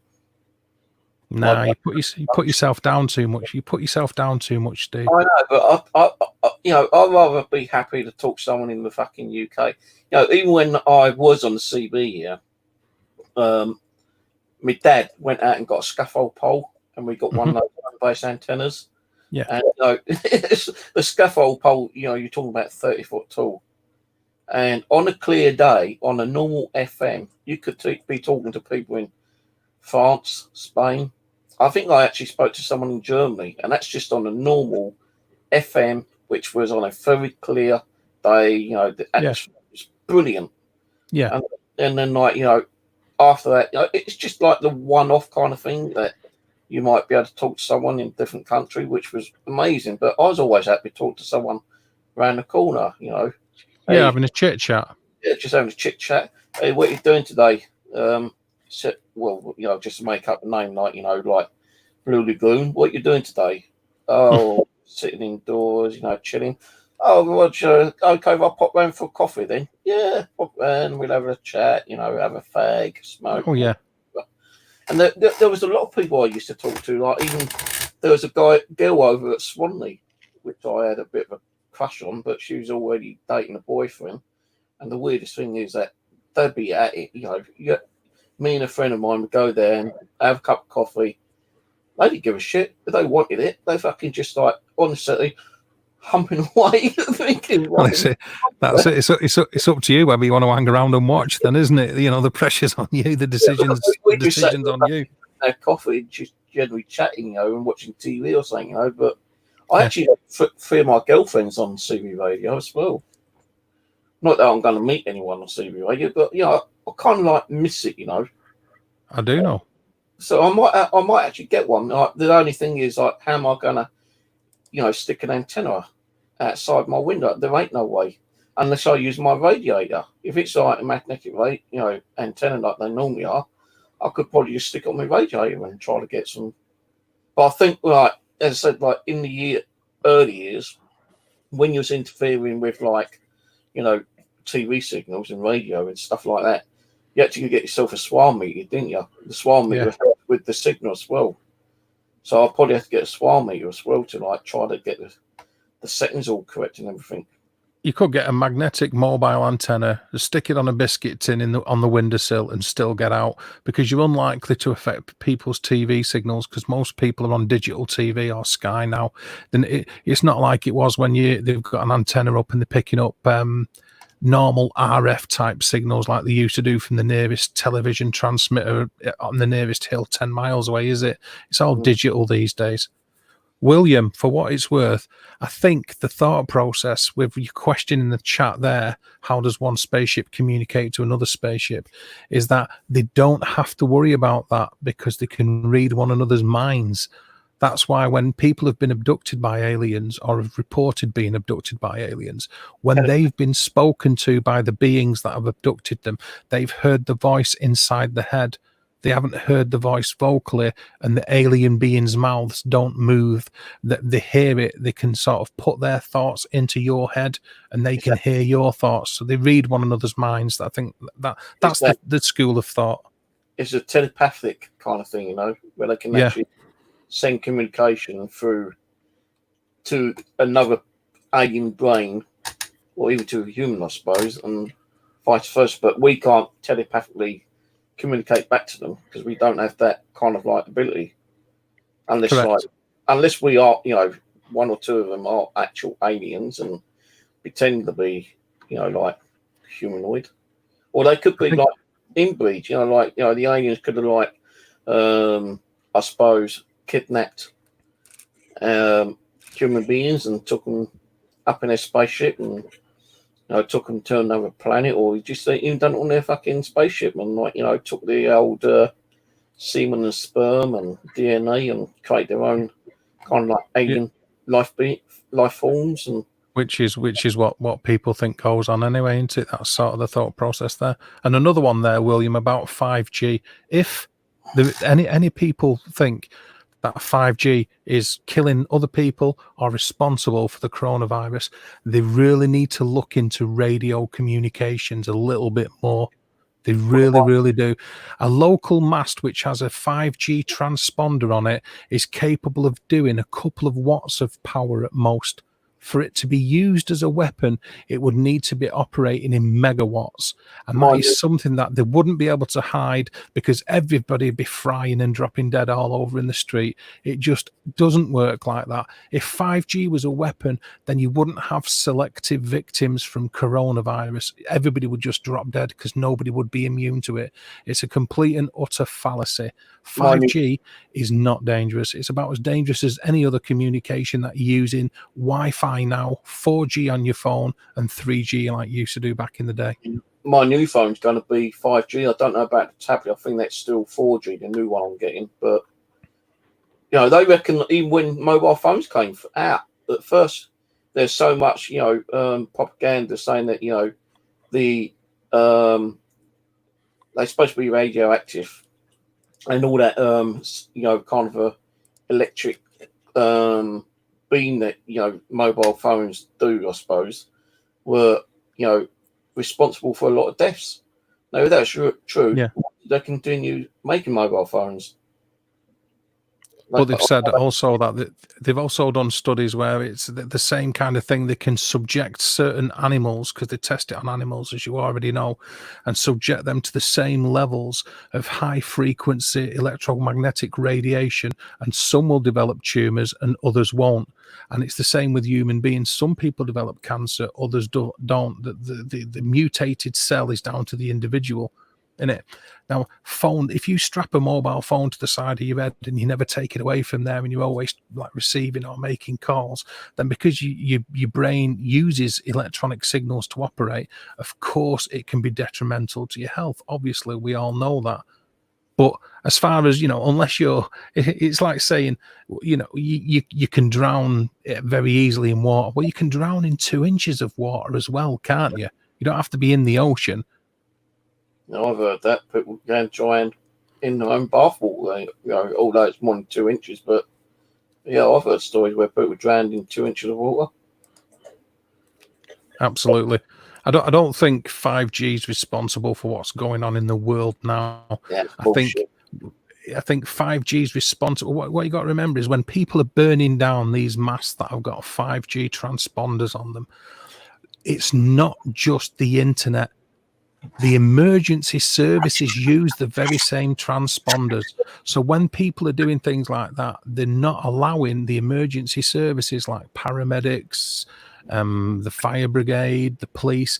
They're losing their masts. They're losing their repeater signal around that area, and they were effectively causing more damage than the very 5G that they're paranoid about in the first place.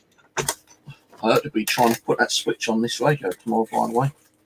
Still need to keep me up to date with that as you go along. We don't need to, you know. But yeah. I said earlier, I'm going to try to put a switch on one knee because I need to find out how to turn the damn thing off without, you know, because when you put the volume minus and hit the switch at the same time, it turns the radio off and goes on to like normal clock mode.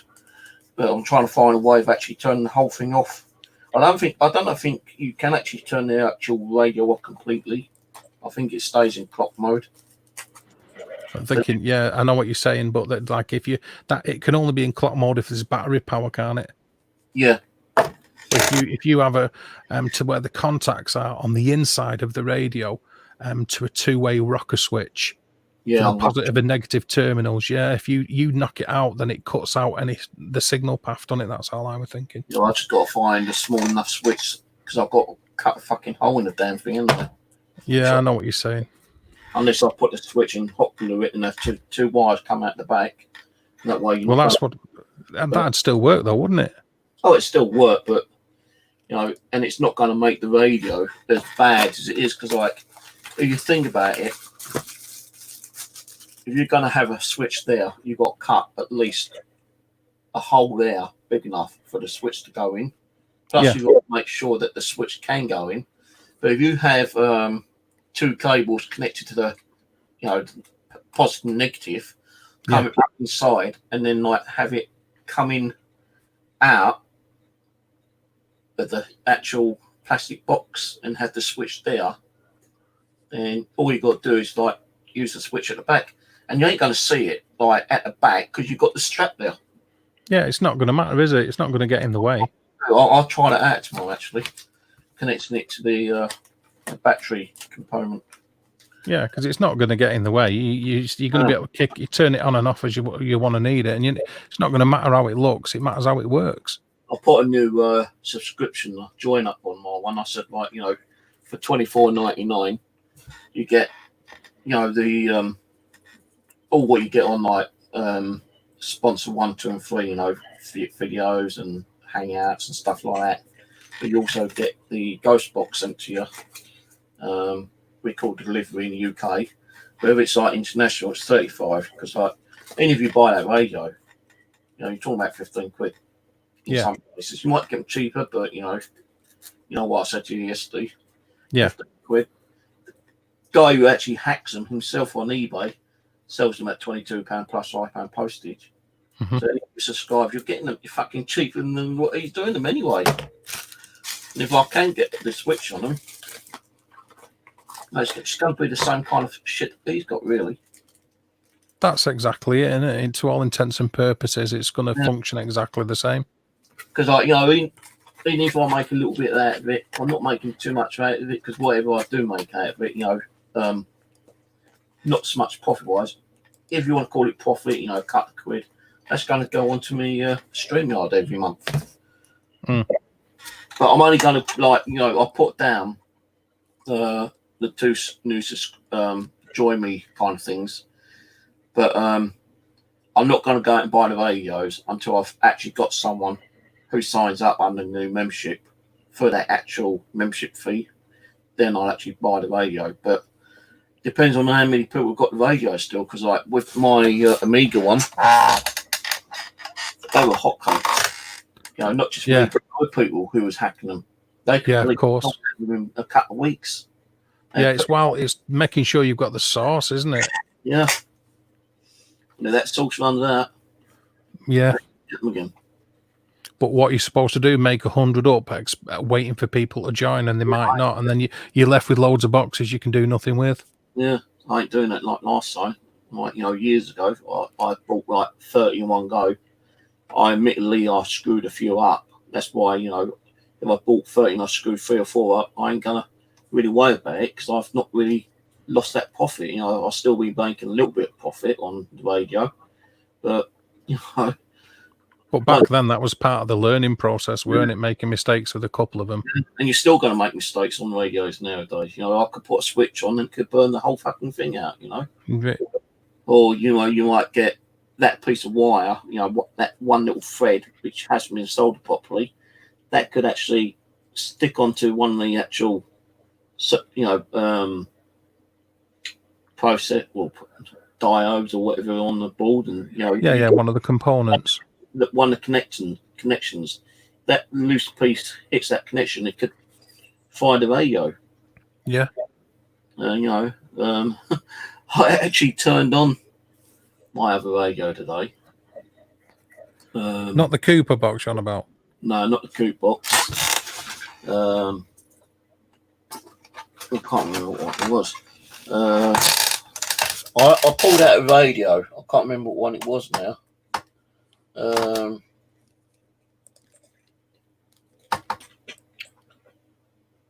Yeah, William. The reason the neighbours don't like that mast is probably because of the way it looks and the paranoia they've got about being killed by it. I wouldn't worry about it.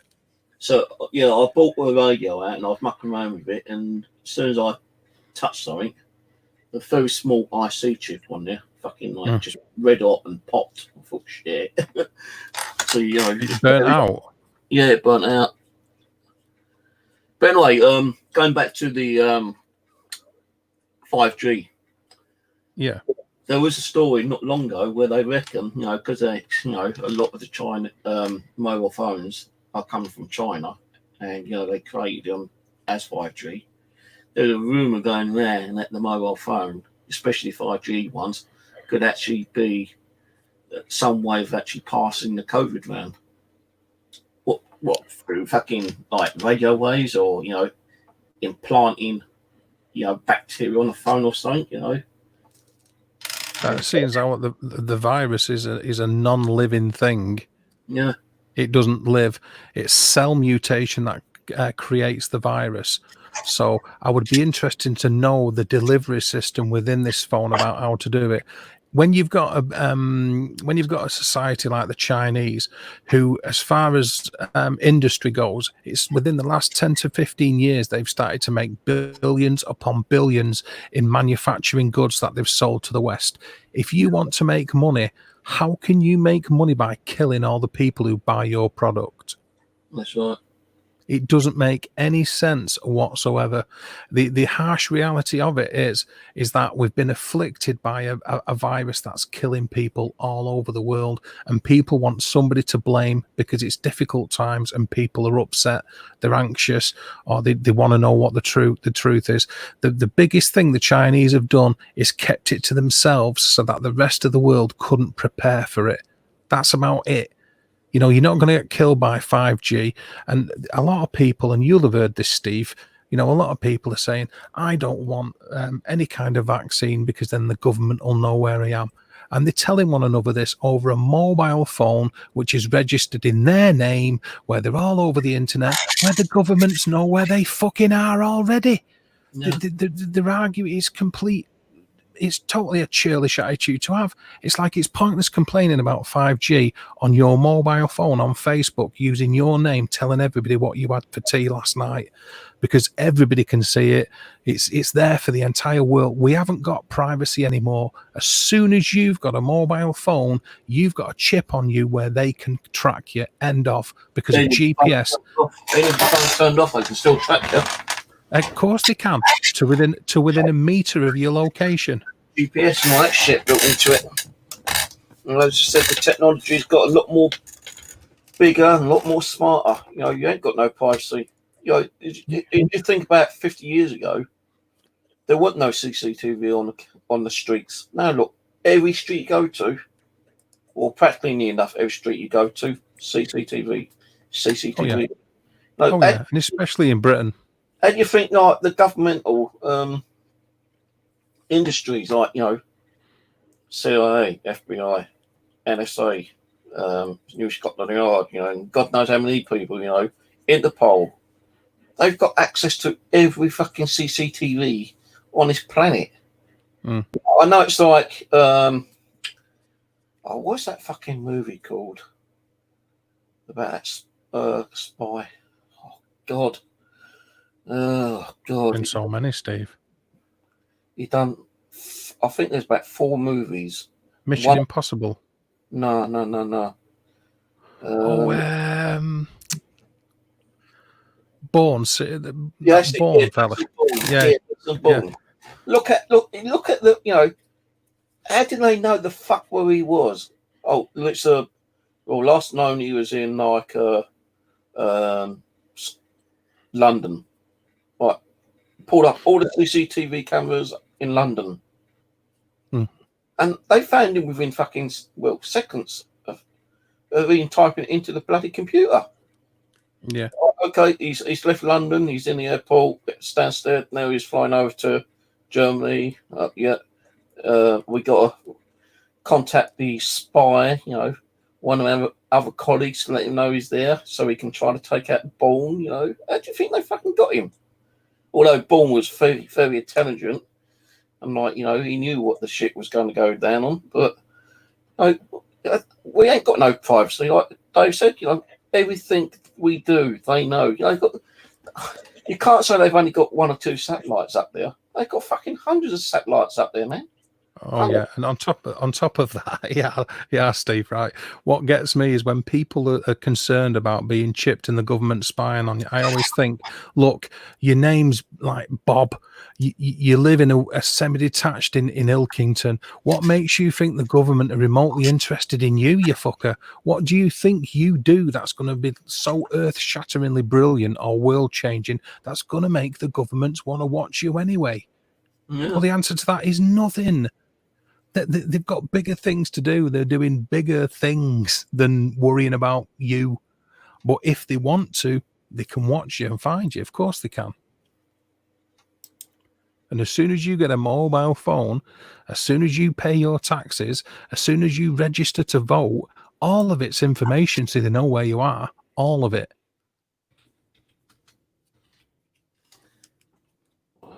Because man, you know, you just, what's the point? You know, you ain't got no fucking like privacy. They know what you had for dinner. They know what you're gonna have for tea. They know what you're gonna have for supper. They know when you're gonna have your next coffee break. They know when you're going to go and visit your girlfriend and have intercourse. They know when you're going to go visit your mum and dad. They know when you're going to go to the funeral, because like it's all on our fucking phones. Yeah. As soon as you sign into Facebook and things like that.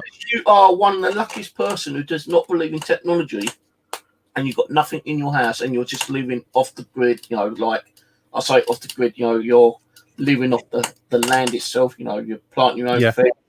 You know, you've got no electronics. You know, you use wood as fire. You know, you cook your food on fire. You go hunting with a bow and spear. You know, that kind of stuff. Yeah, if you ain't got technology, it ain't going to track you, unless you end up having a serious accident and end up in hospital, and then like they think, well, you know, we've got no details on this guy. You know, we don't know when he was born. You know, we don't know.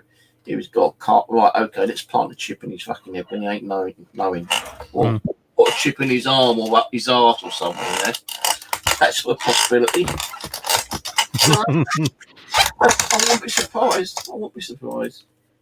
Well, we ain't got nothing on him on the police database, you know, or any kind of like national security databases. We need to know what this guy's doing out there in the wilderness, you know. Well, that's it, innit? It's like you say, if you're the only way to be totally free of it is to be totally free of it and not have any technology whatsoever. Yeah, but every time you walk around with your phone, they know where you fucking are. Yeah, they do. It's all right for them to turn around and say, "Oh, like you know, this is what gets me." All right, you turn your phone on. All right, you put your code in. You take off. It doesn't matter if you're on aeroplane mode or not. They can still see what you're doing, tracking you. Yeah, they can. Yeah. So you put your phone on, and suddenly you get a message saying your phone is being infected by this spyware. To stop your phone being infected, please download this application to remove the spyware. This will keep your phone active and private, you know, so no one can see what you're doing on your phone. Bullshit. That's bullshit. They're getting you to download the app to get rid of what you think is causing you to have like spyware or malware or a virus on your phone. When they're Absolutely. yourself, they're actually affecting themselves. Of course they are. It's like when it doesn't matter to me because I do pay my TV license, but when people TV licenses is when they knock on the door, you incriminate yourself by what you say. When they say, have you been using a TV? And you say, oh, well, I've only just got it yesterday, or, you know what I mean, I only watch it in black and white or whatever. You incriminate yourself by what you say. You know, and it's exactly the same thing. With computers, you can download something like, oh, you need such and such a cleaning tool. So you fucking do.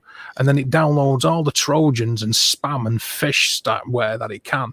And then when you try to run this all-seeing, all-dancing program that you've just downloaded, they say, well, you're going to need the fully working version to clean your computer. Give us 69 quid. Yeah. Well, just after I gave you that file, Dave, yeah? Yeah. I had a problem with my computer, right? And it said, like, when I turned it on, I'd done a bit of a clean-up, and then it asked me to reset the computer. And when I got back onto the computer and logged in, I kept getting all these errors. And I thought, well, maybe it's just something, you know, fucked up on one of the programs. Yeah. Every time I try to click on a program, like, whether it being like one of my system cleaners, CC cleaner, system mechanic, a video editing program, Chrome, Zone Alarm, anything like that would not work. Wouldn't work at all. So I had to go onto the system restore. I'd done a system restore, and I'd noted what the error was. S antivirus. S antivirus was corrupting all my files, everything, and that's supposed to be S antivirus is supposed to help to protect your computer. No. Yeah. I had to go and upload.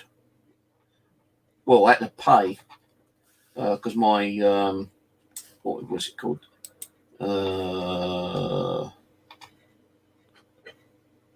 Advanced System Care. I had to upgrade that because it had just run out, right?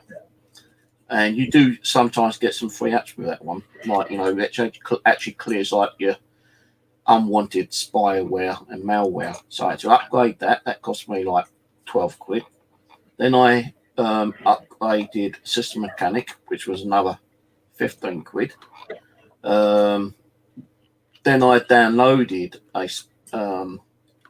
an actual IOBIT malware fighter, which cost me another 6 quid. Ran all those. I didn't. When I logged back in before I downloaded them, I tested the programs to see if they would work. Because before I actually done the system restore, none of them work. So I rebooted the system after doing a system restore. Clicked on a couple of programs, I seen them be working okay, and I thought, well, it's got to be that fucking S antivirus. So I updated and upgraded some of the applications. I removed everything that it told me to remove. But there's still system antivirus folders. There's still system antivirus data in the actual what's it called? In your actual system files. Yeah, it is still there. So I actually had to go to the folders and delete the folders. Then I had to go to another part of the program where it gives you, what's it called? If you're going to, yeah, you've had to actually go into the hard drive itself and physically delete the folders. Yep. I had to go into regedit, right, and remove all the actual registry files as well, and the folders that was in the registry edit. And since then, my PC's been working okay. So if you get S antivirus, get rid of it quick. And not only that fucking bullshit Microsoft Edge, that brings shit down to your fucking mobile, or on your mobile and on your PC. Get rid of that shit as well. Because I read, and I still don't know how I could get these notifications from the Sun, the Mirror, and all these different kind of Telegraph and all that kind of shit, yeah. But it said on one of them, which I probably deleted anyway.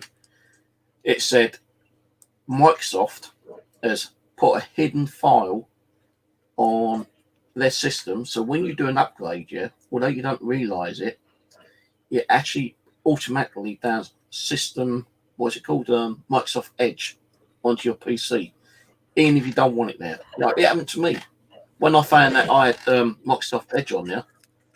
I thought, what the fuck? And that even screwed up some of my programs, so that went straight off. I removed that straight away. I can imagine that they are doing that, aren't they? Because if you're using a Windows platform, that's Microsoft in it, so they're going to try and like pawn you off with all their stuff rather than using second-party software. Yeah. I mean, I use Google Chrome. I removed that. I'll tell you, man. I removed that shit from my fucking computer. What, Chrome? It does actually remove. Well, they say you got to remove Chrome, or it will affect Chrome if you use Microsoft Edge, because they don't want to be a part of Chrome anymore, or something like that. Fuck you. You know, I like using Chrome. You know, most of my data and all my passwords are registered in Chrome, and like all I've got to do is, if I go to like a website where I've got an account and it's got my name, username, password, and card details, all I've got to do is click on it. Like Amazon, for instance, it says my username, my password. If I want to buy something, it's already got my billing and my financial kind of information. Now, people saying like, you know, that's where you're getting all the hackers from. Maybe so, but you know, lucky enough, touch wood, I've not been hacked yet. Well, touch wood, you won't. Well, I'll say yet, but last year, the guy who I got this situation with, he sent me a file because I said, I want to be admin on like the DayZ game. Oh, install this. It wiped out my Windows and put fucking Linux on. And he knew how pissed I was. I had to like format my system, put everything back on. He goes, oh, well, if you told us, we could have gave you a fix for it. I did fucking tell you. I told you about 12 times. Oh, I didn't hear you. Bullshit. They wanted to see me fucking suffer. And I suffered fucking clean my system out and reinstall everything, which took me 2 days to fucking do. So I don't trust any, like even a day, right? Well, yesterday, when I was talking to EE Friday evening, when I was getting my contract sorted out here, the guy seemed really nice and genuine. And at the end, he goes, well, I've got to do like a screen-to-screen, kind of like a share thing with you right now, because you've got to like agree to the terms and conditions. Yeah. Well, you know, if anything happens to my system, I blame them. Yeah.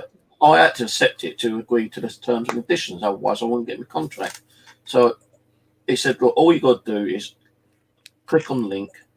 It's not like me actually being on your computer. It's just like sharing, you know, the actual terms and conditions with you. And, you know, all you got to do is click next.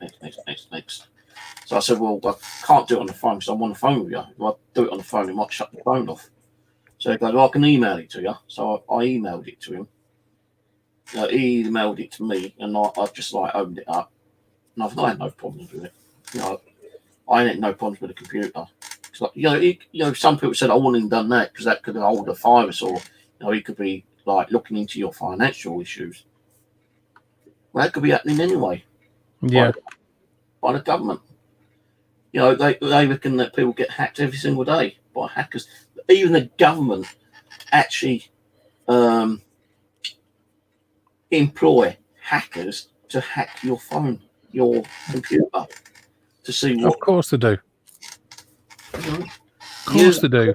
Years ago, you know, remember that film? Another film that was really good. Oh God, what is it? Hang on, I'm going to Google this one without actually fucking thinking about it.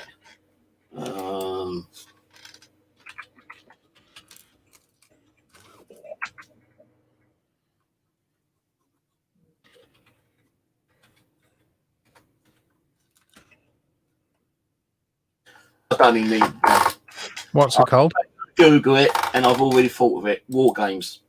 Oh, War Games, yeah, of course. Remember that when that guy broke into the fucking mobile? You know, he had his phone, he had a way to dial through all the phone numbers that he put in, like, you know, the area code. I'm going to be honest with you, I've done that once.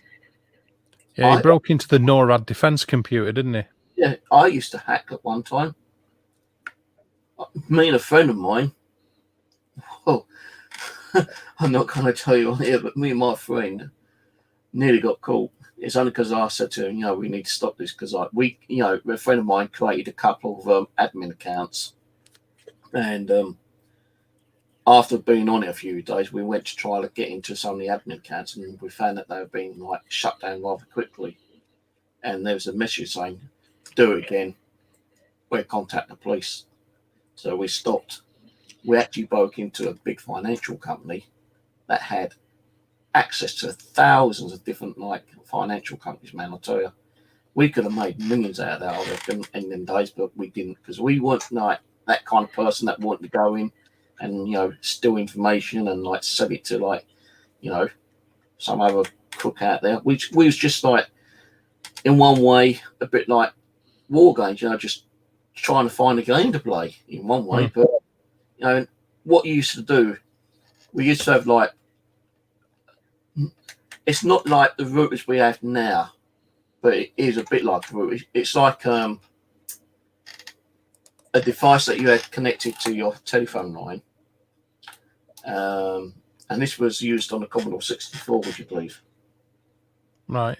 And what you done is that you put your phone onto this device, yeah, and you used to have software, and the software was actually created for 0800 numbers, so you wouldn't get watched. And we used to scan from like 0800 100 1000 up to 0800 100 to 9999 kind of thing, yeah.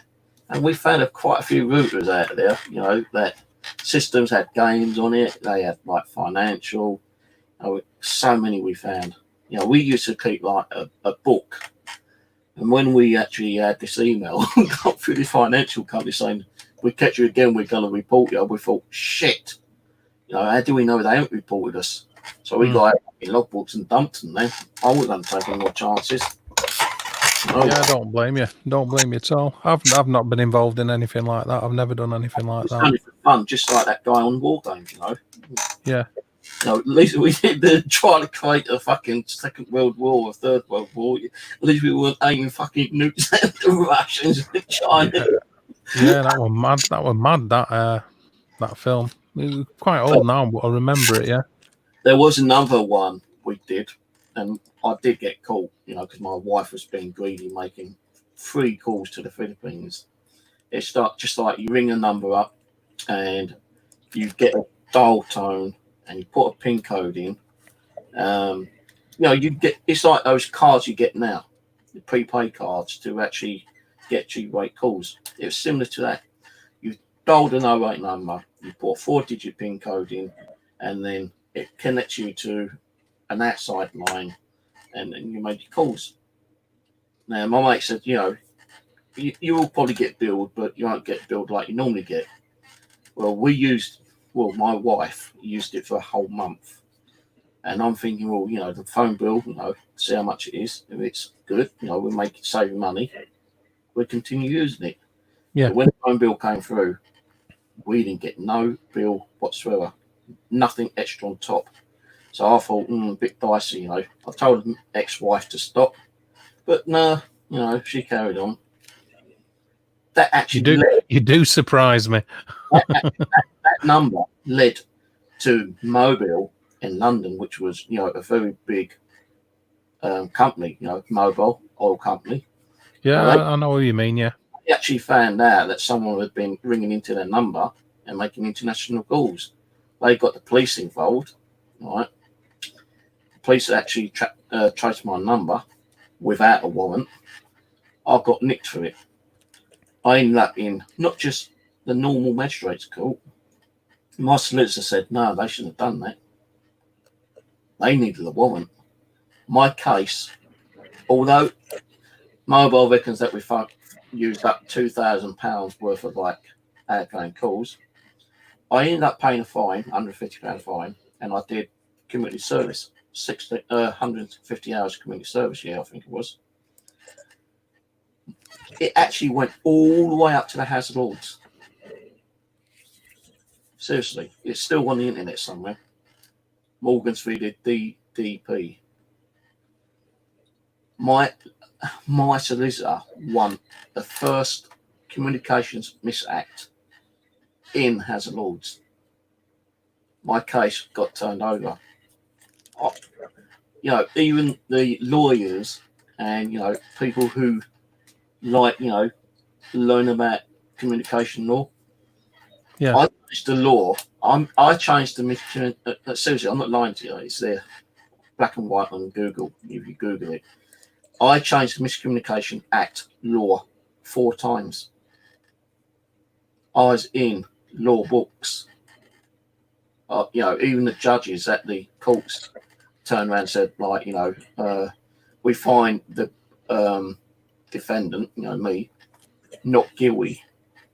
Reason because the police put a fucking trace on my line when they didn't have a warrant. Now, the thing about it now, because I actually changed the Miscommunications Misuse Act, police now, well, since that day when the laws got changed, the police can't trace anyone's number unless it's like a serious offence, like, pedophiles, rapists, drug barons, people will go around, buying illegal weapons and stuff like that. Anything illegally, and they don't need a warrant for that now. No. It's like, next door, ring you up every 5 minutes, threatening you. In them days, police couldn't tap their phone without a warrant. Yeah. But now, because I did change the law 4 times, and even the Americans looked at my case file, and a few other countries looked at my because it depended on what the police were actually doing at the time. Whether it been the UK, Scotland, Wales, America, France, Germany. If they weren't sure if they needed a warrant, they had to actually read the new laws that were written in the law books, and quite a few countries did actually change the laws for communications. So that's the only thing I did get done for. But I say I've got no criminal record. I haven't, because even when I was convicted doing community service and paying a fine, when it got reversed in the House of Lords, they said, well, no, the guy hasn't done anything wrong. We find the defendant, me, not guilty. And what kind of thing the police would have had on the database saying he committed a crime had to be deleted, wiped off. Yeah. So, so you're telling the truth that, technically speaking, you haven't got a criminal record? Yeah, I haven't. What about Clean Master Antivirus? Don't use it, William. Never heard of it, if I'm honest. What was it? Clean Master Antivirus, I believe it says. Clean Master Antivirus. Well, what you want to do, right? I always use SolarAlarm. I used to use McAfee as well. They the only 2 I could really trust, to be honest with you. But what you want to do is do a Google search, which I'm doing. It says antivirus software top best 10, right? So you've got Total AV, which I have used Total AV, but that did sometimes block some of the programs without me knowing. There was a bugger to actually unblock them. PC Protect, which I found was also a bit of a bugger. McAfee was okay. Norton, I believe, I'll tell you, when I first started buying my computers, I was using Norton all the time. You got Bitdefender, the paid version, but you have Bitdefender free on your PC, which is supposed to help the viruses, but sometimes it does and sometimes it doesn't. The fast antivirus, I liked that one. I like using the free trial version, but when they started asking like the price which it's now, no way. You got AVG and Cassidy, Malware Bytes, and Bulldog. Now they're supposed to be the top 10 one, yeah. Total AV is free, but they do have one where you can pay for it to like help to clear out a lot more antivirus stuff that may get infected. But if you've got money, I would say go for Zone Alarm or McAfee or Norton or even AVG. Right, on here, let me screen share this quickly. Just nip into the loo. Right.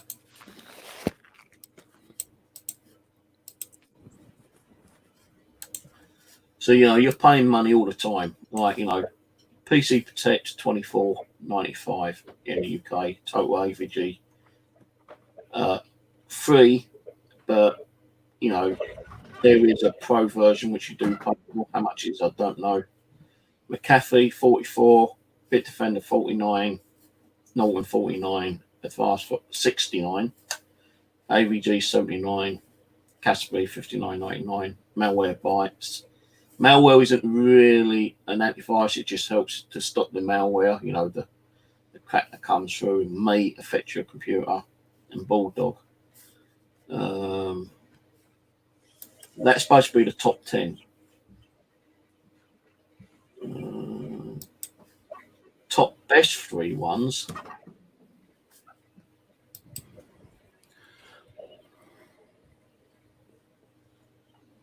Same thing, really. Trend, Safeguard.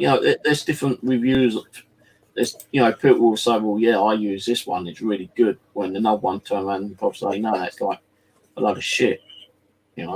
I don't know what antivirus Dave uses, but, look, I've got Zone Alarm on mine. It gives you mobile and data protection, web and privacy, and antivirus and firewall. So I do use that, but it didn't really pick up the antivirus software properly until the other day when it said malware. So that's when I had the problem with antivirus. What was it?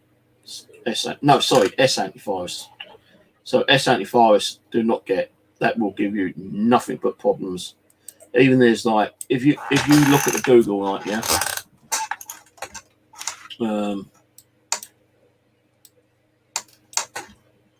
antivirus.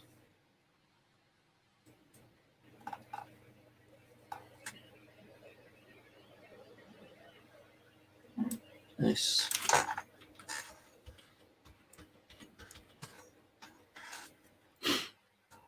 This is the company.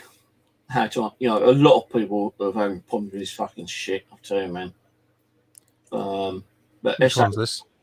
S85 is the one. Oh yeah. It's with you. Corrupting my files and everything. Yeah, it is a pig to get off.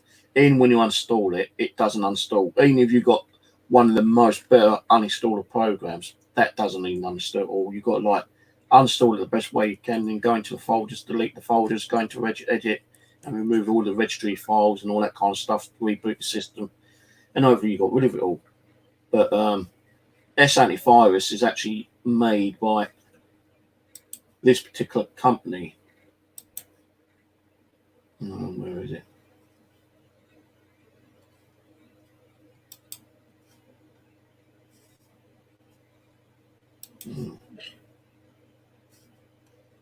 Let's just move.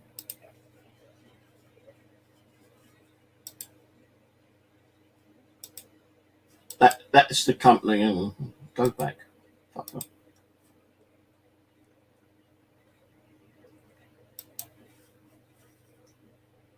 That's the company who makes it. Garzo or whatever it's fucking called. So if you do get that, look in your program files where you can uninstall it and try uninstalling it. But I would advise you to use something like IO uninstaller. IOBIT uninstaller or IOBIT malware, because that'll actually should uninstall this piece of shit.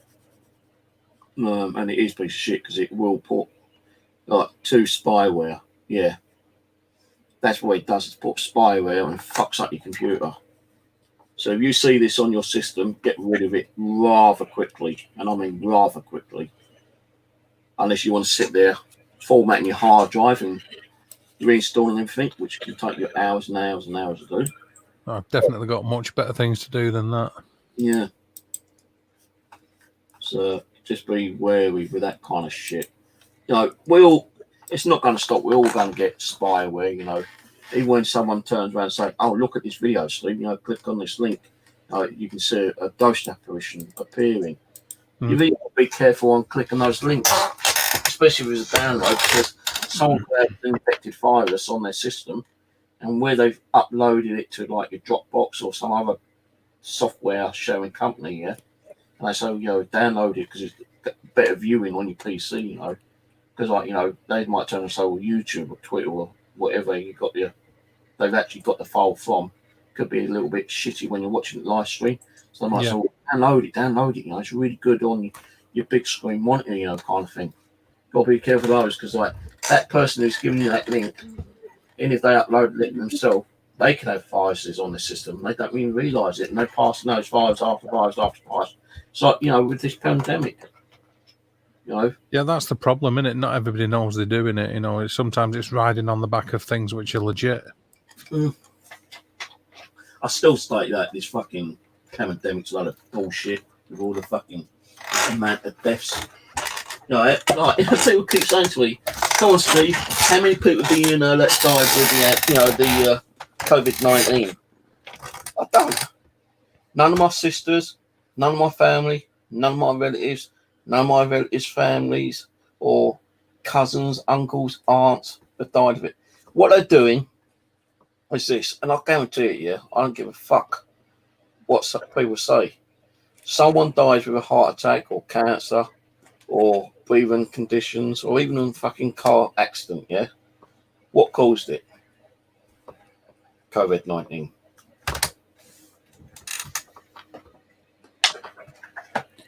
That's the thing, isn't it? But they're not, because they're not conducting autopsies on people that die of COVID-19 to prove it's COVID-19 either. Yeah, because they put it on the death certificate. Even people who states that they know that their parent died with like cancer or heart conditions, when they look at the death certificate, COVID, hey, he didn't die of COVID, that was a heart condition. Yeah, but COVID actually caused your loved one to have that heart condition. How do they know? But anyway, so I'm not getting into, you know, the COVID fucking bullshit anymore. You know, I've said my say. You know, all these deaths are manipulated. I reckon if you know, even the government reckons that if you look into all the deaths, you know, for all we know, you know, the 30,000 or 40,000 people who have died of COVID, and all those that haven't been looked into properly could even be triple or even quadrupled. Well, how about you telling the truth? If they looked into it properly, there ain't 50,000. There probably might be a few thousand, 10,000 max.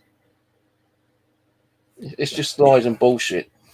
You've certainly got to ask yourself whether the amount that the country's lost in revenue, the amount of people that have lost their jobs, the amount of people that have got other health conditions that aren't being treated because they're too scared to go to hospital because of COVID-19, if you weigh all that up against how many people have actually died, it's a big imbalance. I'm not suggesting anybody should die from anything. That obviously that's not what I'm saying, but it does raise a few questions. Oh yeah, of course it does.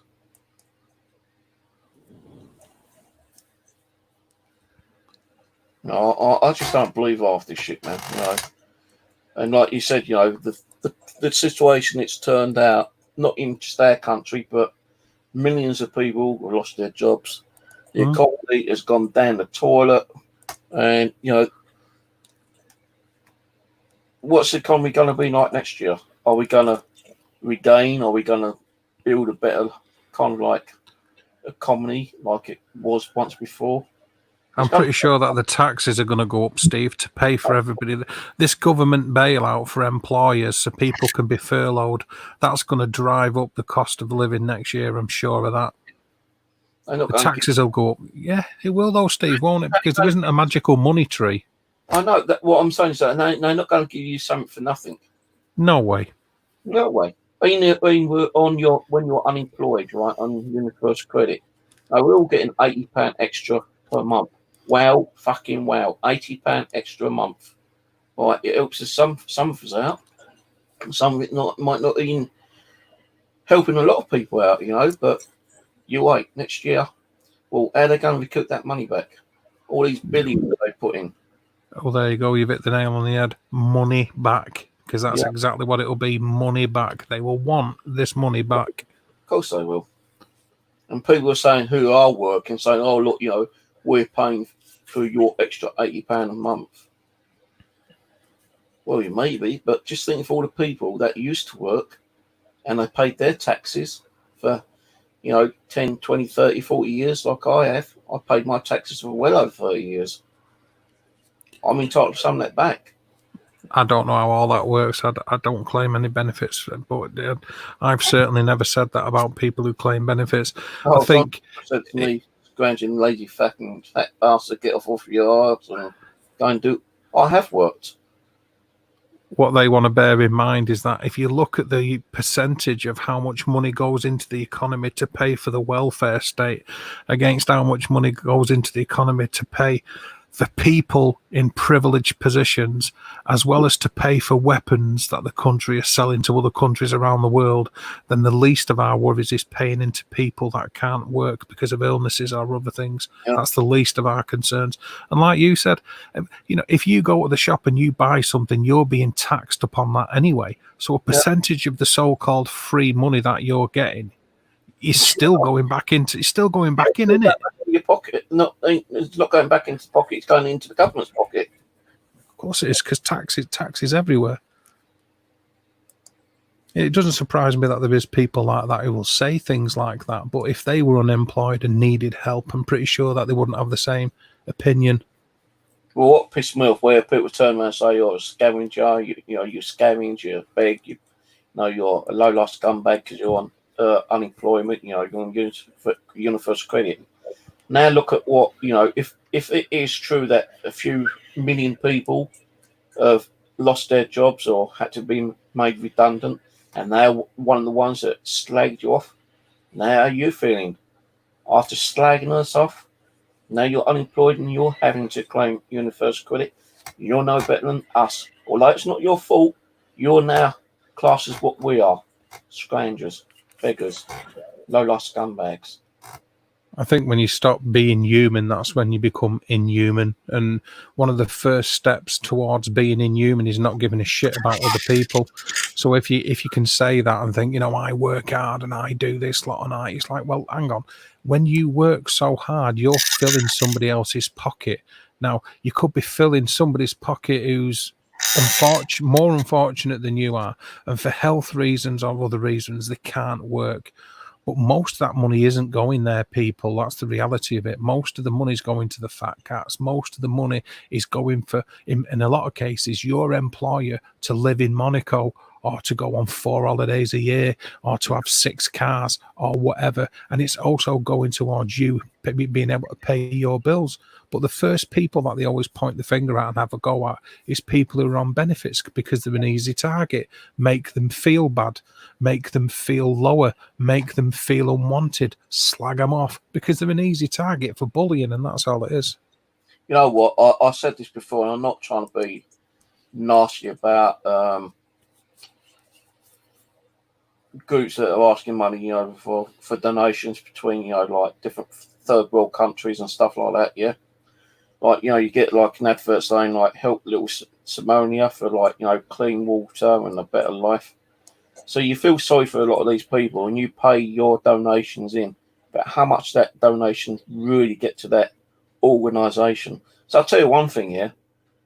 There's got to be corruption behind the actual organisation, and let's say there is, they're not going to get all that money and give it to, you know, what's really needed, you know, that clean water, the well or whatever. You know, you're going to get people behind that, you know, corrupted and, you know, pocketing a lot of that money. And if it ain't them, it's the government, because it's got to go through the government to be registered, and the government's going to be getting a percentage of that through the taxes. Well, if you remember, and I'm sure you do, Live Aid, all that Feed the World stuff, all the money raised from that, they bought all the grain. Now, because of the infrastructure that they've got in in Africa, and where there's loads of tribal warlords fighting amongst themselves, it all was left to rot in giant warehouses. 80% of it just went mouldy because there wasn't anything, there wasn't a distribution network put in place. It never went to the people, and the other 20% of it was skimmed off by the people who organized it. And I'm not on about the musicians, I'm on about a different level here. And and to people in Africa that should have been distributing it, it went to warlords. The money didn't go to the starving people. The food rotted. It didn't get to the people who needed it. That's the reality. So, you know, like some people say, oh, you're being nasty, you know, not by, you know, donating, you know, to whatever cause. I have donated and I have helped homeless people in the past. I won't give them money. I go and shop, and twice, you know, I've videoed this as proof, because people say, oh, you're a liar, liar, liar. And I upload it on Facebook, yeah. Twice I've gone to the shop, done my shopping, I've come out, and I've given food and drink to a homeless person, right? The second time I've done it, I came out, I gave him food and drink. And a cheeky bugger goes, have you got some money you can give me? I said, no, I used my card. And then if I had money, I wouldn't give it to him. I'll give him food and drink, knowing that he's going to eat me food and drink. Yeah, well, that's the point. Money, it could use for drugs and alcohol. Or beer, or what? A lot of them do, Steve, as well. A lot of them do. See, I don't want that. So I'd rather help the poorly here than in another country, because I know that, you know, a lot of these countries, there's a lot of these organisations, and I'll tell you one thing that's pissed me off in a minute, yeah, about these organisations. They've been doing it, like, you know, for water aid, you know, for like better conditions for schooling and stuff like that, yeah, right? Since the COVID came out, yeah, every fucking advert that comes on with, you know, the same shit, bad water, you know, like illnesses, schooling, clothing, homelessness, they've always brought the COVID into it. Yeah. Oh, COVID's done this and COVID. Well, hang on a minute. You had the same fucking advert 6 months ago. And now, because like the COVID, you're putting that in to make it a lot more kind of like sympathetic. Yeah, I totally understand. I would rather give my money, right? And even with animal, if I was going to donate to an animal charity, yeah, for cats, dogs, you know, birds or whatever, yeah, I'd rather find out where they live, you know, the organisation, and go up there and give them the money, and I'll ask for a receipt, right? Not many people would do that, but even if I gave them the money, how do I know that it's going to go towards the organisation through, you know, getting the cats and the dogs and animals fixed up, you know, giving them a good feeding, maybe another home, you know? How do I know that's going to happen? Yeah, that's it. You don't go out and get like the cat food or the dog food in bulk and say, right, you know, if they sell it to someone else and make the money and squander it or steal the money, then I can't do anything about that. But I'd rather go out and buy like a box of cat food, you know, with about 20 sachets of food inside it, and go to like, you know, one of the animal refuge and say, right, I can't give you the money, here's some cat food instead. Now they turn around and say, well, you know, instead of buying cat food, give us the money. I'm going to turn around and say, no. I know with the cat food, the cat's going to eat it. They can't eat money, can they? Although you can put the money towards you know, something else, like, you know, finding a new home or getting them blankets or stuff like that. I'd rather give you the food. And if you sell the food, then that's down to you. But at least I've done my bit. And people can't turn around and say, I haven't. It's like with homeless people, I've done my bit. You know, at least I was good enough to do that. I ain't going to give them money when I know it's going to be squandered. And that's what they do with these charities. They squander it. They, you've got people that back pocket it. Yeah. Another thing, right? Yeah. When you see these adverts where you've got famous people doing the adverts, I won't say famous names because I can't think of any actually, but let's say like Tom Jones. I know he's dead, but let's say he was still alive and he's doing one of his adverts, yeah? And he's asking for money. Is he actually putting money out there himself? And what about the advert? Is he getting paid to do the commercial? Or is he doing the commercial freely out of his own time? That's the big question, isn't it? You've got to ask yourself, because if they're not taking money directly, which is where you're coming from with it, and I'm pretty sure a few of them do, there will be other favours. I mean, if they're not taking money from it, they're on TV, so they're getting publicity, and that benefits them, doesn't it? Yeah. They get the benefit from that. Obviously, you know that. And it also gives them that little bit more recognition, that little bit more fame, saying, oh, well, Tom Jones just reckons that, he's probably donated like $500,000, or, he's not being charged for the TV commercial. So, he's doing it free. Well, hang on a minute. If he's getting his face plastered around fucking like the whole country or even the whole world, he's getting more famous that way, isn't he? Yeah, I do think that some of them do it because they are genuine, but I wouldn't say all of them. I'm not that naive. I'm not stupid, and I know you're not. I mean, not all of them, but I think some of them are doing it because they're genuine. I mean, me and my good lady, we do pay to a few charities because we're aware that we're in a better position than some people. And it's nice to help people out in it.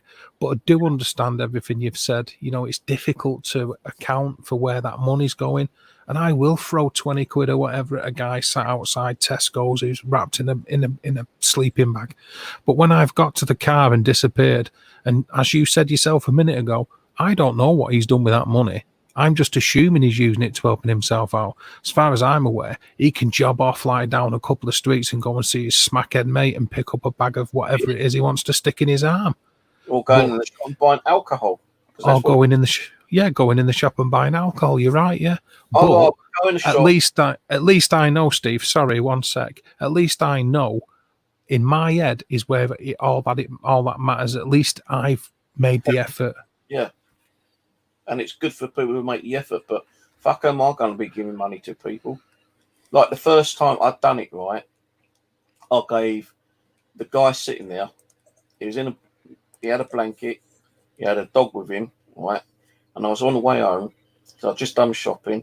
I had £5 in my phone wallet, yeah, and the food, and I was recording it. I thought, well, I'm going to record this because if people turn around and say I never helped anyone, I've got proof, evidence. Yeah.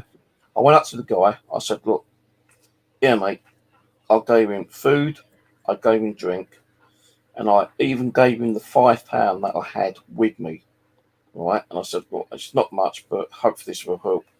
And he goes, oh, thank you, brother, thank you. And he shook my hand, although, a bit grubby, but I didn't give a shit about that. I knew that I'd done something good, giving him food, drink, and money. As I walked away from him, I thought, shit, you know what? That's my fucking takeaway food money today. So, although I bought some shopping, it wasn't like a proper meal. I was going to go to like the chicken and chip shops and get some chicken and chips. Sounds all right to me, Steve. Sounds all right to me, brother. Oh, shit, I'll just take my chicken and chip money. So I had to go to the bank and draw some more money out so I can go and get my chicken and chips that night. Yeah, you can't go without chicken and chips. Yeah. There should be a law against that, in fact. Chicken and chips, man. I thought, fuck, I've got to go and get some money out again now. Absolutely gutted. Yeah. I do like my chicken. I like my pork as well. I like to have some like seafood, but fucking seafood is so expensive, man. It doesn't do anything for me. That it turns my stomach. I think it's rank. What, seafood? Yeah. Oh. I used to like buy a bit of cod and chips, but fucking cod and chips is really expensive around the shop around here. You're talking about £9 for a bit of cod and chips. I couldn't afford to live around your neck of the woods. Then it's pretty pricey around here. You're looking at a few quid for a fish, and that you're looking at about £6, £7 for fish and chips. But it's well expensive. Don't get them on the border of London. So London's a very expensive city anyway. Yeah, that's the thing in it. You're like right on top of it, really, there, aren't you? What's that? Yeah, I donate to homeless people sandwich, a bottle of pop or chips. Yeah, that's a nice gesture, William. Yeah, I've done it. I've only done it a couple of times. Not saying I won't do it again, but I'm not giving them money. And I will not give any charity. I say I won't, never. I have done it before on a TV commercial. Now, this is where it comes a bit fucking scandalous, right? They say ring up or text, like, homeless or, feed, or child or whatever, text this and pledge your £3. I rang up, text the message over, pledged the £3 because it's one of these voice ones Mm-hmm. and it said, "Thank you for your donation. Just to let you know, we will be charging you X amount for the actual call made to the actual charity." Oh, yeah. I didn't get charged £3. I got charged £6. Oh, yeah, they've got some neck. I thought, no, fuck that. I ain't doing that again. No way. If That's the thing, yeah. If it's a free text where you only take £3, yeah, I wouldn't mind doing it a few times. But when I found out, I just pledged the £3, and they said, "Thank you very much for your pledge. Just to let you know, we will be taking an extra £3 for the actual text messages." I thought, well, I can't turn around and say, "Well, fuck you, I'm not going to pay the £3 and I want my £3 back because I won't refund it." So I'm screwed. I've just been done double. I say done double. I paid the £3, but I got charged £3 for the text message. Well, that's the admin side of it, isn't it? They put it under the banner of admin to try and justify it. Yeah, well, it don't go to the charity, then it goes to admin, the people who pocket it. Exactly. I mean, what would you remember, Captain Tom, who done them 100 laps or whatever of his garden for COVID? The old guy who I think he's getting knighted, the old army officer. Yeah. What did he raise? Something like 30 million, and they took the charity that organised it, or rather done the admin for it, took a few million to put in their pocket for admin costs. Millions for admin? Seriously? What's it cost? You go to a bank and you put like X amount. I know they charge you, for like, the time for the the advisor to write out a letter or type out a letter. What's that? A fucking 10-minute job, 5-minute job. Exactly. Even the person who's typing out is getting paid through a normal wage anyway, yeah? So they can't turn around and say, "Well, hang on a minute, that extra money is going towards the actual receipt or, the letter that's been sent to you for your overdraft. It's also extra for the overdraft fee that you've incurred. Plus, it's going to be, X amount to the employee who had to deal with your case." That's bullshit. Yeah, well, that's where they're having your pants down, isn't it? It's like if you go overdrawn and we've got to send you a letter, that's costing you 20 quid. And not only is the letter costing you 20 quid, but the fact that we've had to do it in the first place is an extra 15 quid. And if you contact us back and we sort out your overdraft, then that's going to cost you another 20 quid. But we'll send you a letter about that, which will cost you another 15 quid. And it's like, fucking hell, fuck me, hang on a minute. I'm only 2 quid overdrawn and it's just cost me 75 quid. What fucking ridiculous. The proper have your pants off.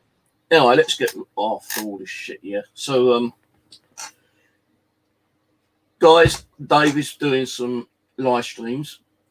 I don't know what he's going to be doing in the future, but I've seen him do some live streams. So if you can check out his channel, because he does ghost boxing. He uses some of the equipment that I've actually sent him and other kind of gear that he uses, like the K2 meter. That K2 meter was going fucking crazy the other night. To be fair, Steve, when you was in the chat, your name was mentioned a lot, as was Morgan's, and also Box. And we were talking about the box, the DC box, and it kept the multi box, wasn't it? I beg your pardon. And it kept saying Box. I mean, coincidence?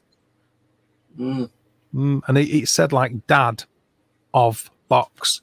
I've got to watch that again because when you said it, you said Steve. I said, yeah, I heard Steve, but I didn't hear the Morgans. I thought, well, maybe because I wasn't, my ear wasn't tuned into it. Because like when I'm actually hearing a ghost box, either live or when I'm doing it myself, there's a lot I don't even hear. And people saying, oh, I just said that, it just said that. Well, I didn't hear it. But when you play it back, you do actually hear some of that stuff that people are hearing. But don't forget, it's the mind. Like you mentioned earlier, one person will hear one thing and the other one will hear another thing. It's like with names and with other kind of words, like, you might hear like boxer when it could be hopper. Yeah. That, kind of thing, And to be fair, I think you've got a pretty well tuned ear for it, though, and I believe I have. But it can take people a while to get tuned into picking out the words in a spirit box session. Yeah, but after all that crap that went down, I still don't feel like wanting to review my own videos. And people say you need to review it, But when you're doing an 8-hour stream, there's no way I'm going to be watching fucking 8 hours of like ghost boxing. No way. That's why I look at people on side chat, like Uric when he comes in. Uric got a real fine tuning, and he can pick up certain ghost box responses, and a few other people have got like a good ear for like listening to the response. So I could have a ghost box on now and say, right, who's on it right now? And through that white noise and static, it might just say Dave Dimlow or Dimlow or Dave, or it might come over like your other name, like was it Doris? Darius lives, Darius. But in it said although it's Darius, but if it said like Darius, it's still near enough the same kind of thing, isn't it? Of course it is. Me, I can't pronounce it. What does fucking Darius mean anyway? For fuck's sake, I haven't got a clue. I'm not even lying to you, Steve. That is the God. I wouldn't lie to you. That is the total truth. I'm off my nut. I really don't know. I just didn't want people finding me via my real name, because of stuff that was going on with the music and studio and stuff like that, and copyright reasons and stuff. And I wanted to keep my private life away from the music, so I just chose any name. Well, it is a name. Doris, history, family, crest, coat of arms. All right.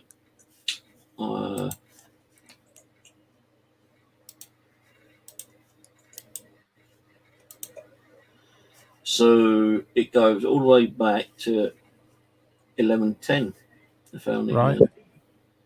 From the 12th century to the 15th century, early history. Webpage shows that the small excerpts of Doris research, another 156 words, 11 lines of text covering the years of 1249, 1270, 1275, 1284, 1298, 1466, 1528, 1560, and 1604. My family name goes back further than that. Mine does. Yeah. Morgans. My name used to be Morganus. Yeah. And it's a Welsh name that originated in Scotland. Yeah, so it's certainly older than this one. Mine goes back to the 6th century AD from Dimlar. No, it's Anglo-Saxon. I think mine's like the 12th century, I think. Still old enough, though. Yeah. Who came from? Some of the first settlers of this family name, or some of the authorities, were Cristobal Doria, who came to Mexico in 1526, Joe remember, who settled in Tennessee in 1890. And that's the coat of arms. Can you see Right. coat of arms? Yeah, I can clock it. Yeah, the black and yellow thing at the front of it almost looks like the Holy Roman Empire coat of arms that the Germans had in the medieval period. Could be. But it says Italy. It's got the flag of Italy at the top there, hasn't it? Underneath. Yeah, there. Look. Yeah. Weirdly. Well, maybe it was originated in Italy, then it got moved over to fucking Roman times. And Yeah. Yeah.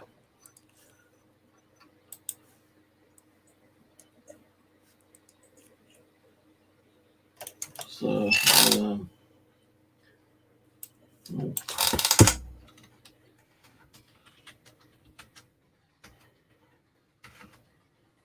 Interesting. They see, I never even looked at that. It's just I just made up a name and hope for the best. It was like, yeah, this will do, you know. right. Morgan's.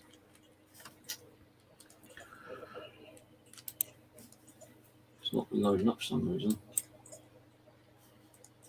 That's my coat of arms. Let's have a look. All right, yeah, cool. So, a former country in northwest Wales, originally part of the Kingdom of Gwent, or what is it fucking called? Yeah, Gwent, yeah.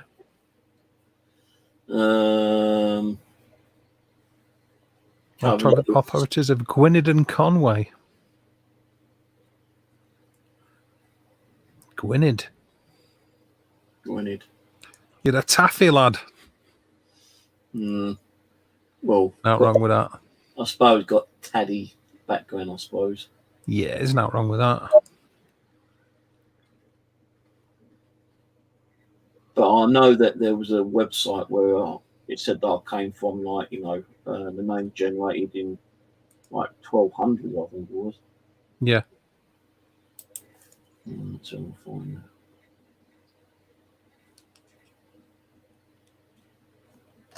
Let's do. Cool.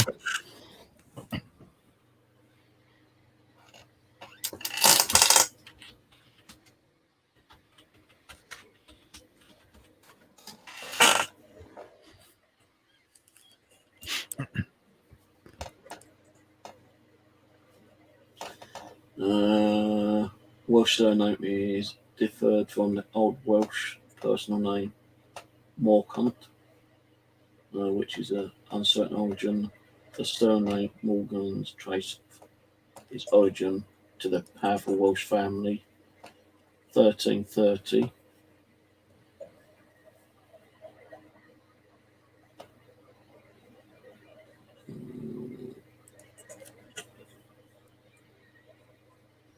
Old school. I used to like try to research it. My daughter has been doing the research on the family background. Found a few of the old relatives on there, which I didn't know about. Yeah. I know Morgan's. I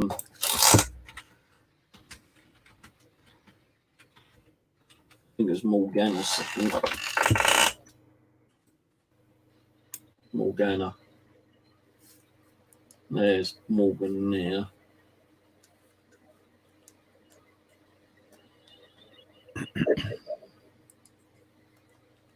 I'm not going to go for this stuff. Oh, look at this. Morgana, Italy for Morgan, the fairy. Oh, you calling me a fairy? Are you calling us Morgan? Who are you? I'm not going to eat in all that crap anymore. Yeah, we'll quickly close that. We won't dwell on that, I don't think. You calling me a fucking fairy? Fucking Eddie, you call me a fairy. Fairies in them days, didn't they? Yeah. Oh, yeah. Pixies, dwarves, elks, and all that kind of stuff.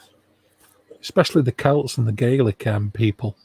And with Morgan's being Welsh, it's from a Gaelic background. Oh, hello, Hyde. Fucking hell, took long enough to get in here, didn't you? Which is saying, like, you know, you got a good tone for, like, hearing EVPs on those boxes.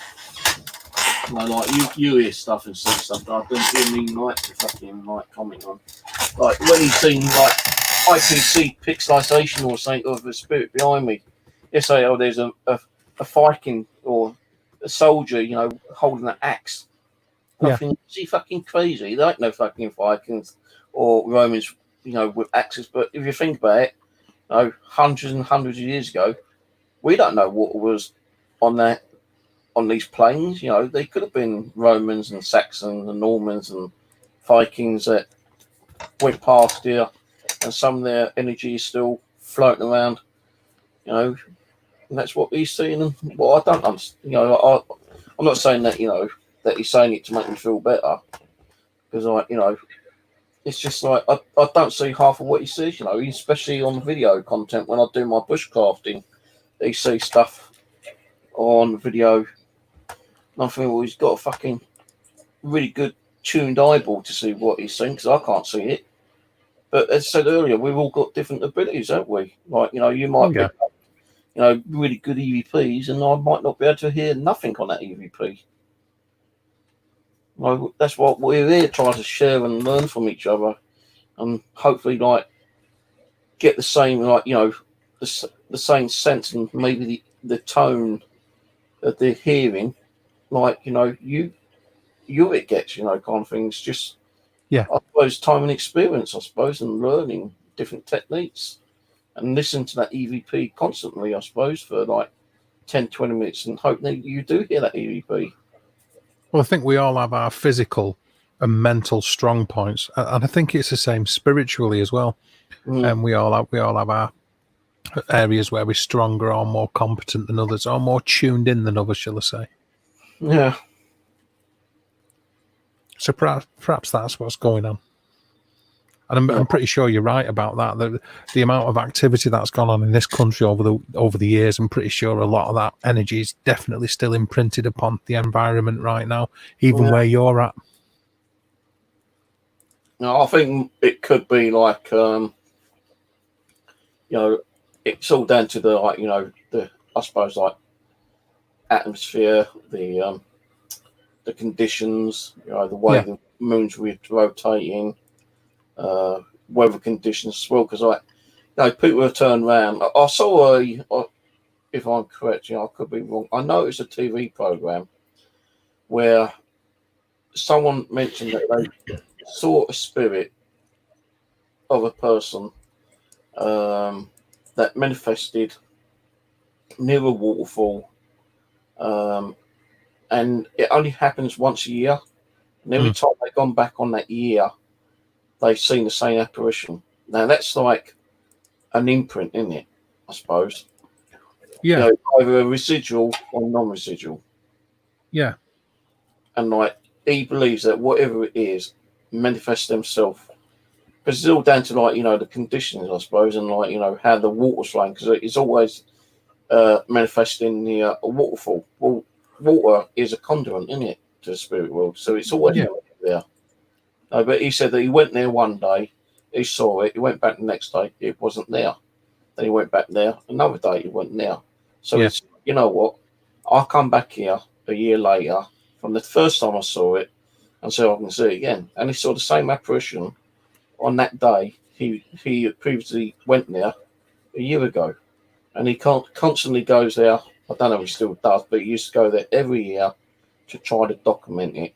The only thing is that when he tried to take photos or video, it was never shown on the photo or video. It's just more him giving out, you know, truthful information, hoping that people will believe him.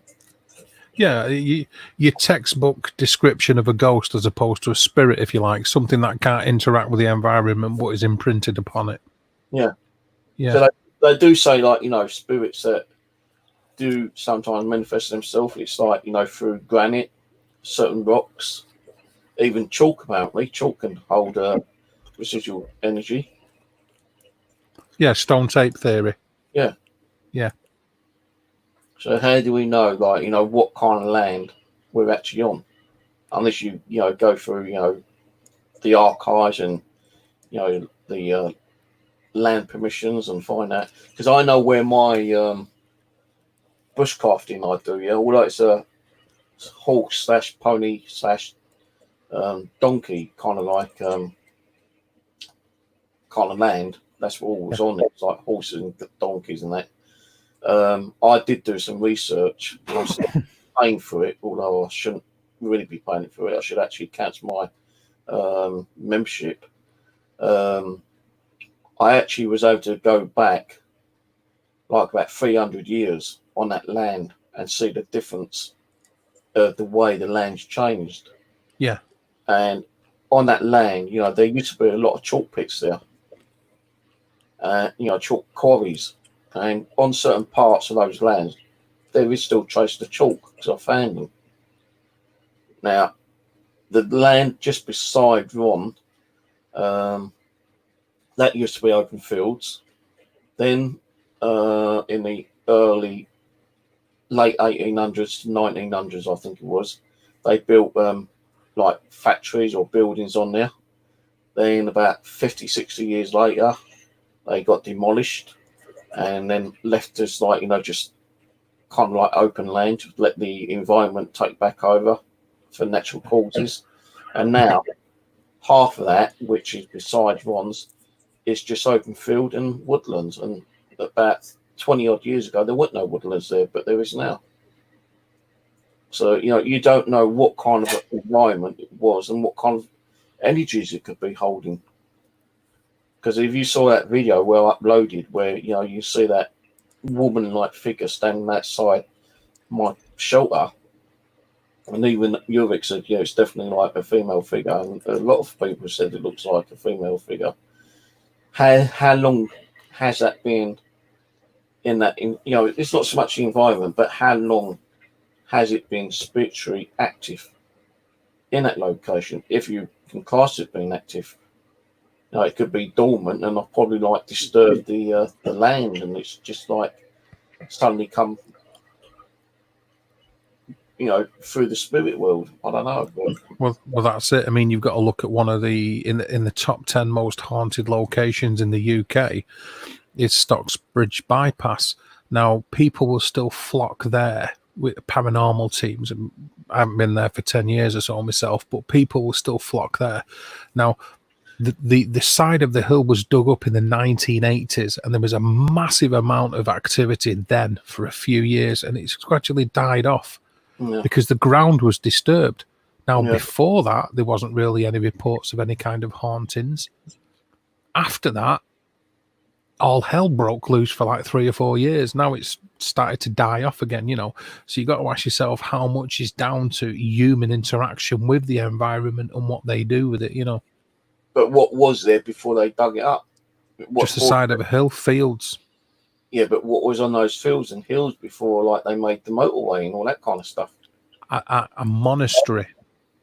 Well, there you go. That's what could have been there. Monastery, you know, burial ground. Well, that's what they were seeing, a monk. Was it just one they were seeing, or was it multiple kind of like spirits that they were seeing?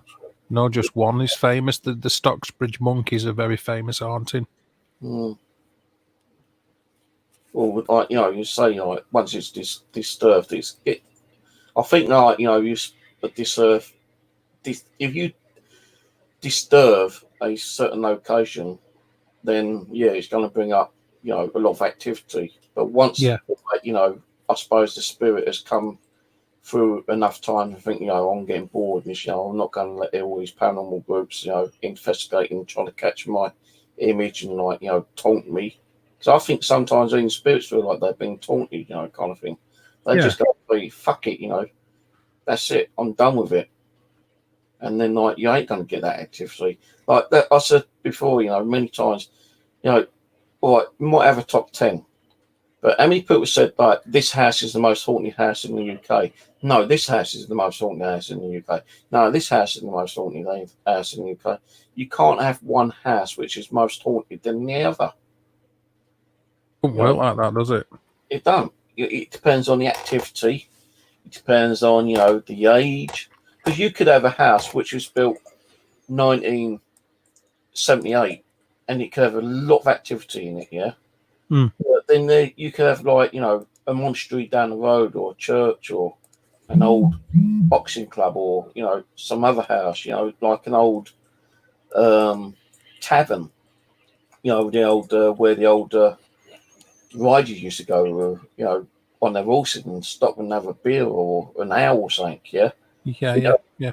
you might have something like that is been renovated over the last couple of 100 years. Like even the castle, which has got a moat in, you know, kind of thing. It's still a house, isn't it? In one way, you know, you could have more activity there than you've got in a house that was built 1978. Yeah, absolutely. And of course, you have to bear in mind the sensitivity of the people that are at the location too. If there's people there that aren't massively sensitive, nothing might happen, even though it's a massively haunted location. And then 2 other people or 3 other people can go there that are sensitive, and it can be a totally different thing altogether. So it is really down to the energy that's there, isn't it? With the people and the environment. So you know, you can't claim that, oh, this is more haunted than that and this is better than going there. It's like, well, it's not quite that black and white. Excuse me. No, I just so I could turn around and say I just thought I saw it all fly through the fucking CCTV monitor, but it's raining out there, and like, you know, I could misinterpret a small droplet landing right next to the camera, making it a lot larger than it is, and say that's normal when it wasn't, because it is raining outside at the moment. I think absolutely loads of people can be forgiven for thinking them kind of things too, because it happens a lot when people look at video and picture evidence of investigations. It's hard. It can be hard to distance yourself and be completely analytical from what you really think's going on, and a fair few people fall victim to that and just coming in. The first thing that pops into their head, that looks like a spirit energy, that looks like a mist, so therefore it's got to be that, and it's absolutely that no matter what. When there can be lots of other reasons for why that is there. I'm not suggesting it isn't what they think it is, but you know, you've got to sort of separate yourself from that sometimes. Well, all the time. So, you know, if you've got like a group of people who actually kind of see the same things you do at the time, then you know, but when you only got you who see it yourself, you know, people are going to question, well, really, you know, did he see that? You know, is he just saying that he saw that? Or was he the only person who could see? Because I think also with spirits, they may only allow a certain person to see them or feel them. You know, it's like, oh, let's pick him because he's more open, more sensitive to the group that he's with. You know, and like I feel that can happen. I like. Well, if you're in a room full of people, Steve, and it's a party, and there's the 15 of them there, and you're trying to say something, but only one person seems to be paying attention, who are you going to talk to? Yeah. You're not just going to keep shouting and hoping for the best. You're going to turn to the one person and go, yeah, mate, such and such a thing, and get your point across. And I don't see why it should be any different for spirits. If somebody's more likely to be able to pick up on their energy or on what they're saying, then it makes sense for that person to be the one that the spirits contact or try to communicate with. Yeah. See, what I don't understand, right, is that, you know, although, as I say, we all got our gifts, our abilities, yeah, what I can't understand, right, is when a spirit comes from a different country and they come over and communicate with you, and, you know, I have on, you know, certain occasions, you know, you believe me or not, you know, I don't need to like make up and lie about it, but you know, some people will say, "Oh, he's talking bullshit." You know, I've done a Ouija board, and Abby's come through and said, "Oh, there's a spirit here," of like Tom Bloggs, you know, and you know, they just want to say hello and you know pass on any kind of like message as they can. So I say, "All right, you know, let Tom Blogg come in." Now, Tom Bloggs could be saying like, you know, they come from like, you know, Switzerland, you know, and they're a relative so-and-so, and they, you know, they just want to pass on this message. And I pass on that message, you know, to that person. Now, it's up to the person or persons on the side watching me who may know someone by the name of Tom Bloggs who come from Switzerland. And there have been times where I've actually passed on messages to people on the side chat. And said, well, how the fuck did you know my auntie? You know, how do you know this? How do you know that? I don't know. it's not me who's got the ability. It's the spirit. Well, I suppose I have got ability, but it's the spirits are telling me this, information to pass on to certain people on the side chat. It's like, when I was doing a stream a few months ago, I kept saying, I'm picking up a name, Aggie. I don't know who the fucking hell this Aggie is. And it's one person I had on my Hangout and another person I had on side chat. I kept saying, well, this Aggie's an old lady. Well, they both knew an Aggie who was an old lady, right? I said, well, this one had white hair. She likes, a good drink, gin sometimes, And this person who was watching at the time on the side chat said, well, I'm not lying to you, Steve. And why would they really, say this? They could be lying. I'm not saying they would or they wouldn't, but they reckon that they knew an Aggie who had white hair in his 60s who loved gin. And this person actually stated that they actually met up with Aggie a few times and had a good old, piss up sometimes. Now, is that a spirit coming through, being truthful to me and passing this information on to me? Maybe so. Now, the people who responded on my channel, were they just saying that to make me feel better, or were they actually being truthful? We don't know. Because we can all be easily manipulated in any way, can't we? By, a living person or by a spirit person. Oh, yeah. So, to get someone by the name of Aggie, who was an old lady who liked gin, and someone being there on the side chat, and I gave them roughly the location of where they lived, and I said, yeah, that's a lady who used to live around the corner from me. We used to go around and have a, cup of tea, but it didn't end up being a cup of tea. It used to be, a glass or two of gin, and she was a bit of an alkie, and I was picking up that she was a bit of an alkie as well. Even before she even said that she was an alkie, I didn't even say, oh, she liked, a good drink every now and then. I didn't say all the time, but the person just before I was going to even mention it, I was picking up she was alcoholic, and this person on the side chat saying, oh, she was a fucking alkie. What's the chances of someone on the side chat saying that she was an alcoholic when I was picking it up from whoever was communicating me from the spirit world, saying that she was an alcoholic before I can even mention that she was alcoholic? Yeah. We've got to try to, in one way, believe each other. I know, believing people is sometimes hard to do. So I could turn around and say, hey, I could be like, Dave, I'm one of your fucking, relatives, cousins, and, years ago, I died and I'm a reincarnation of your fucking cousin. You got to believe I'm telling the truth or I'm bullshitting you. That's the big thing, isn't it? The sheer amount of the belief system that is attributed to the paranormal. I mean, it's a lot of it is on trust and word of mouth. If somebody says for instance, to me, it's got such and such a thing going on. We learnt by experience, I'd certainly 2 words, Stamford Bridge. That you've got there's a haunting going on in such a place that there was such a figure seen.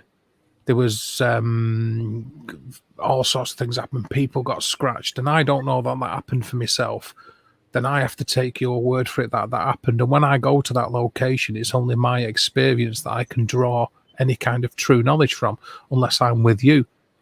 You see, it's weirdly, because when you're a paranormal investigator, when something happens to you, you're actually a client.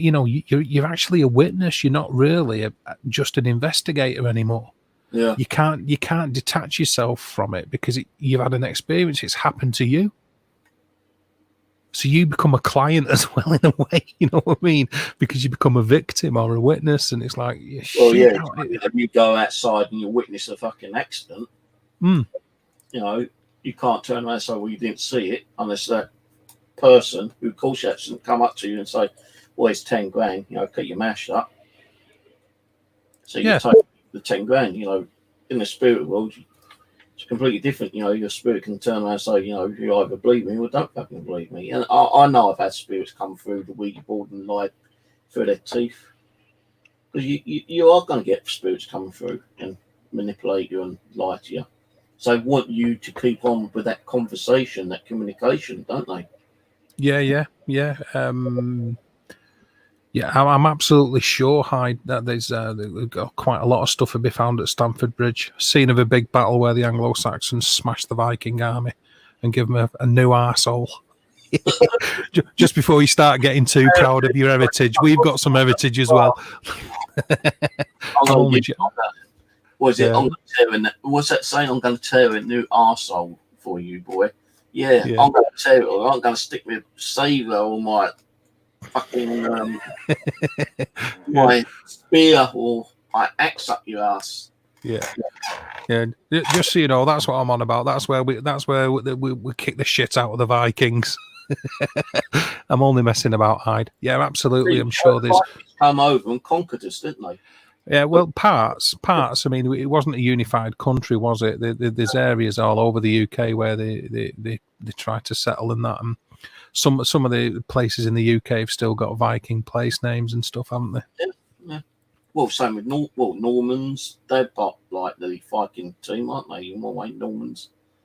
Yeah, I mean, it's one of them. I mean, it's like Hyde said. I mean, throughout our history, we're the type of race that we are because of like he said, the Romans and the Vikings and everything have formed who we are now, which is a right violent bunch of bastards, really, when our backs are up against the wall, as a nation. It just takes, I just think sometimes it takes us a little while to start getting to do it. Yep, a small footbridge where a single Viking warrior held up the Anglo-Saxon army until two Anglo-Saxon guys got in a pond, went underneath the bridge and stabbed him from underneath. So he knows his history, that Ulrich Hyde. Yeah. My window is completely shut and I've just had a real cold belt down my fucking leg. I've had that a few times over the last couple of days now. It's not scary, it's just like, where the fucking hell is this cold spot coming from, man? But anyway, did we not become Christians from Romans? Romans brought Christianity over, didn't they? Yeah. They've been introduced to it themselves, thanks to Emperor Constantine. Oh, fucking hell. Jesus Christ. My back's gone. Yep. Spear up the backside. Yeah. Hey, I was only joking. If you're faking, I'll say, I was only joking with you, man. It's just the way we say, tear a new arsehole. We did conquer you a few times, although you tried to conquer our country. Come on, fuck's sake. There you go. They're giving you a spear up the arse like they did with that Viking warrior at Stamford Bridge. Are you still getting it, Steve? Oh, yeah, my back's gone ice cold. My leg is freezing cold. The thing is, I'm not sensing any spirits here. Well, I am, but whoever it is being a fucking little pain, like some of the mischievous little buggers I get in here. I can feel them, but they're hiding. They won't. I can't feel if it's male or female at the moment. All I can feel is that they're laughing their fucking asses off. Yeah. Yeah, you can laugh your fucking ass off. Hyde picking up on anything? Oh, my back is really cold, man. Oh. Ulrich, what are you picking up? See, he normally picks shit up. But as I said, sometimes I could pick things up and Ulrich wouldn't. Ulrich pick things up and I won't. And that's what I mean. I'm wondering if Ulrich is picking something up now. I am. I'm picking this. Like my leg is ice cold. It's like putting your hand in the freezer and leaving it for 10 seconds. It gets really cold, doesn't it? Yeah. That's what it's like. And my back, it just felt like the whole of my spine went ice cold.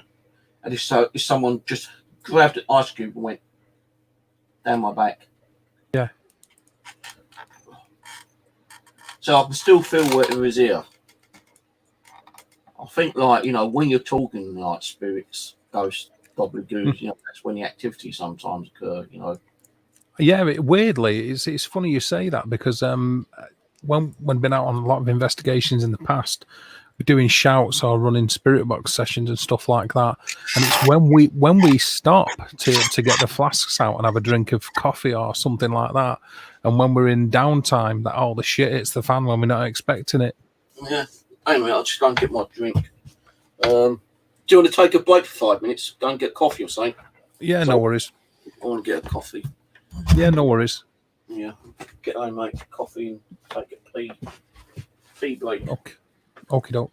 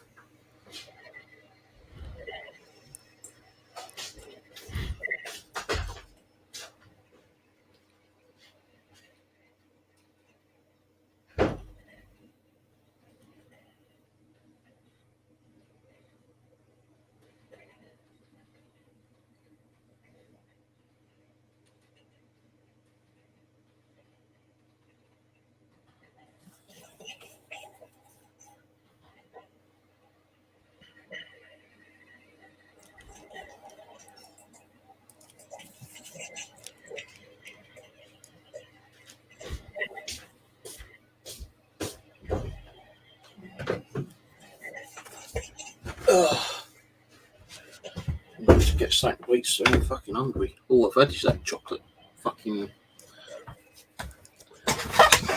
peanut thing. Cool, mate. No, low left is the most negative direction. These Chelsea blankets sometimes show ITC messages. The logo symbolises Britain, and the blue is the ocean around. So there's a dark square in the low left corner. See, there you go. He picks up stuff and I don't feel stuff, you know, sometimes. But Yeah. I've got this fucking coldness around me, man. And all I've got open, you know, even the kitchen window is only just barely open. There's no way a dry can come out of the kitchen, Yeah. down the hallway, and through here and go around me, because it ain't possible. And the window, as you saw me just sit up, the window behind me, It's closed, isn't it? it's closed. And this, it felt like it's not one of those where it's like a cold draft that suddenly hits you and stays there, you know, constantly. It's like one of those ones that hits you and goes through you. And then, like, it stays around for a few seconds and kind of like surrounds you for a few seconds and then disappears. So I don't feel it now because I'm probably like interrupted whatever was around. But I've had that a few times, man. Crazy. For years, that's happened though, hasn't it? It's not really new, is it? That kind of thing's been going on since. I mean, I started watching you in 2013, Steve. Oh, poor sod.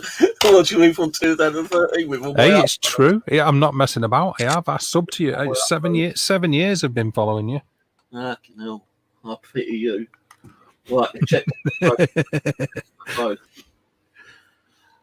Nah, it's right, man. It's right.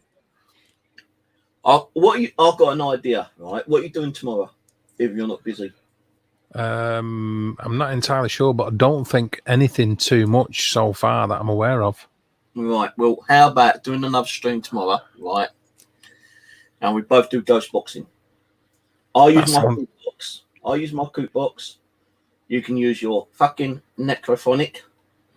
No, I'd rather use the cultist box. I was just about to say you can use your necrophonic and your cultist box. Oh, fucking! I've done it again, you bastard.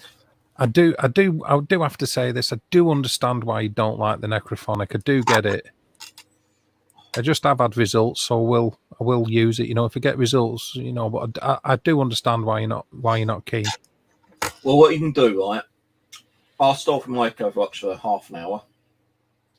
Then after that, you jump on with either your necro or your cultist. Yeah. Then I do another ghost box. Then you do another ghost box. Then we'll just chat away to the early hours of the morning, like it is now, 2:42 in the morning. Yeah. And then if we can maybe get a couple of other people in, maybe let them do a ghost box if they want to do one. Yeah, I'll let you know tomorrow afternoon. I don't think so. I don't think I've got anything to do. Tomorrow, Saturday, I'm on fucking Chris's channel tomorrow for a few. All right. So what about Monday night, Steve? Monday night? Yeah. If we say like definitely arrange something for Monday because I'm busy Sunday. I'll be on Chris's for maybe 2 hours tomorrow, so I'll definitely be offline off his channel by 11 o'clock anyway, so I can still do it 11 o'clock onwards. Right. Well, if I'm not doing anything, it's one of them. I'll only know when her indoors tells me what's happening. Arrange it for Monday night because I'm going to be getting my new phone and tablet Monday, and I'll probably be installing a lot of software on there, you know, the old apps. And I might have a couple of apps ago as well. I don't know yet. Well, it might be worth doing it Monday then. Yeah, all right, in Monday. Yeah, all right, Monday. Yeah. It's a date, honey. It's a date, darling. We'll have some of that. Yeah, don't bother wearing any knickers. You won't be needing them. Be stripping off me. Yeah, I'll give the cultist box a go. So we'll have it for Monday night. I'm up for that. Yeah. Yeah, definitely. Because I'm going to use my Coot Box 14 through the Echo. Maybe if you've got Echo, you can use one of your Echo boxes. Yeah, absolutely. I'd love to, yeah. So you might have to go to your studio and grab a pedal. Any excuse to go up there, I love it. And your amplifier. Yes. Any excuse to go up there, then I'm in. I love being up there because of all the guitars and drum kits and everything. I just love sitting up there hanging out. A bit weird like that. Yeah. I don't think that'll ever happen, Ulrich. A strong military force together in Europe. The only way that's going to happen if we get a fucking alien invasion, then we're all bound together, you know, like that movie with the 4th of July. You know, when we all band together. Independence Day. Independence Day, yeah. Independence Day 1 and 2, yeah, you know. Oh, this is how we kill the aliens, you know, sent through Morse code because they couldn't get through normal communications. They had to go through Morse code, didn't it? Yeah, it did, yeah. Because they wiped out the communications.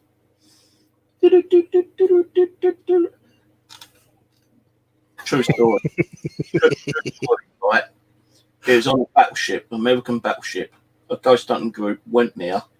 I don't know if it's like Ghost Adventures, but another team went there, and they said that the brig is very active. Mm-hmm. Went on there, all right. And apart from not just only seeing an apparition of a soldier, the sailor, walking down the gangway, they actually picked up on audio Morse code. Yeah. Now, during World War II, it was all Morse code, weren't it? Lots of it was used. I believe that there might be a way of communicating spirits through Morse code as well. I've got, I don't know if you've heard of it, Steve, but I'll throw it out there just in case you have, because it wouldn't surprise me. You tend to have your finger on the paranormal pulse. A spirit caster. Never. Right, okay, well, it turns sound into EMF pulses, so you can send messages via EMF energy. So that we can't hear it, and obviously we can't hear it, the human ear can't detect it, but if you've got an EMF meter nearby, then you'll see it registering on the EMF meter. It turns sound into electromagnetic pulses instead. So it's supposed to communicate with spirits on the same energy level that they vibrate upon, that they use to manifest, if you know what I mean. So you can record your own messages and play them that way. You mean something like this? I think. So let's have a look. Yeah, there you go. That's not exactly what I'm using, but it's along them ways. Yeah, it's along them lines. Yeah. So what is an app or something? No, it's an actual physical box that I got from the United States. Oh. No, I won't be able to get one of those. But the reason I'm mentioning it is because of, like you say, with the Morse code as a form of communication, you know. Mm. I'd love to have like an old Morse. I thought I saw a fucking ghostly shadow at my balcony then. Could be just me, my imagination. I'll have to get like an old Morse code device on United States, you know, and do the old tap. You wouldn't be able to hear like it going, but you probably hear it going tap tap tap tap tap tap. Because that was brought out in the even before the Second World War, and the First World War is like originate from United States, wasn't it? When they were doing the communication before, when they was building railways as well, like, the way to communicate from town to town to notify the sheriffs that, Bank B, at certain towns has just been robbed. And, they reckon that there's going to be another bank robbery at Bank A in a different location. Yeah. So they had to get the old marshal and the deputies, a bit like the old fucking Clint Eastwood movie. Yeah, Samuel Morse, wasn't it? Samuel Morse, yeah. And that's exactly what they were using it for, to communicate between different railroads normally, weren't it? And telegraph. I'm not seeing that bit.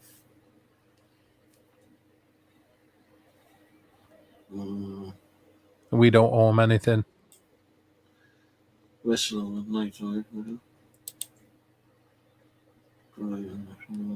They've been more than paid back by British blood when it's been getting involved in proxy wars on their behalf since the 1950s, 60s, 70s. We've more than paid the USA back for that.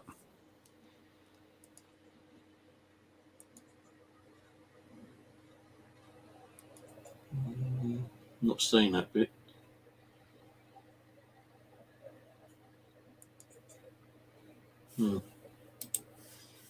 I don't know why, but the sidetrack's coming over quicker than it does in the bloody StreamYard for some reason. I noticed that myself earlier, that it seems to be a little bit of a lag. Yeah, but I should be giving, like, you know, the Texas, and for them to hear us, it's up to a 60-second delay.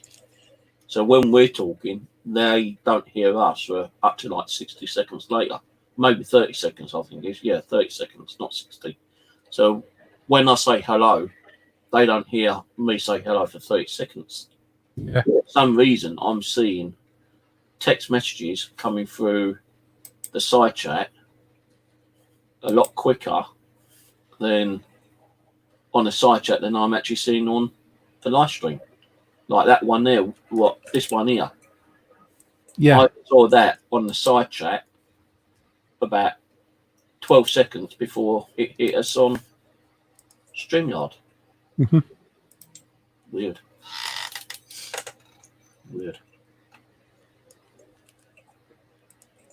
Yeah, so that's definitely a date then, honey bean. Yeah, I'm up for Monday, definitely. Yeah, I'm well up for that. Yeah. And please, no sitting there fucking munching sausage sandwiches saying, "Hey, I ain't bought sausages for. I used to buy them cheap, nasty ones at Lidl's, and as soon as you stuck them in the frying pan, as soon as you tried to turn them over, they just broke to pieces, man." Yeah, I'm not allowed sausage sandwiches. Actually, I've not been eating stuff like that for ages, and you know, the missus is all over that. She doesn't allow it. Hey, but you had sausage sandwich the other day unless you was porcupine. I was porcupine, yeah, just to look good. I don't know. I know, yeah. I can trust you now, Dave. But since you called me out on it, I'm not going to lie, you know. Oh, I don't rather than trust you. They know you lied about your so what are you eating? Not sausage sandwiches. Salad and chicken breast on brown bread. I actually bought chicken and pork yesterday when I went to Lidl's. I don't really buy a lot of bread because I don't eat too much bread. And when I do buy bread, I tend to forget about it. And when I go to make a sandwich, it's fucking got that green mould on it. And my mum used to say, right, and a lot of people say, freeze it, stick it in the freezer. Yeah. But if you do that, once it's like thawed out, it's going to be soggy, innit? Oh, yeah. Well, I don't want soggy fucking sandwiches.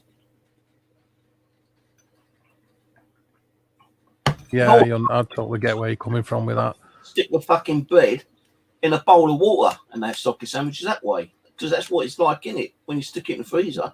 Pretty much. I mean, I've not been eating anything too substantial for the last couple of weeks now because I've had gastritis. So my stomach's been giving me a lot of jips. So I'm on medication for that. So I'm living on like basic sandwiches and water with the occasional cup of tea. But I'm not going to lie to you, Steve. I'm absolutely dying for a full English.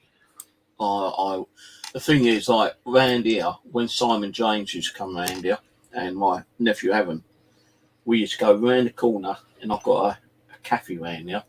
I think the guy might be Italian or something around that area. I'm not sure, but he's foreign. And I tell you, man, the fucking breakfast, you get a plate that big, filled, and like we used to have like the. I always have the number 2. Not as in the poop, the shit, but number 2. And that did mean that. That used to be egg, sausages, bacon, baked beans, mushrooms, and chips. With a cup of coffee. But I didn't really drink too much coffee around here. You know, although it's that fluffy coffee, I prefer to have a glass of orange when I was eating my English breakfast. Simon, when he came down here the first time, you know, he was a bit doubtful about, you know, the English breakfast. Goes, I don't do that. You know, he thought it was going to be small because some cash, you know, do rip you off. When when we ordered, yeah, I said, you're going to enjoy this. And we ordered, and when the plate came up, he goes, fuck me, Steve. Oh, what can I eat all that? You just put it on the fork and open your mouth and shove it down your throat, mate. Yeah, it's very, very easy, Simon. But he did. He ate the fucking lot, you know. And even though I kind of like left a little bit, I said, "You want this?" He goes, "No, I'm fucking full, mate. I'm fucking full." And twice he came down, different occasions. We had like, you know, full English breakfast down here.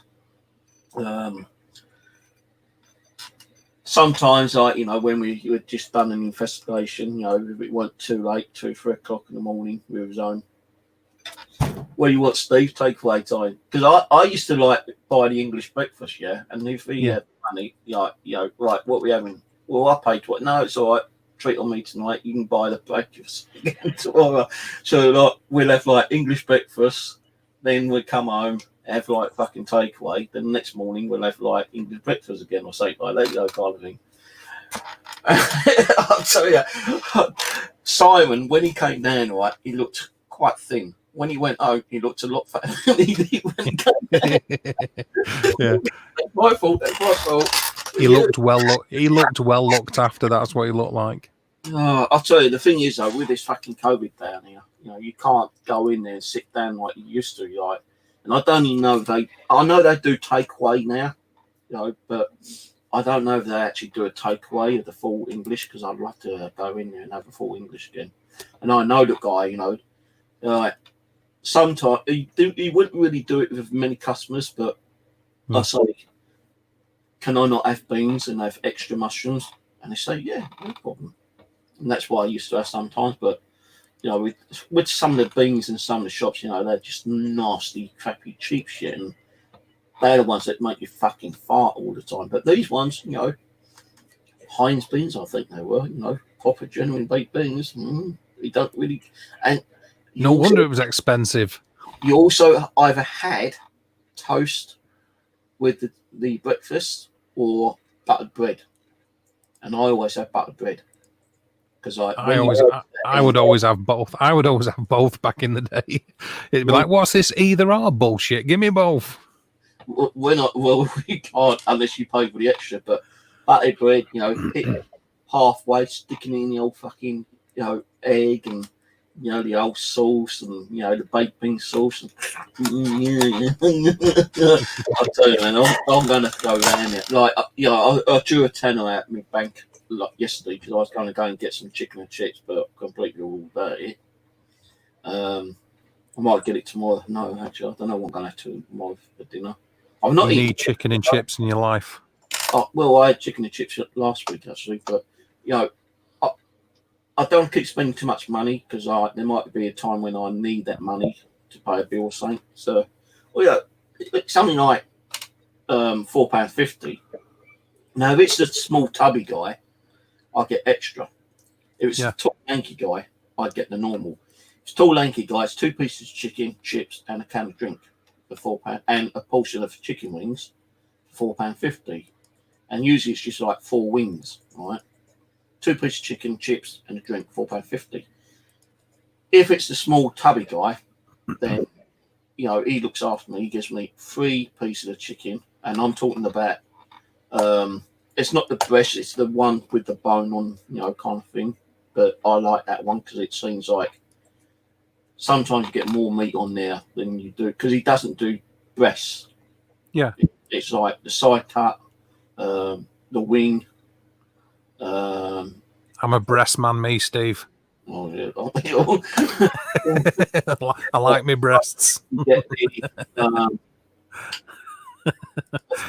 get the side bit, the thigh, and you eat the chicken leg. The drumstick. And I don't like drumsticks. To me, they feel like, you know, the small ones, you know, chicken wings, chicken breasts, well, chicken wings, chicken legs, you know, they're okay. But when you've got the bigger ones, when you bite into them, they feel, you know, you've got that stringy crap in it, yeah? Yeah. I don't like that. It makes me feel like, when I bit into one day, I thought it was a fucking, like, worm or something, you know, coming out. Yeah. He had, like, some kind of illness, and I realised just, like, you know, it's probably just fat or gristle or whatever.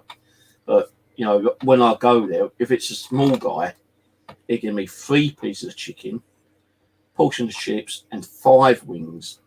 Now these wings are hot, you know, they're spicy, not the ones that burn your guts out, but they are spicy, more spicy than I rather like. But that's what he gives me: 5 wings, 3 chicken, chips, and drink. Same price. The other guy, very rare. He give me a 3rd piece of chicken, unless they're small pieces of chicken. And he's always turning around and say, "Oh, they're bigger bits of chicken." I thought, "Oh, God, okay, I'll have to do if they're bigger." Got home, normal size as fucking usual. Well, the moral of this story is, everybody, is only go and buy chicken and chips when it's the small tubby guy. Yeah.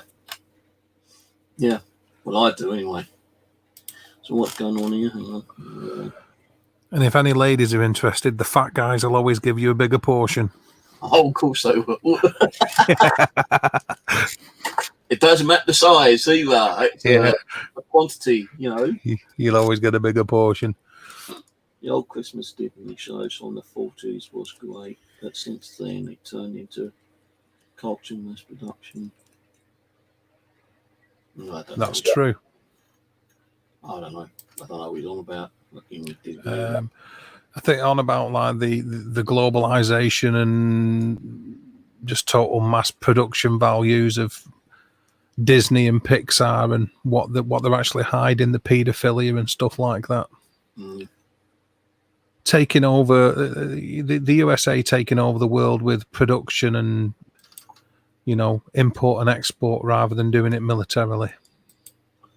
Well, the governments have actually, you know, like especially America, they reckon they're never going to import from China. I don't know about the Brits, but it has put an effect on importation on many countries, isn't it? So, like, when you're ordering something off eBay from China, because, you know, you're going to get that product cheaper. You know, I've ordered a couple of things off China since this pandemic, and it's not come through. I've had to pay. Well, when I've ordered it, they've had to refund it. So when I look on eBay and I find the same product from a UK seller, it's like 3 times the fucking price. Yeah. And I'm thinking, well, you know, that's cost me a lot more money than it would on China. And I do prefer buying stuff from China. I know it's like a 4, 5, 6 week delivery. You know, you've got to wait for the damn thing, but, you know, you've got to expect that. What's the other Chinese import that you can buy stuff on? Bando or Bangong or whatever it's called? Yeah.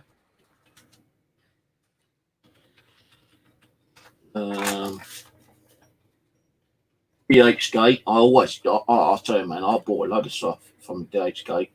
Know the old consoles, the old, what are they called? The Game Boy consoles? Yeah. I used to buy those like little cards, those little kind of plug-in things where you can like put pirate games in. I bought loads of those. I bought other stuff from DHgate. Good place to go, DHgate, you know, to buy stuff. So DHgate, Alabama. God, what's the other one? There's another one.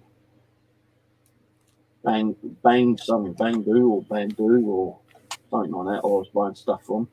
Banging something. Yeah, I bought a couple of penknives on that site, and they cut. You know, it said 2 weeks, and it was within the 2 weeks. And like the knives I bought was only like about 4 or 5 quid each.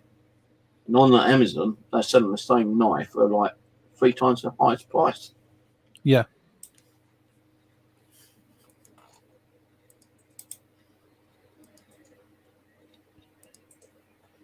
But I can't see them, you know, getting, you know, imports from China back quickly. You know, the Americans won't, I don't think, but, you know, with the Brits, if it's like what you said earlier on chat, that, you know, we're allowing the Chinese to come over, maybe I don't know. Well, yeah. I mean, I think, you know, with Brexit and everything, and all the trade deals going all over the place, I think, you know, we got to choose carefully who we trade with, And I think, one of the big things before COVID-19 was we don't have to worry so much about Europe because we've got a big trade agreement with China and we've got the USA. Well, if you look at it now, we've got COVID. Things aren't so good with China for obvious reasons. And the USA, things aren't brilliant with them because they're buying up all the drugs to treat COVID and giving two fingers to the rest of the world. Like, we'll buy all the drugs and fuck everyone else. Their attitude to it's been totally inexcusable. I found in Lidl's today, they were actually selling face masks, but they're just like flimsy material. 2 for £4. Yeah, pack 2 for £4. Rip off. Now, if I go up to the shop, post office, you can buy 10 masks for £10, or you can buy 3 washable masks, different kind of styles, even camo ones, 3 for £10, I think it is. So there you go. The PPP is coming through. It's not. I don't think it's really good for the national health or anything like that. It's just a temporary cover. Half hour, couple of hours. With the national health, they need something which is going to keep them protected for the whole day. And some of them staff have had to use the same mask for well over a week. Apparently, how true it is, I don't know. But my sister, 2 of my sisters work for NHS, and you know what? They never got fuck all from the government. Nothing. Not a mask, pair of gloves, or nothing. Sounds about right. They had to, their company had to pay for their own shit. So, and the government turned around and say, what I said on one of my channels one night, and I didn't give a fuck if my video got taken down or not. The government is saying, if all these manufacturers come to us and, tell us that they've got PPE,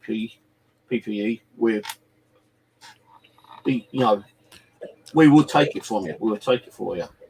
But there's fucking publication on newspapers, radio, TV, well, not TV, but radio and papers, that companies have gone to the government and said, look, I've got PPE.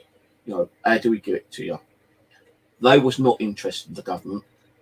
But on fucking social media, they say, bring it to us. We'll have it.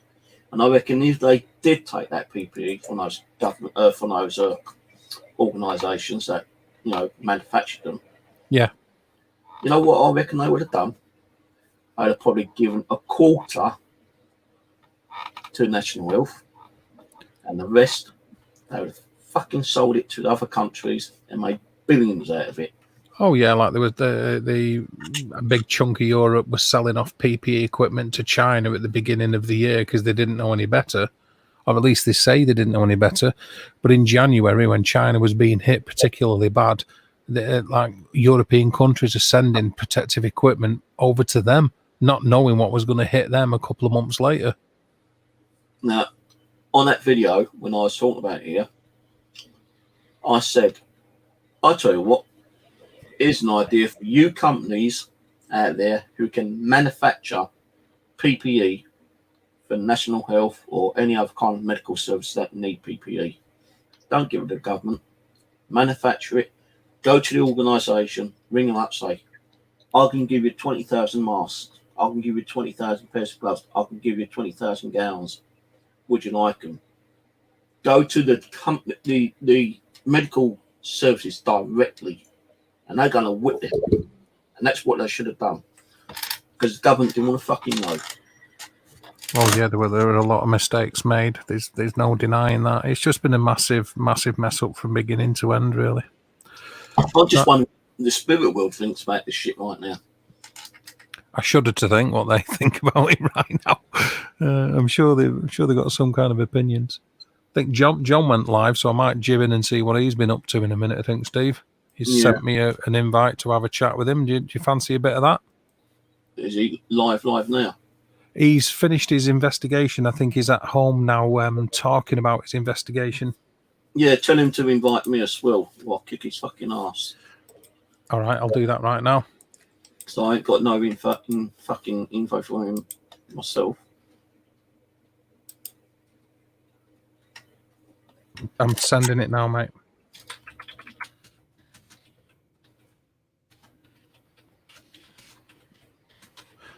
I think he's doing an after investigation chat. Right, I'll jump off. I'll keep in touch with you on Facebook, yeah? I'll send Yep, him. no worries. Where's my invite? He's given me the thumbs up so he knows. There we Okay, go. I'll duck out. See you later, everybody who might be listening. Everybody take it easy and be good. Me and Dave will be doing a live together Monday. Indeedy. And I'll probably be on Chris's channel, Age of Darkness, tomorrow, with 4 or 5 other people on his channel. All right. So I'll shoot off, and I'll catch you all later, guys. Take it easy. Good night for now.